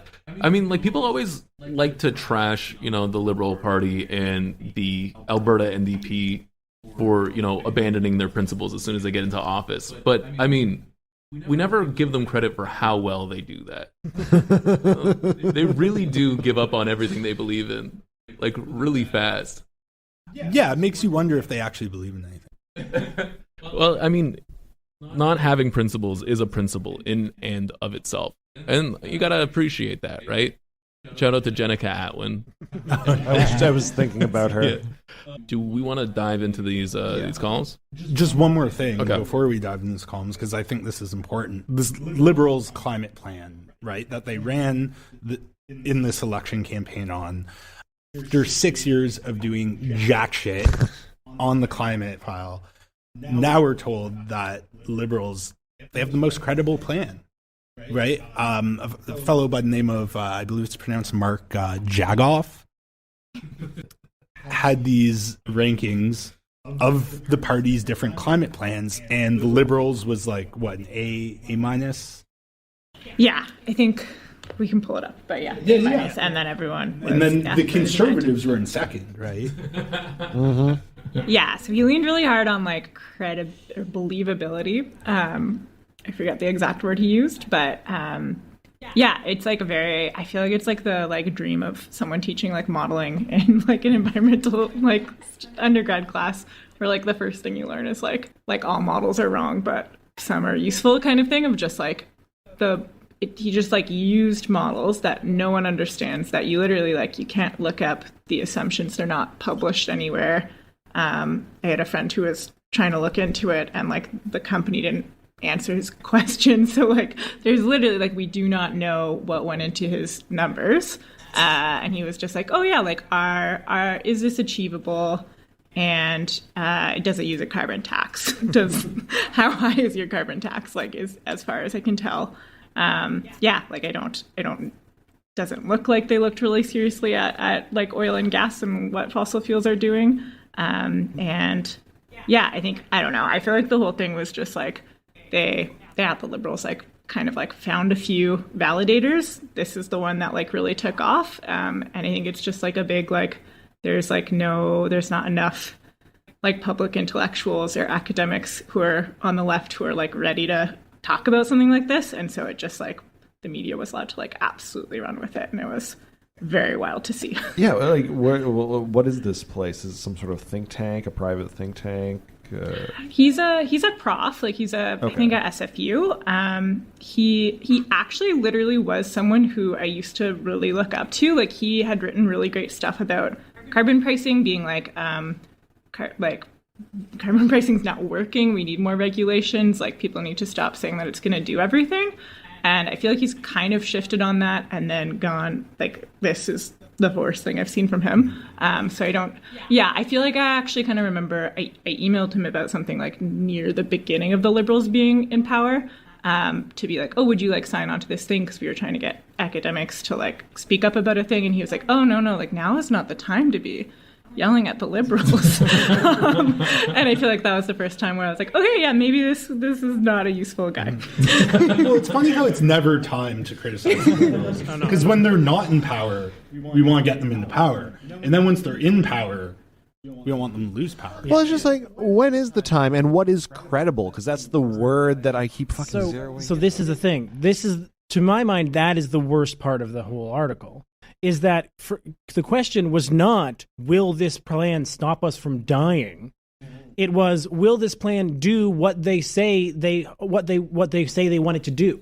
That was the credibility. So the lower your credibility, the lower your targets. Like if the PPC had come out and said, look, we're going to do shit and it's going to do nothing, that would have got 100% credibility. Yeah, exactly. It's right. Like, and so that was the whole thing. Both the Greens and the NDP, I believe, were criticized in this article because their ambition was higher than he thought you could make with this modeling. Again, that was made up. Well, not made up, but it was like hard to understand. And I think didn't include transportation. Yeah. Or like only EVs. Yeah. Electric vehicles are the only thing we're going to look at for transportation. Who cares about transportation? Yeah. But then so that was the thing, right? That the credibility, you're exactly right. Credibility was the central thing about this. And then of course let them run on being like, what's amazing. And it's way worse because I said I couldn't remember, but it was climate sincerity. Oh, sincerity. Right. Even worse than credibility. Liberals love believing that nothing is possible. It's such a Canadian thing to do, to not actually like have ambition, like have like just have such a low bar and then scrape under it. Like, yeah, but you saw a lot of these centrist, center-left pundits just take Jacquard's like modeling and be like, this is the truth with the capital T, right? A guy by the name of Chris Turner, he wrote a book called The Patch, which I haven't read, so I don't know if it's good or not. But has anyone here read it? I read his first book, The Leap, and I really quite liked it. I have not read The Patch. He's really mad at Naomi Klein and Avi Lewis for calling the manifesto. Actually, I did, because he gave a talk in Medicine Hat when I was there, and I went to it. And no, he's a smart guy, but he ran for the Greens actually in Calgary, in a campaign where he attacked the NDP for not being pro pipeline enough.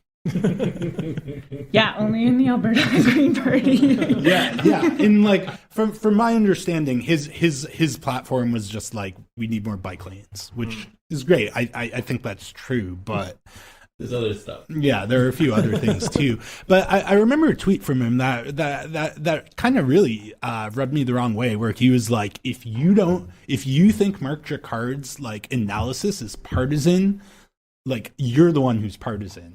Okay. And it's just like really? The thing that made me the most mad when this whole thing was happening was, I think it was like Andrew Leach, was quote tweeted or found something. I think it was like Avi Lewis who had said something, and it was his comment was like generally about all the people who were mad about this piece, being like this like reaction to this like Jacquard piece is like worse than what I've seen from like Ezra and like the Rebel. And like literally like I just like doing climate organizing in Alberta, like it is like fucking wild, like the threats that like I have gotten as like a white lady, and it is just like that made me feel like it was just so ridiculous to be like, yeah, Avi Lewis saying that like Mark Jacquard is like biased is like as bad as, I don't know, just like complete like radical centrist garbage. Well, just so wild. So Andrew Leach and Trevor Tombe were like sort of the two like neoliberal technocratic economists in Alberta who, you know, all the media outlets go to for comment on like everything, are like huge into drawing these false equivalencies. Like Trevor Tombe said that Duncan Kinney is just as bad as Ezra Levant. Yeah. And that was and then I linked to a piece I wrote for the Progress Report that I was quite proud of, and I was like, if Duncan's Ezra Levant, then call me Gavin McInnes. But no, what was also funny with Tombe is he did classic move and thought that Progress Alberta was Press Progress. So he was like, Press Progress, like Duncan Kinney's just as bad as Ezra Levant. And then, yeah, which I always love. And when I make people mad and they tweet at Press Progress, like, this is your fucking guy. And well, now I do write for Press Progress, so it's I guess slightly less funny, but it's still funny. Yeah, it's still funny because they're wrong, and they need to know about it. That's right. Yeah. So, is there any other groundwork you think we should lay before we dig into these wonderful pieces of writing? I'm ready. Yeah, I was considering doing I was saying off pod, I was considering doing the Mark Jacquard piece, but he's so boring. Yeah. Like, he's a bad writer. I mean, these guys are bad writers too, but in a different way. And so I guess without further ado, let's read some takes. We always like to offer our guests the opportunity to do the honors. Bronwyn, Stefan, do one of you want to read this one, and then the other will read the other? So this was in the National Post, there was a study literally last week, like a metadata study ranking like thousands of articles from different publications, and it was like the worst ones on climate were like a bunch of Australian publications, and then National Post was first and worst, which is lovely. Worse than like the Murdoch-owned Australian papers? I think so, yeah. Like they had a lot of Australian papers. So I think I'm pretty sure he owns all of them. So the Canadian media really does punch above its weight when it comes to just being awful. Yeah, no, it's super embarrassing. And also, like, Rex Murphy is like a paid shill for oil and gas, and he has worked in media for like ever. As is Peter Mansbridge. Yeah, it was a sad realization over the past 3 years, but we're not world leaders on climate, but we are world leaders on shitty media, that's for sure. Yeah, so Jesse Klein wrote this column. Anti-oil crusader Stephen Guilbeault hasn't grown up since his radical law-breaking days. Justin Trudeau's new pick for environment minister is a signal of more hostility to Canada's energy industry. And then there's a nice picture of him here in like a red like prison jumpsuit, but it is labeled Greenpeace, so I think it was probably from an action, but he looks very menacing. Honestly, the photo, you could not make this man look cooler. It's true. It is impossible to make this man look cooler than that photo. This, which goes back to the like, they are just doing the Liberals' PR work here. Like, if I were Liberals, I want this article written, and I want that photo to be that photo. And this is like one of a genre of op-eds about Stephen Guilbeault. Like, my parents subscribe to the National Post, so I've been, you know, reading it, just sort of flipping through the opinion pages, or I mean, I would call them the cartoon section. And they had like several op-eds. Like, each day there's another person whining about this guy being appointed to cabinet. There's a funny piece from Don Braid, which we're not going to get to, in the Calgary Herald, but syndicated across the country with the National Post. Yeah, that was also very funny. But sorry, go ahead. It is somewhat apropos that Justin Trudeau announced his new cabinet less than a week after Alberta released its report of the public inquiry into anti-Alberta energy campaigns. As detailed in that report, a central figure in the crusade to shut down oil sands development was Trudeau's new environment minister, Stephen Guilbeault, which exposes the Prime Minister's past... This is a long and kind of badly written sentence. Exposes the Prime Minister's past rhetoric about the need to strike a balance between the economy and the environment as meaningless. I mean, I will never disagree with someone saying that the things that Trudeau is saying in public are meaningless. However, like, I feel like he's kind of skimming over a couple facts about the anti-Alberta energy reports. Yeah, its findings were really damning about the government that commissioned it. He's also like glossing over the fact that in spite of Trudeau's rhetoric, he in fact purchased a pipeline before getting reelected. I don't think I feel like we shouldn't get bogged down in the details, though. Did they find anything in that anti-Alberta energy sector report? Well, he mentions. Yeah, no, you go ahead. Yeah, I think it is wild because it is so bad that they actually kind of like have to admit it in this piece a little bit later on, which is really fun. But I do feel like they still tried to make hay on it. Like, there was the National Post's main headline on it was like this like 1.3 billion figure of being like, oh, they spent foreign actors spent 1.3 billion over like X amount of years, and it was wrong. And they did fact check the headline, but they've kept the tweet up.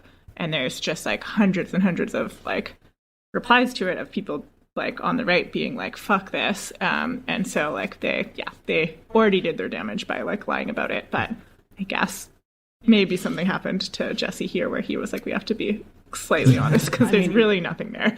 I mean, my favorite part of the report, just read what they have to say about the war room. Mm-hmm. It's amazing. Yeah, no, and then the war room issued a statement criticizing the inquiry, and like, yeah, just like the fact to me, I cannot imagine creating an entire report that's a hit piece and having the report itself be like, you know, the other thing you did, you spent $30 million trying to do it. That's terrible. well, they're just jealous that they don't have that budget, right? It's like, that's inter-office politics going on. I like that. Do you want to jump back into the piece? Yeah. So we get a bit of history here. Guilbeault has been involved in the environment movement since the early 1990s, which on first blush might make him seem like a natural choice for environment minister. But unlike his predecessor, Jonathan Wilkinson, who had a background in green energy companies, and I'll pause here to say that they're not green energy companies. They're companies that like improve natural gas by like working on carbon capture and storage and like other false climate solutions. So that's we're very excited to have him as natural resources minister, where he'll continue to peddle that. But yeah, so unlike Wilkinson, Guilbeault was a radical environmentalist who has spent his career trying to shut down the oil sands and derail Canadian energy projects. Good. Yeah, I like this guy. Is there a law that like people who were activists can't be elected for office? Possibly. but well, keep an eye on Alberta for. He's perhaps best known for scaling the CN Tower in 2001, which is, as we've said, legitimately cool. Yeah. While working for Greenpeace and unfurling a banner reading "Canada and Bush, Climate Killers," a stunt for which he was later convicted of public mischief. And then it's fun because I feel like they're trying to link it to September 11th here. Yeah, he did 9/11. You know, I've just heard that he called in sick to work on 9/11, and still only charged with public mischief. Very disrespectful. I noticed that too when I was reading it. I was like, that's so embarrassing. Can you read that sentence though? That stunt was mere months before the September 11th terror attacks, after which there was much talk about the need for North American energy independence and the potential for Canada to be the key to reducing the continent's reliance on oil from unsavory Middle Eastern regimes, incredibly racist, such as Saudi Arabia and Iraq. yeah, no, Guilbeault did 9/11. Like he did all the groundwork for them. It was because like they saw his stunts. Al Qaeda saw it and they were like, "What if we flew planes to the World Trade Center?" And not about the environment at all. Yeah. It makes a lot of sense to me. Jesse, that's so much effort to hack that into the sentence. Like, there's a lot going on in that paragraph. Like, yeah, like that's like. Do you think it was a late edit ad by an editor, or do you think he had an entire diatribe about this that then got whittled down to that one line? Well, like, from what I understand, the editor of National Post opinion page does not do much editing. Is that Carson Jerema? Yes, former Edmonton Journal guy. Yes, former Edmonton Journal, current idiots. Carson Jerema. He got mad at us on Twitter one time because we made fun of Adam Zivo. Oh, yeah, we did. That's right. Yeah. It was great. Because we called him a National Post ghoul, and he's just like, yeah, everyone I publish is a ghoul. It's in my contract. And it's like, you say that ironically, but come on, you know it's true. We just wanted to make sure he knew. Yeah. Like, it was good. Do you want to jump back into the column? Yeah. But through organizations like Greenpeace, where he spent a decade managing its Quebec chapter, and Équiterre, which he co-founded in 1992, Guilbeault and his fellow environmental activists led a coordinated effort to ensure that never came to pass.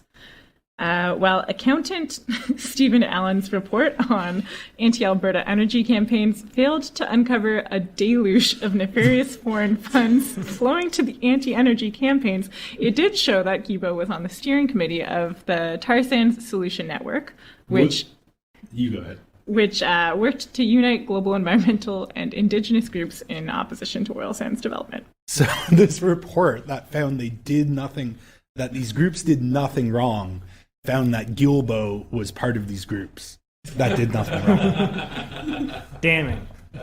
Damning. Got him. The sentence is literally like, this guy holds the opinions he purports to hold. Yeah, no, Jesse Klein is like next year's worst pundit contest. He'll I think he'll. This is up there with like Let's Abolish Parks. This is probably one of his worst that I've ever. But like, Let's Abolish Parks, like he's obviously trolling. Like maybe he believes it, maybe he doesn't. But he's just saying it to get a rile of people. This is like really fucking dumb. Yeah, I mean, I don't know. They're both pretty bad. In 2008, he co-authored an op-ed for the Pembina Institute decrying Alberta's dirty oil. In 2011, he spoke at an anti-oil sands protest in Ottawa. So did nothing for 3 years, I guess. The following year, he penned an op-ed for Montreal's Metro newspaper in which he spoke favorably about efforts to oppose the Northern Gateway Pipeline and Enbridge's plan to reverse the flow of its Line 9 pipeline to bring Alberta oil to central Canada. Now, Alberta oil, correct me if I'm wrong, is uniquely dirty. Yeah. No, that's correct. It is bitumen. Yeah, it's like 30 to 70% more dirty than like the average oil in terms of emissions. And yeah, I feel like they love to talk about how that's improved, and it hasn't. And it's wild that there's just like a whole cottage industry of like studies being like that they make to be like, oh yeah, we've like improved. Well, it's like the Alberta NDP thing, right? It's like no. It's our climate plan is great because we've decreased emissions per barrel of tar that we're still drilling from the ground and want to drill more out of the ground. Yeah, but then on top of that, like they haven't. Yeah, I feel like that's a pretty important It's thing. the actual more important thing, but then it's just so annoying that it's like, oh, but you actually like. Even if this was a thing, it's not a thing. But so where do they get this notion that they have been like marginally decreasing? Yeah, so it's like you can look at like specific kinds of extraction and be like, okay, yeah, like this has gotten more efficient, but it's like a bit of the oil that we're extracting from the oil sands is like getting worse in terms of like they've taken the stuff that's easiest, and so they have gotten more efficient, but now they're just like going to like the worst, hardest places, and that's what's taking more energy to get it out. Oh, I see. So it's sort of like their cap on emissions that is higher than what they're emitting. Yeah. Like, Yeah, totally. And I mean, yeah, like what you said is the important thing. It's like Canada has we're only second to the US in terms of like plans to expand oil and gas production like in the world, which is wild. Like that is disgusting. So that's the point that counts. And yeah, we have like this whole little net zero club of oil sands producers right now, and like the Liberal government loves to talk, like every time they mention their own net zero targets, they're like, and it's great because the oil sands industry has agreed to like come with us on this journey. But yeah, like their targets only talk about the emissions needed to extract the oil and not the 70 to 80% that is what happens when you burn it. Do you think these guys, like these National Post columnists, really believe there's any sort of credible threat to the Canadian oil industry? Or are they that dumb? They might be. I wonder what their play is. I agree with you that it's confusing. Yeah, I mean, I think there is a threat. Like it is true and real. Like Canada's oil is very expensive and like very bad. Like just like it's expensive and like no one wants it. So like you do have other jurisdictions that like are taking more climate action. Like if we're gonna leave any oil unextracted, like it is gonna be this. So I think like that there is like a real threat, and like we are seeing a ton of people in Alberta lose jobs. More of that is because of automation than like climate stuff yet, I would say. But I think like that is a real thing. And then I think it's more just like it's like the oil companies are trying to get like the last money that they can. They're trying to trying to get whatever subsidies they can, like get away with declaring bankruptcy and like leaving the province with as much money as they can, and just like keeping the politics the same as they can for like as long as possible. Like it's end game for them, I think, and they're just trying to like suck up as much money with them before they fucking leave. Yeah, no, and I think that's what's amazing about this is that there's a credible threat that all of these columnists are ignoring, right? Like it's going to go down by the free market. The free market is the biggest threat to Canadian oil, unquestionably. And yet it's like they can't get mad at that. So they just have to have some other thing to be mad about. And it's, Stephen Gobeau. Yeah. Because they can't admit the fact that like no one wants your shit because it's expensive. You're trying to sell the same stuff everyone else is selling for like 4 times the price. Mm-hmm. Mm-hmm. And in like whether it's these direct columnist plans or not, like it does serve a purpose because it like is the like creating the like bogeyman to know to like try to convince Albertans to like keep voting for politicians that will give handouts and like let companies declare bankruptcy and like leave. So like that's the cycle they're trying to perpetuate, I guess. Yeah, and so like I do see the function of this column a little bit then, in that the columnists are trying to get ahead of the curve, which is like an honest conversation about, hey, we should stop drilling for oil as the sky's on fire and Toronto is sunk into the lake. But it's still so ridiculous to see out in the real world. Yeah, definitely. Yeah, I like anything, I don't know, like that they say energy industry every time they mean oil. Like there's so many levels of like how bad our standards are that it's like hard to be. Yeah, you mentioned something about like the distinction between tar sands and oil sands before, which was interesting because I used to work as an editor for like the Globe and Mail essentially, and there was a specific rule: you can't say tar sands because like the oil executives get mad at us, kind of thing. Yeah, totally. They had a whole rebranding process in like the 90s. It was called the tar sands for a long time. And it's, I don't know. It is a weird one where like, I feel like doing organizing in Alberta, it's kind of just like, I got to a point where I was like, it doesn't really, like, I don't care what we call it. And I feel like there are actually like just people in Alberta who will stop listening to you the second you say tar sands. But there actually are people, because of all the job losses and how like people can see this stuff come, like they can tell that shit is going down, but it's just that like no politicians in Alberta will ever talk about it. And so like you actually can have way more like discussions about just transition with like the average person in Alberta than like any media or politician will give you credit for. But yeah, I mean it is dumb, but I feel like in terms of like having those conversations, like if I'm gonna be able to talk to someone longer and have to say oil sands, like that's fine. But yeah, I feel like it is confusing. It's confusing when I then go to like international climate justice spaces and people are like, why are you saying oil sands? Like, are you? Yeah.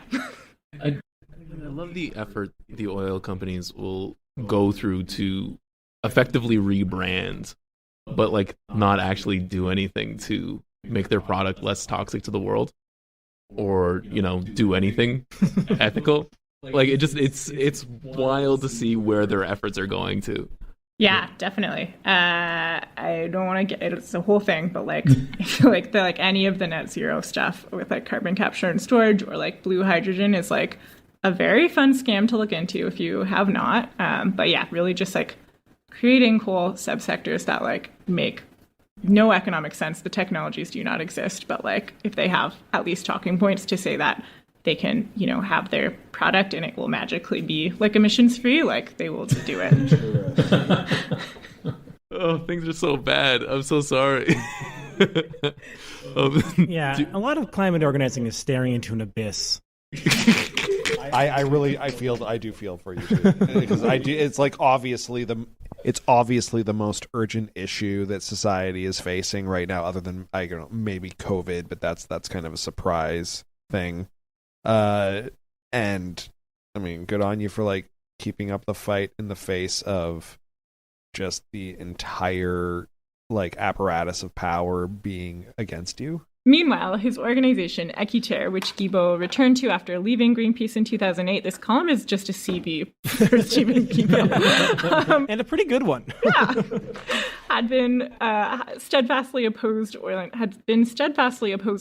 oil and gas development, including joining the Sierra Club, Greenpeace, and 25 other North American environmental organizations to call for the government to freeze the expansion of the oil sands in 2009. I do actually feel like there was this like weird turning point where like in 2008 or 2009, like Jack Layton visited the oil sands and was like, we need to put a moratorium on the tar sands, which is amazing. Like looking at what the NDP has done in the last decade.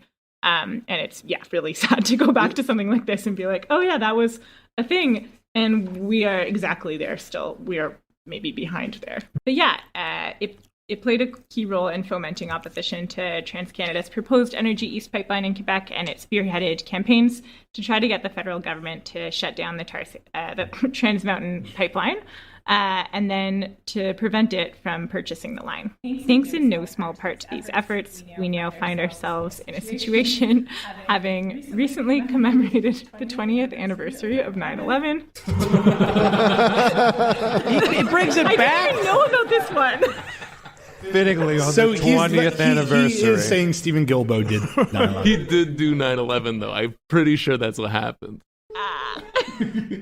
That's amazing. This is like, you need to be very scared of this person. This 9/11 sympathizer and environment minister. Like, cause it's literally his CV, as you said before, and it's a pretty good CV. So he's got to throw in like, remember 9/11. Like, the only thing about this that makes any sense is like he was alive on multiple September 11th. That seems to be the only connection. Curious. I just love that he's just like, board member at the Osama bin Laden Innocence Project, Stephen Guilbeault. In which we are neither energy independent between 2010 and 2020. Canada imports, this was the end of a very long sentence. So between 2010 and 2020, Canada imported $26 billion worth of oil from Saudi Arabia alone, nor able to cash in on the growing energy crisis that has pushed the price of fossil fuels to near record levels. And Guilbeault finds himself in charge of the environment portfolio in a government that purchased the Trans Mountain pipeline that he so steadfastly opposed. And he did 9/11. Let's not forget. Sorry. But don't think for a second that this means Guilbeault has matured since he pulled his illegal CN Tower stunt 2 decades ago at the relatively young, age of 31, when he first ran for the Liberals in the Montreal riding of Laurier-Sainte-Marie in 2019. He hung a large photo of himself hanging off the tower in his campaign office. He also refused to condemn some Extinction Rebellion activists who had forced the closure of a Montreal area bridge. Won't even disavow. In Montreal, like, someone is blocking a bridge every day. And I hate to bring this back up, but what was he doing on September the 11th, 2001? We just don't know. This was likely in an effort to placate some of the more extreme elements of the environmental movement who accused him of selling out when he ran for the Liberals, a party that the radical left sees as being too soft on the climate file. Guilbeault justified his position by saying that even if the Grits weren't perfect, they were better than the Conservatives, and that the government's environmental review process would likely ensure that no new pipelines get built in the future, an assertion he will now be well positioned to enforce. Jesse, don't worry. Given his background, it's clear by appointing Guilbeault to the Environment and Climate Change portfolio, Trudeau was looking to make a statement, despite saying during the 2015 and 2019 elections that his government would strike a balance between the economy and the climate. The Prime Minister intends to prioritize the latter. I'm sorry, and I know we're trying to like power through, but it infuriates me how they're trying to like position this as some like big faux pas, and it's like, money isn't real, dude. We cannot survive. Like, it is the most urgent issue by far. I don't know. Yeah, I mean, I think the thing we agree with him most in this column is when he was like, saying that you have to balance the economy and the environment is meaningless, because I think we all agree, like, they are linked, so it is meaningless. But yeah, just infuriating. I hate when they're technically right, but by mistake. Yeah. They always come so close together. Yeah. And Jesse Klein is like really good at that too, because like if you explain to him why he was correct, he would get upset and that he's an accidental leftist. You know what I mean? Like, Jesse Klein is like that meme of Patrick where he's like comes to a point and you keep explaining, like you take him through the full logic and then he like comes back to the same point. Who's Patrick? Patrick Starr from SpongeBob SquarePants. Yeah. Where was Patrick Starr? No, I'm not gonna... Where's Jesse Klein on 9/11? Listen, we all remember where we were on 9/11, okay? Where was the environment minister? I feel like we should really hammer this point home. Do you want to finish the column off? And actually, when he was going through the CV stuff, he said like, he did this thing in 2008, and then there was like those 3 gaps, and then he appeared back in 2011. So I do really feel like they were trying to. Yeah. I mean, the economy collapsed during those 3 years, so I think he might have also done the housing crisis. I'm just saying. Almost for sure. Where was Stephen Guilbeault from 2008 to 2011? And thanks to the Anti-Alberta Energy Campaign's report, we also now know that the true, which you just said did nothing, we also now know that the true enemies of Canadian prosperity are not some shadowy overseas money men looking to undermine our natural resources industry with vast sums of foreign funds, but key members of Her Majesty's government in Ottawa. Wait a minute. Is this man trying to reframe this inquiry, which was directly stated was about everyone else and foreign funding, to be like, well, what we learned was we were entirely wrong. So instead, we'll pivot to what's happening inside the house. Like, this guy's trying to, like, scream the whole point of the inquiry was about how people outside were affecting Canadian politics, and now he's like, wait a minute, Canadian politicians were affecting Canadian politics, and for some reason, that's bad. It was the friends we made along the way. Yeah. He's trying to M. Night Shyamalan this anti-Alberta inquiry. Turns out Alberta was anti-Alberta the whole time. That rules. Yeah, that was amazing. Yeah. One of Jesse Klein's very best, and by that I mean like an all-time terrible take. Yeah, no, he's the king. All I can say about that article is I kind of want one to be written about me. Yeah. if I I don't anticipate running and becoming the environmental minister, but I would really love to get a hit piece written like that, where just my slow description of all the things I didn't like, and then at the end being like, and now he has way too much power. That seems like a pretty good combo. So I have this little pet theory about the National Post and Post-media papers in general, that they obsess about Justin Trudeau and the Liberal Party to the point of, like, it's embarrassing. Like, I pulled a bunch of the columns from the National Post and the Toronto Sun, and of the 2,700 columns that I got, over a third of them mentioned Trudeau in them. And it's like, of course, he's the prime minister. He's going to get talked about a lot. There are more things happening in this country that don't involve Justin Trudeau than do.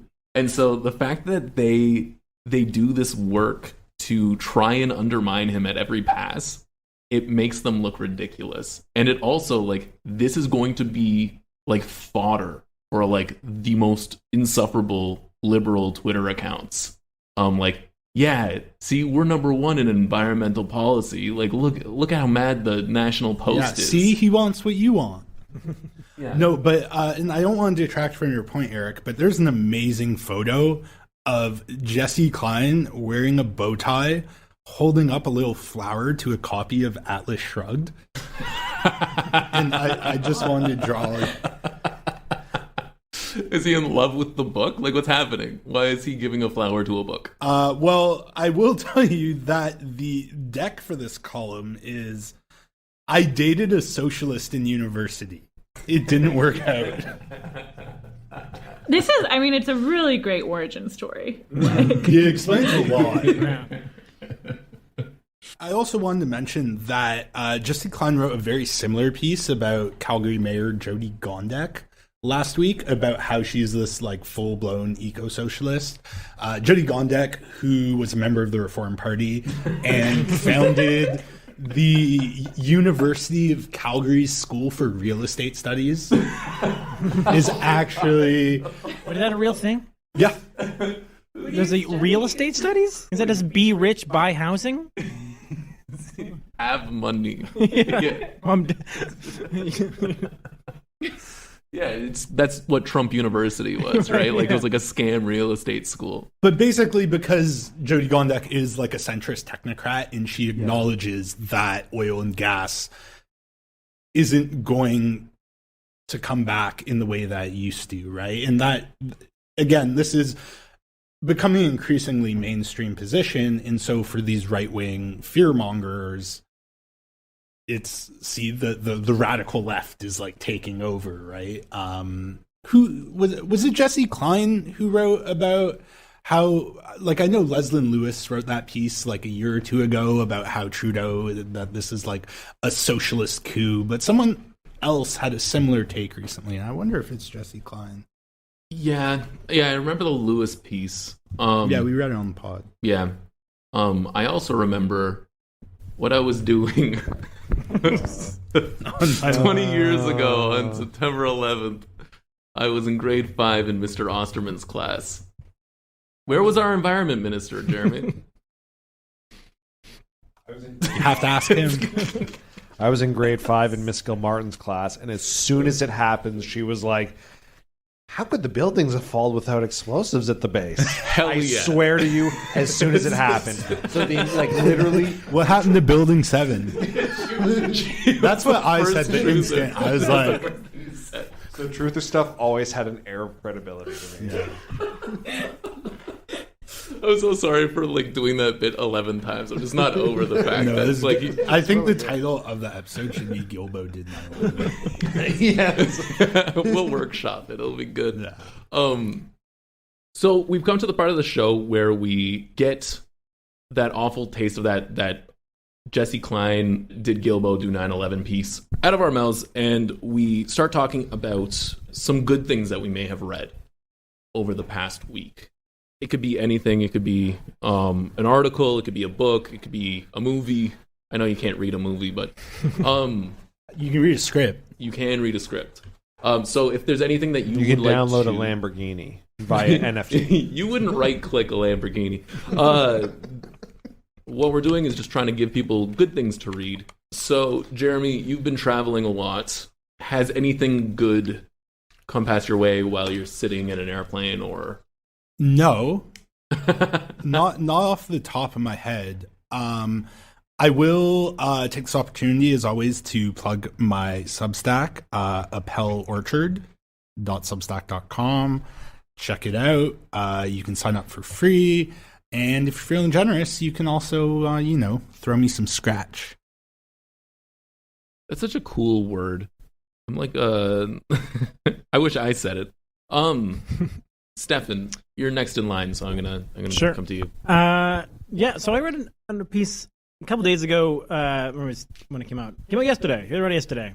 By Morgan Campbell about Ed Rogers and how he is not only awful at his sort of general job of not butt dialing someone you're trying to fire, but also awful at his regular job of being the head of Rogers Communication, and most specifically, his obviously racist attempts to not pay Masai Ujiri the billions of dollars Masai Ujiri deserves. Oh, the only billionaire who should exist in the entire world is Masai Ujiri, who, for his work on running the Toronto Raptors.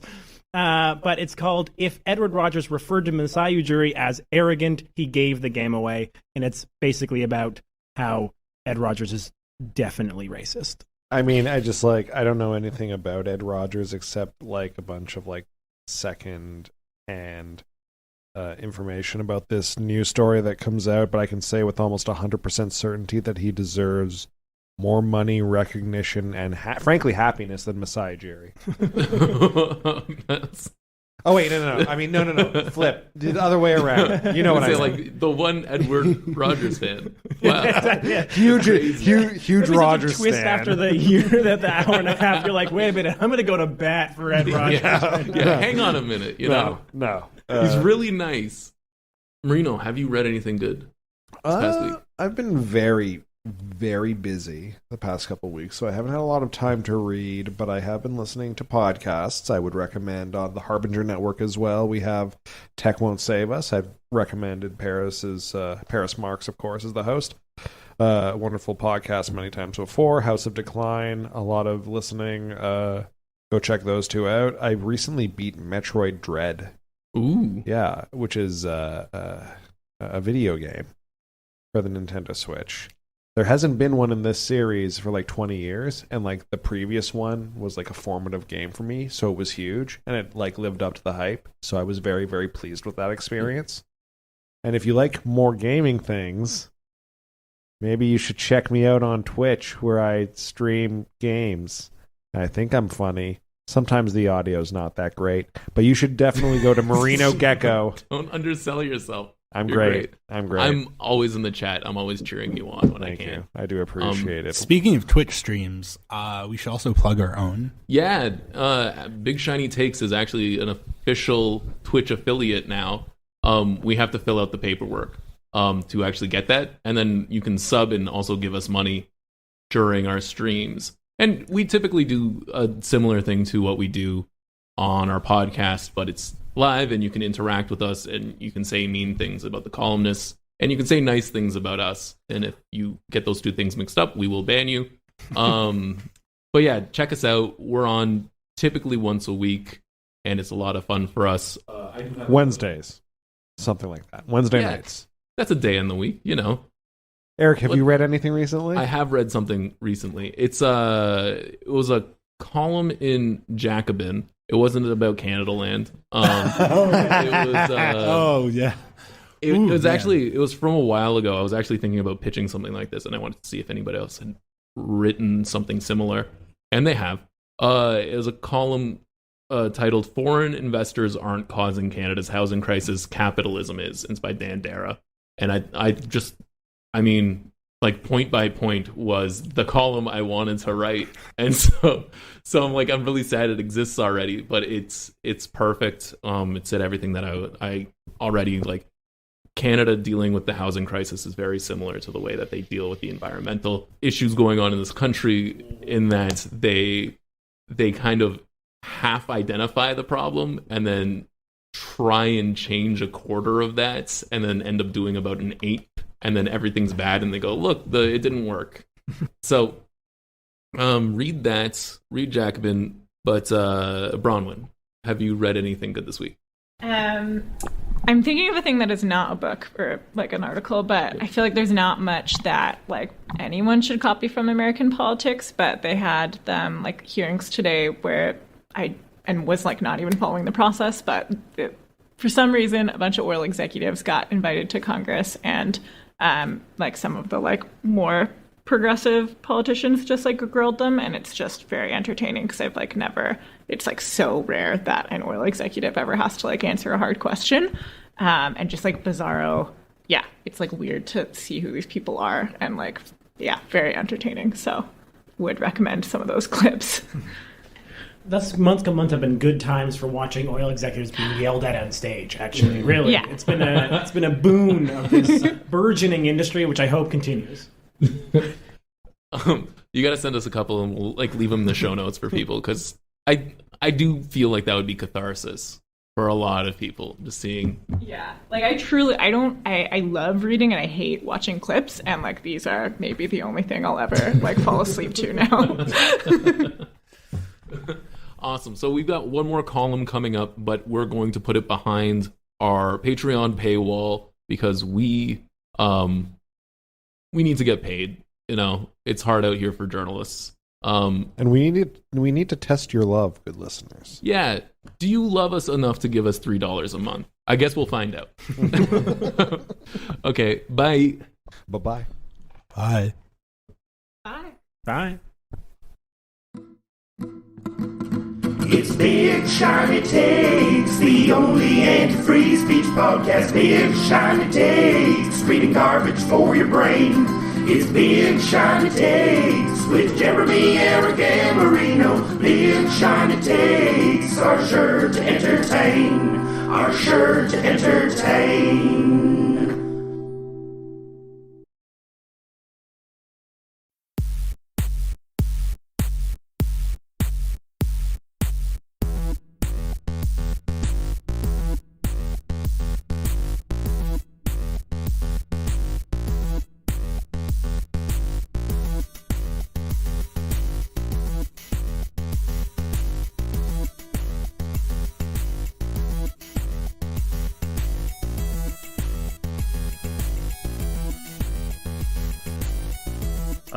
So you feeling those pecan sandies?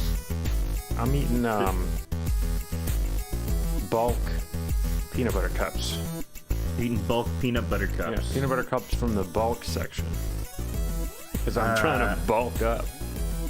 There you go. Are you trying to become like a Nikocado avocado like mukbang channel and you'll balloon to 600 pounds? Yes. I hope all of our listeners get that reference. If you don't, there's this guy who, I guess Alex knows his name, I don't, but he went from being a skinny guy to a huge fat guy in like, what, 1 or 2 years? Yeah, doing these videos where he eats like a gigantic bowl of flamin' hot Cheetos ramen. And he'll take the flame, like a huge, like a serving for 20 people. And he'll do something like, he'll discuss something like melt Velveeta over it.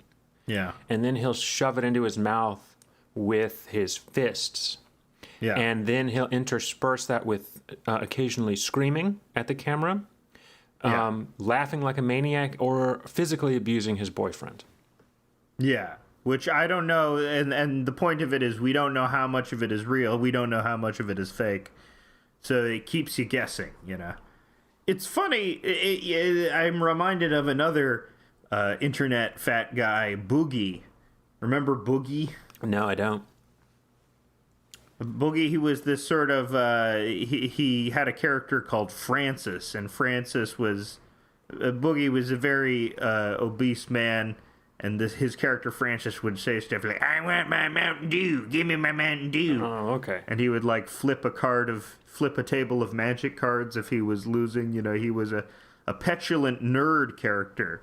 But then after this character died down in popularity, Boogie started doing confessional vlogs and started just becoming a regular vlogger and revealed himself to be much weirder than the character that he had portrayed. That's interesting. Well, not much weirder, really, but just a person who has bad takes. In fact, he wasn't weirder or more extreme than the character. He just had, like, middle-of-the-road bad takes, and people gave him grief for it because he was YouTube famous.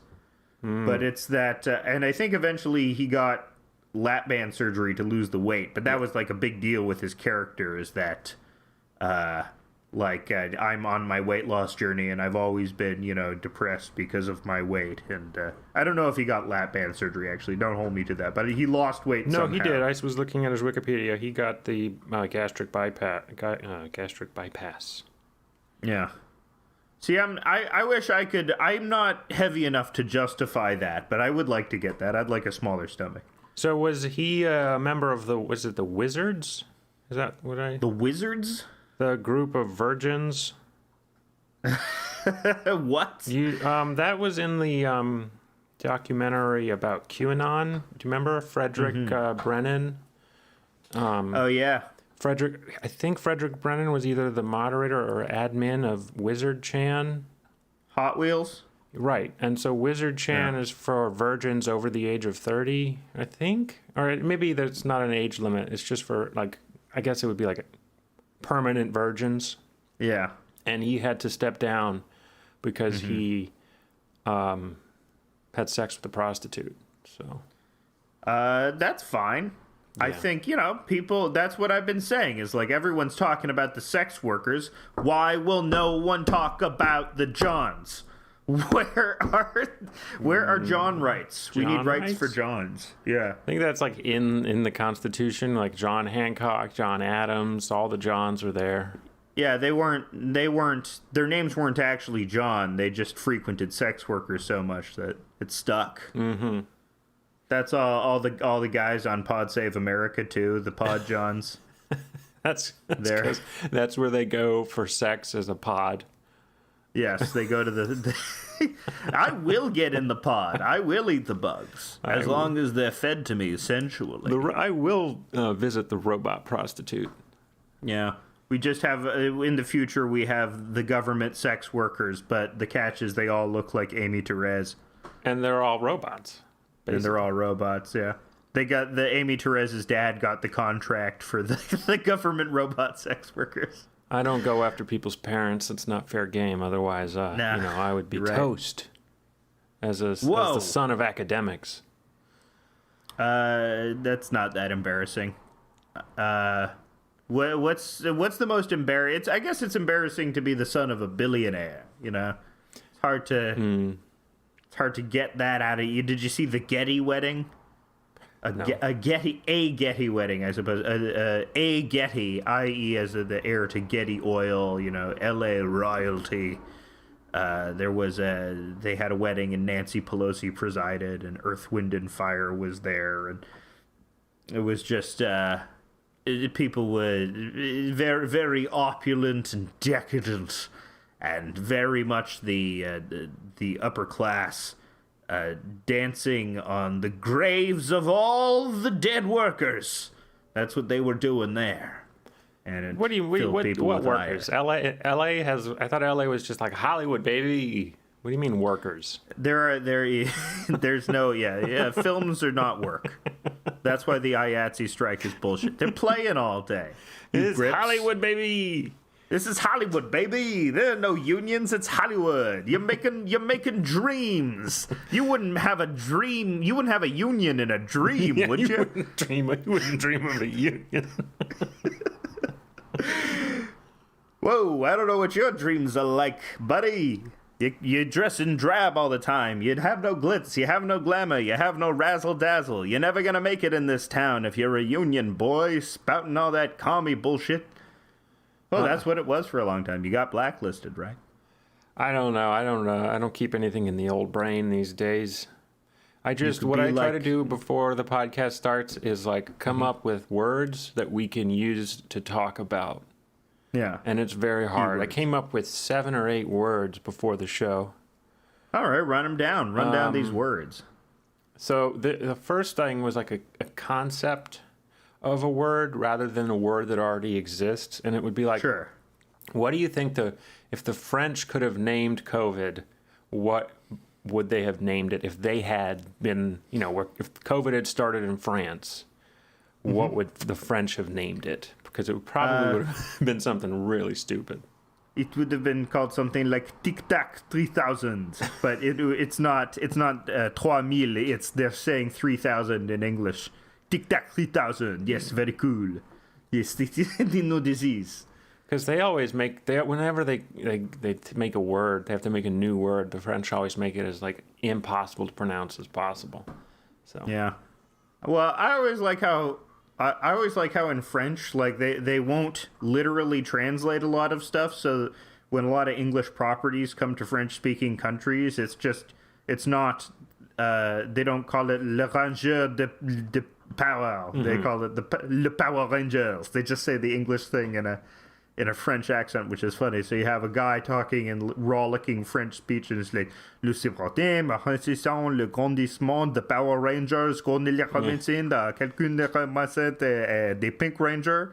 And I guess I'm doing more of a Quebec. Well, one thing that they do with are we talking about the movie titles or just the dialogue? Usually it's the titles. It's the proper names of things. Okay, but when they actually translate the movie titles, though, sometimes a funny thing that happens is like, so they'll be like the movie Power Ranger, and the French movie title version will be something completely different. It'll be like Broken Flowers. Yeah. Broken Flowers is a Jim Jarmusch movie. Right. The French. There you go. They name everything that movie. It was Power Rangers. Yeah, they're all Jim Jarmusch movies. Oui, Jim Jarmusch, l'auteur. Yeah, that's what it is. So speaking of LA and that big party, that Getty wedding, you think Britney Spears is gonna be able to show up to that now that she's been all freed? Britney is free. The conservatorship has ended. It's crazy how you can just basically own a person. I mean, it's not really owning them, but it's getting a legal mandate to direct all their actions and control them physically, which is basically like owning somebody. Yeah, I mean that's kind of stuff is supposed to be reserved for like elderly people who have dementia and who are getting lost all the time. Yeah, Britney Spears had that type of mental breakdown is normal. Every person I know has gone through something like that. Any cool person has, shaved their head and, freaked out a little. And she was doing that under the scrutiny of the most people ever. It's a cliche to say now, but the Leave Britney Alone guy was correct. We were all too quick to sort of condemn this young ingenue. We were correct to make fun of him as well, though. Yes, we were, because he was a homosexual, and he was being very homosexual. Your words, not mine. That was not why I would choose to make fun of him, but I would choose to make fun of him. No, because gay people are funny. Okay. They're funny when they do gay things, and they're funny when they're passionate about stuff that we don't care about, like wainscoting or mermaid cuts on dresses. Oh, God, I don't... that one sounds creepy. Mermaid, it's a very nice dress pattern. Oh, it's not a thing you do to your dick? Or décolletage. Well, straight men like décolletage. They just don't know they like décolletage. Because it's a French word. Yes. What do you think the French word would be for, what is that, boobage? Is that the word for boobage? Yeah, that's basically the word for boobage is décolletage. See what I mean? My point is proven. You have a perfectly décolletage good, majeur. you have a Major perfectly good word boobage, as they say. like boobage, and the French have to come up with décolletage, 4-syllable word. Well, you know, it's more about the clothing. It's not focused on the breasts themselves. I wonder if Beavis and Butthead translates into French. I wonder if there's a French version of Beavis and Butthead going. Bivi et tête de what's end? Well, your butt is your cul. Derrière? Cul. Your cul. Yeah, that's like tête ass. de cul. So it would be ass head, because that would, or butt. That's what they would say, cul.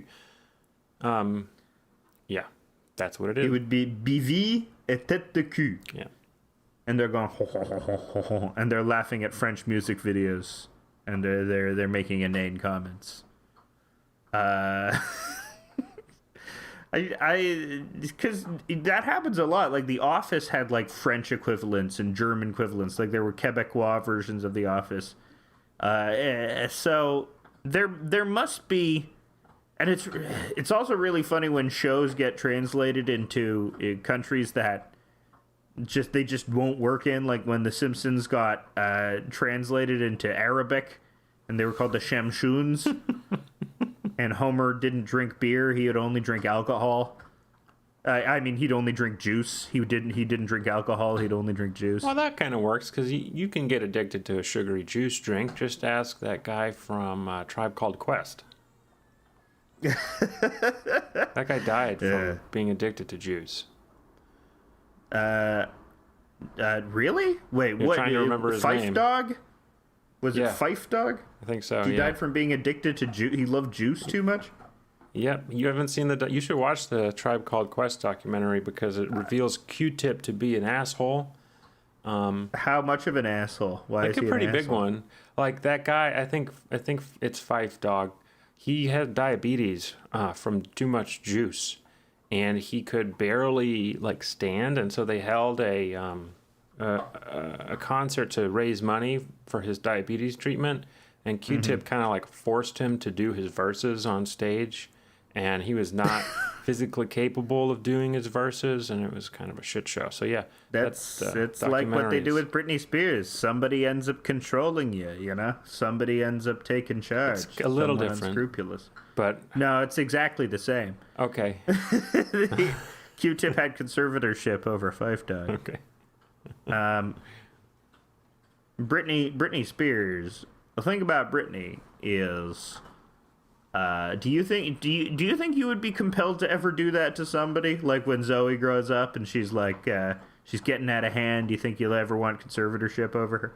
No. There you go. You know, what do you think motivates? What do you think is in the mind of Jamie Spears? What do you think drives somebody to do that? It's all just the money, exclusively money, such that they're willing to exploit their daughter. Well, yeah, but then like it becomes, probably for him, it becomes like a thing like he's protecting the entire family because she's worth so much money that it's enough for the Spears family dynasty to continue for hundreds of years. So, do you think that's his mindset? Yeah. You think that's what he's doing? I think he's like, for the greater good of the Spears family, I'm going to place Britney Spears in our angel who has given us all this money into a protective environment so that I can protect the family. That's probably the insane rationalization he has. Deluding yourself, sacrificing your daughter. Well, I think like a lot of people do have the mindset where if I made you so I can basically do what I want with you. I think a lot of parents do actually think that, which is crazy. Imagine like feeling that in the core of your very being. I think he probably has mental problems. He's probably addicted to something, and he'll probably kill himself. Probably. So probably. I mean, I guess it's different, but in the olden days, people did used to have the mindset of your child is another source of labor for the family. Like that was sort of normalized. Society didn't require a period of childhood. Wasn't it like during the Romantic era that the idea of a childhood first became a thing? Like the idea of you need a period in your life when you're not, forced to do labor, where you get to learn and you get to play. That idea sort of took hold very recently. So when you say Romantic era, you're talking about like 1800s? Yeah, I think I'm talking about the time of 1800s. It would be a bad. Okay, like a Beethoven at a time, or yeah, sure, Beethoven or Keats or Shelley. Those people. Yeah, I think that's right. I think I remember reading in the Middle Ages. You weren't like once you were like 5. Once you're not a baby anymore, then you're basically just like another person. Yeah. But I guess, once you become an adult, too, that's sort of the idea that your parents own you. Even in those people, they would be disgusted at the idea that, well, maybe not. I don't know. I don't know, because they were all serfs. Everyone was a serf. Everyone was owned until they died. Yeah. So I guess it would be normal to a medieval serf. I see you're holding drumsticks in your hand. Is that for widening your urethra? It's for sounding, so I can, and the splinters in my urethra that I get from them, heal over and become stronger. People say you shouldn't sound with wood, but I tell you, it's the only way you can get that warm feeling. Here's an idea for you. I'm going to start my own cryptocurrency called Critical Race Coin. Okay, there you go. And the way you make it is by doing critical race theory. And every time you do critical race theory, you get one critical race coin. This is to target. Are you saying this because there's like an overlap between critical race theory skeptics and crypto users? Yeah, that's just so to get them on board with CRT. you're making. I don't know. There's got to be. I had a joke that I deleted where. Because it was bad, but it's like, yeah, we just need to change critical race theory to patriotism facts, and then everyone will love it. Yeah, critical race currency Bitcoin. Yeah, and then it's like, oh, two things I like at the end. Yeah, get Elon Musk, Papa Elon, invest in critical race coin. Elon Musk tweeted today, like to Bernie Sanders, like, oh, you're still alive. Yeah, that was. Okay, so, like, I got on board with Bernie. I was I give him a lot of leeway. I don't think he's perfect or anything. And, I lost a little hope after the last primary. But as soon as Elon Musk, this fucking pencil-neck nerdlinger, comes for old Daddy Bernie, I'm like, don't you dare talk to him! Don't you dare do it! He's so much better than you in every way. I'm so mad online. Did you send Elon Musk? Oh my God, I'll fucking choke you, bitch. This is your angry DM to Elon? Yeah. Yeah, I sent him a message too. I was like, hey man, I think what you're doing is real cool. Can I have some money? That's what I said. I was so angry. Yeah. It only makes me angry with just like the flagrancy of him being, because the tweet that he was responding to, Bernie said, or it wasn't Bernie, whatever staffer wrote the tweet is like, we shouldn't. It's still crazy that we aren't taxing the ultra rich or something to that effect. And Elon Musk said, "Are you still alive? Mm-hmm. I keep forgetting you're alive." And it's like, I know the point is to make me angry, and it's working, because I'm a stupid bitch. Oh, he's going to get what's coming to him. You think so? Yeah. How so? He's just going to get... I think it's going to be a situation where his son ruins his life. Because his son... What evidence do you have? His son is going to hate him, because Grimes obviously hates him, because everyone hates him, And so everyone in his entire family is going to hate him. I bet his other children hate him. I bet he's the reason he says these kinds of things online is because he's miserable in the rest of his life. He's just doing it for attention. He's just like the rest of us. That's why everyone is lashing out online, because they just unhappy in their life. I think just if I could speculate about his psychology a little, I do think the love of thousands and thousands of weird nerds probably does in some way supplant the traditional need for the warmth of family. I don't know why someone like Elon Musk would start a family. He has a lot of kids. He's been married 3 times. That's like the dark side of the Force version of love. Or maybe it's like a BTK thing where they like having a family is part of the act. Or it's like a Glenn Ross thing where it's like, you got to be married. It shows you're not insane. It shows you can, hold something down.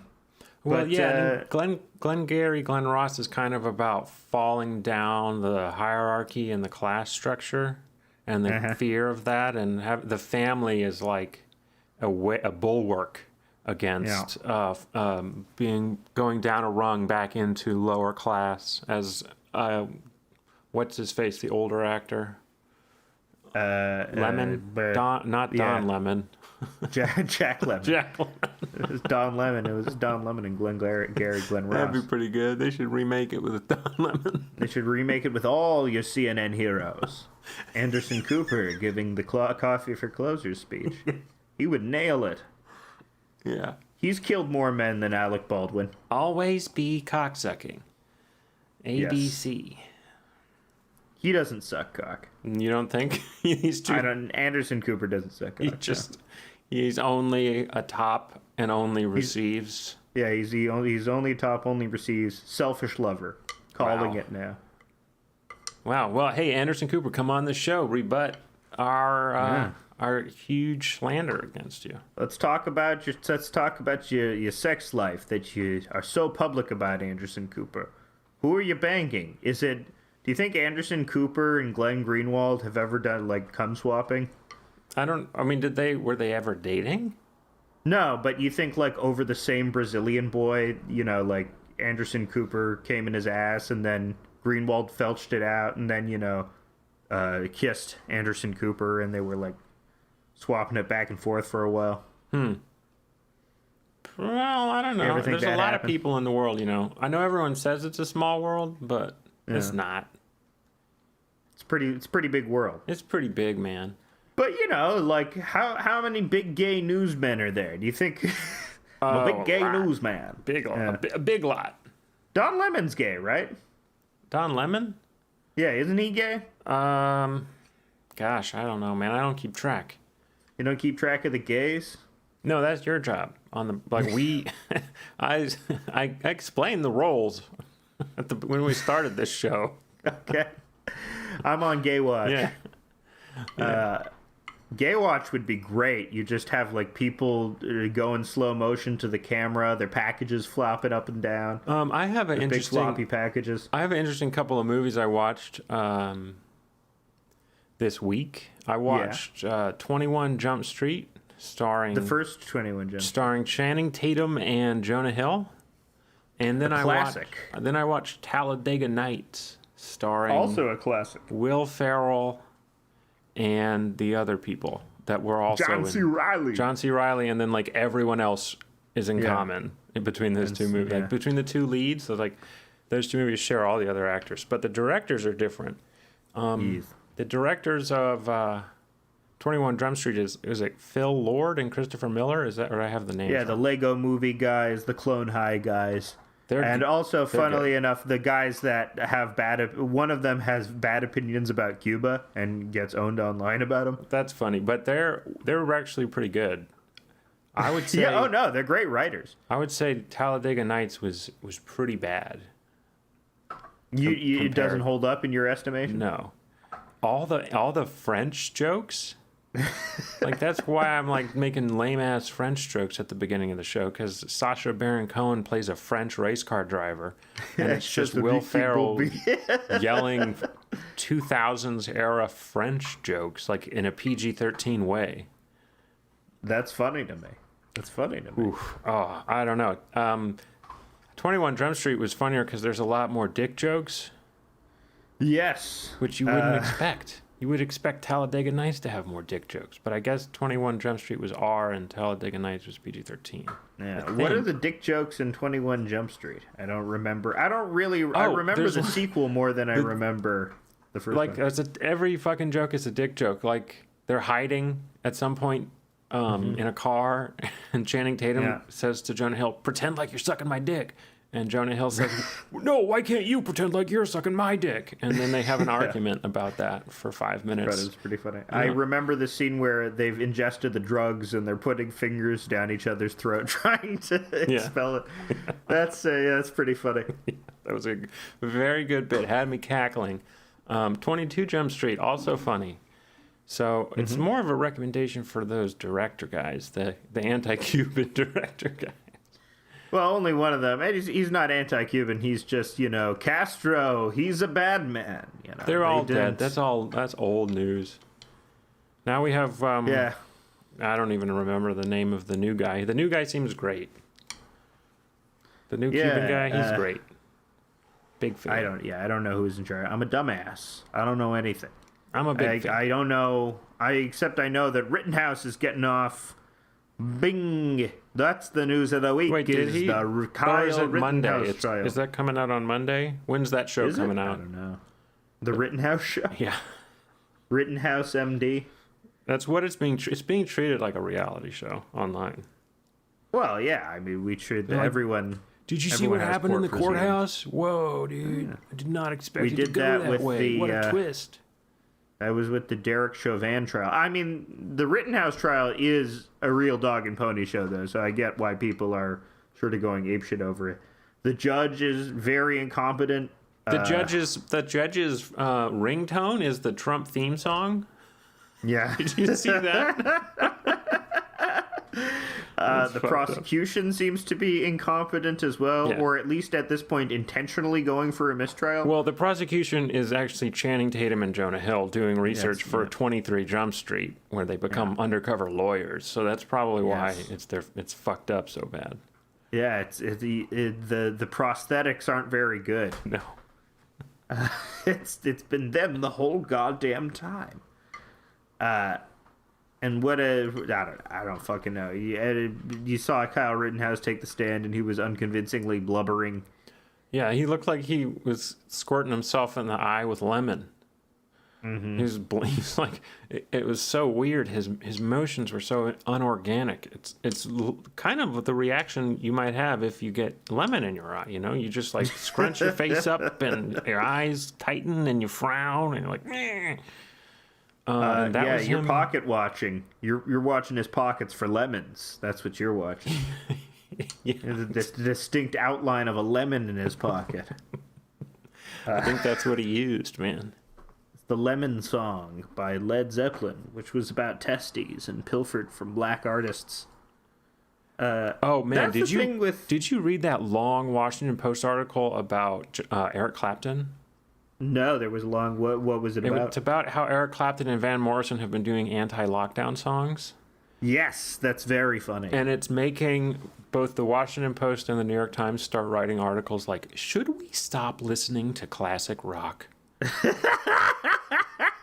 I like the idea. I think there is something to the idea that classic rock actually does make you dumber.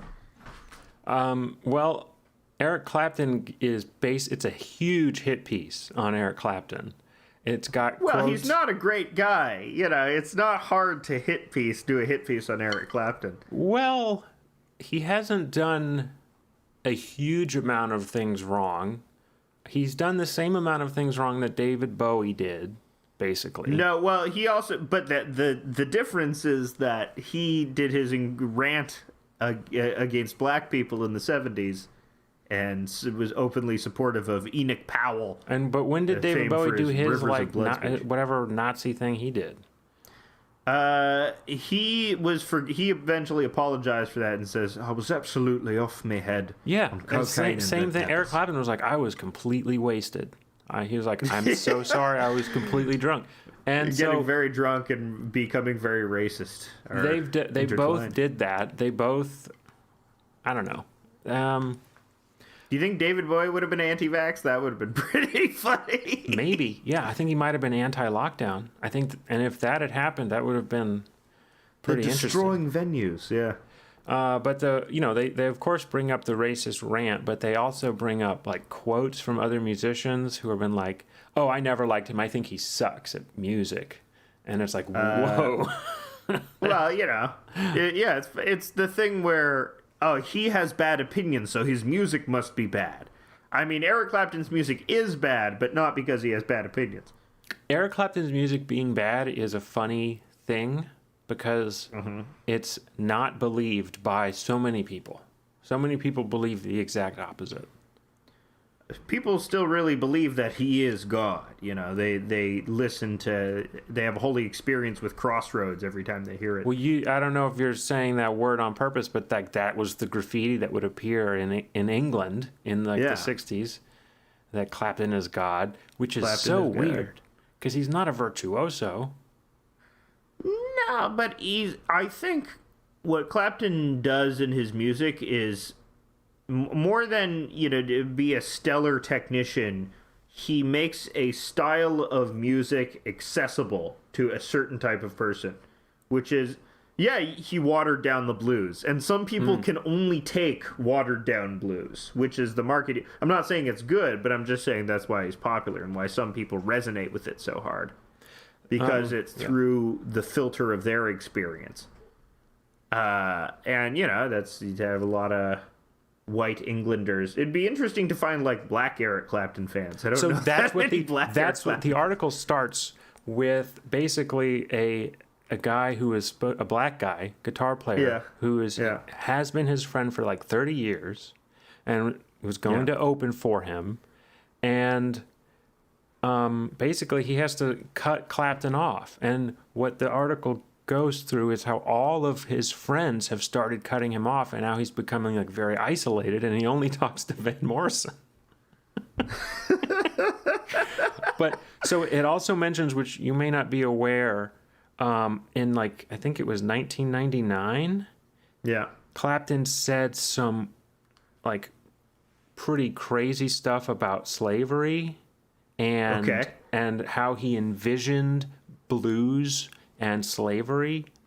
And he was like, I know it's bad and all, but when I heard it growing up, I just envisioned, an idyllic fields where you're picking cotton and surrounded by blues music, and I could think of no place I would rather be. He said it's like how slavery is depicted in Mel Gibson's The Patriot. Yeah. Or it's like the Cumberbatch plantation in 12 Years a Slave? That didn't look too bad to me. Wouldn't want to be at a Fassbender plantation. But the Cumberbatch plantation, not so bad. Learn a little Bible, get a little exercise, and he was doing it exactly in that voice. That's how Eric Clapton talks. Yeah, he said, quote unquote, "For me, it sounded like paradise. I couldn't think of anything I'd rather be doing than picking cotton and hearing that music all around me." Jesus Christ. 1999 interview. So, and then, oh my God. In the most recent protest song with Van Morrison, he compares lockdown to slavery. Right. Yeah. But he just said slavery was idyllic. So which is it? Which is it, Eric? 1999. He said, "Do you want to wear these chains until you're lying in the grave?" And so the black guitar player is named Robert Cray, who I hadn't heard of, but he was going to open for Clapton, and he heard these lyrics, and he immediately called him after this song came out and was like, "Are you really comparing lockdown for coronavirus to slavery?" And his reaction was that he was, quote unquote, referring to slaves from, England from way back. Like what the Vikings had, what the Vikings took us, We can relate. That's amazing. That's like when Jews try and say we were slaves too. Lockdown was like being a slave for a king of England in the 11th century.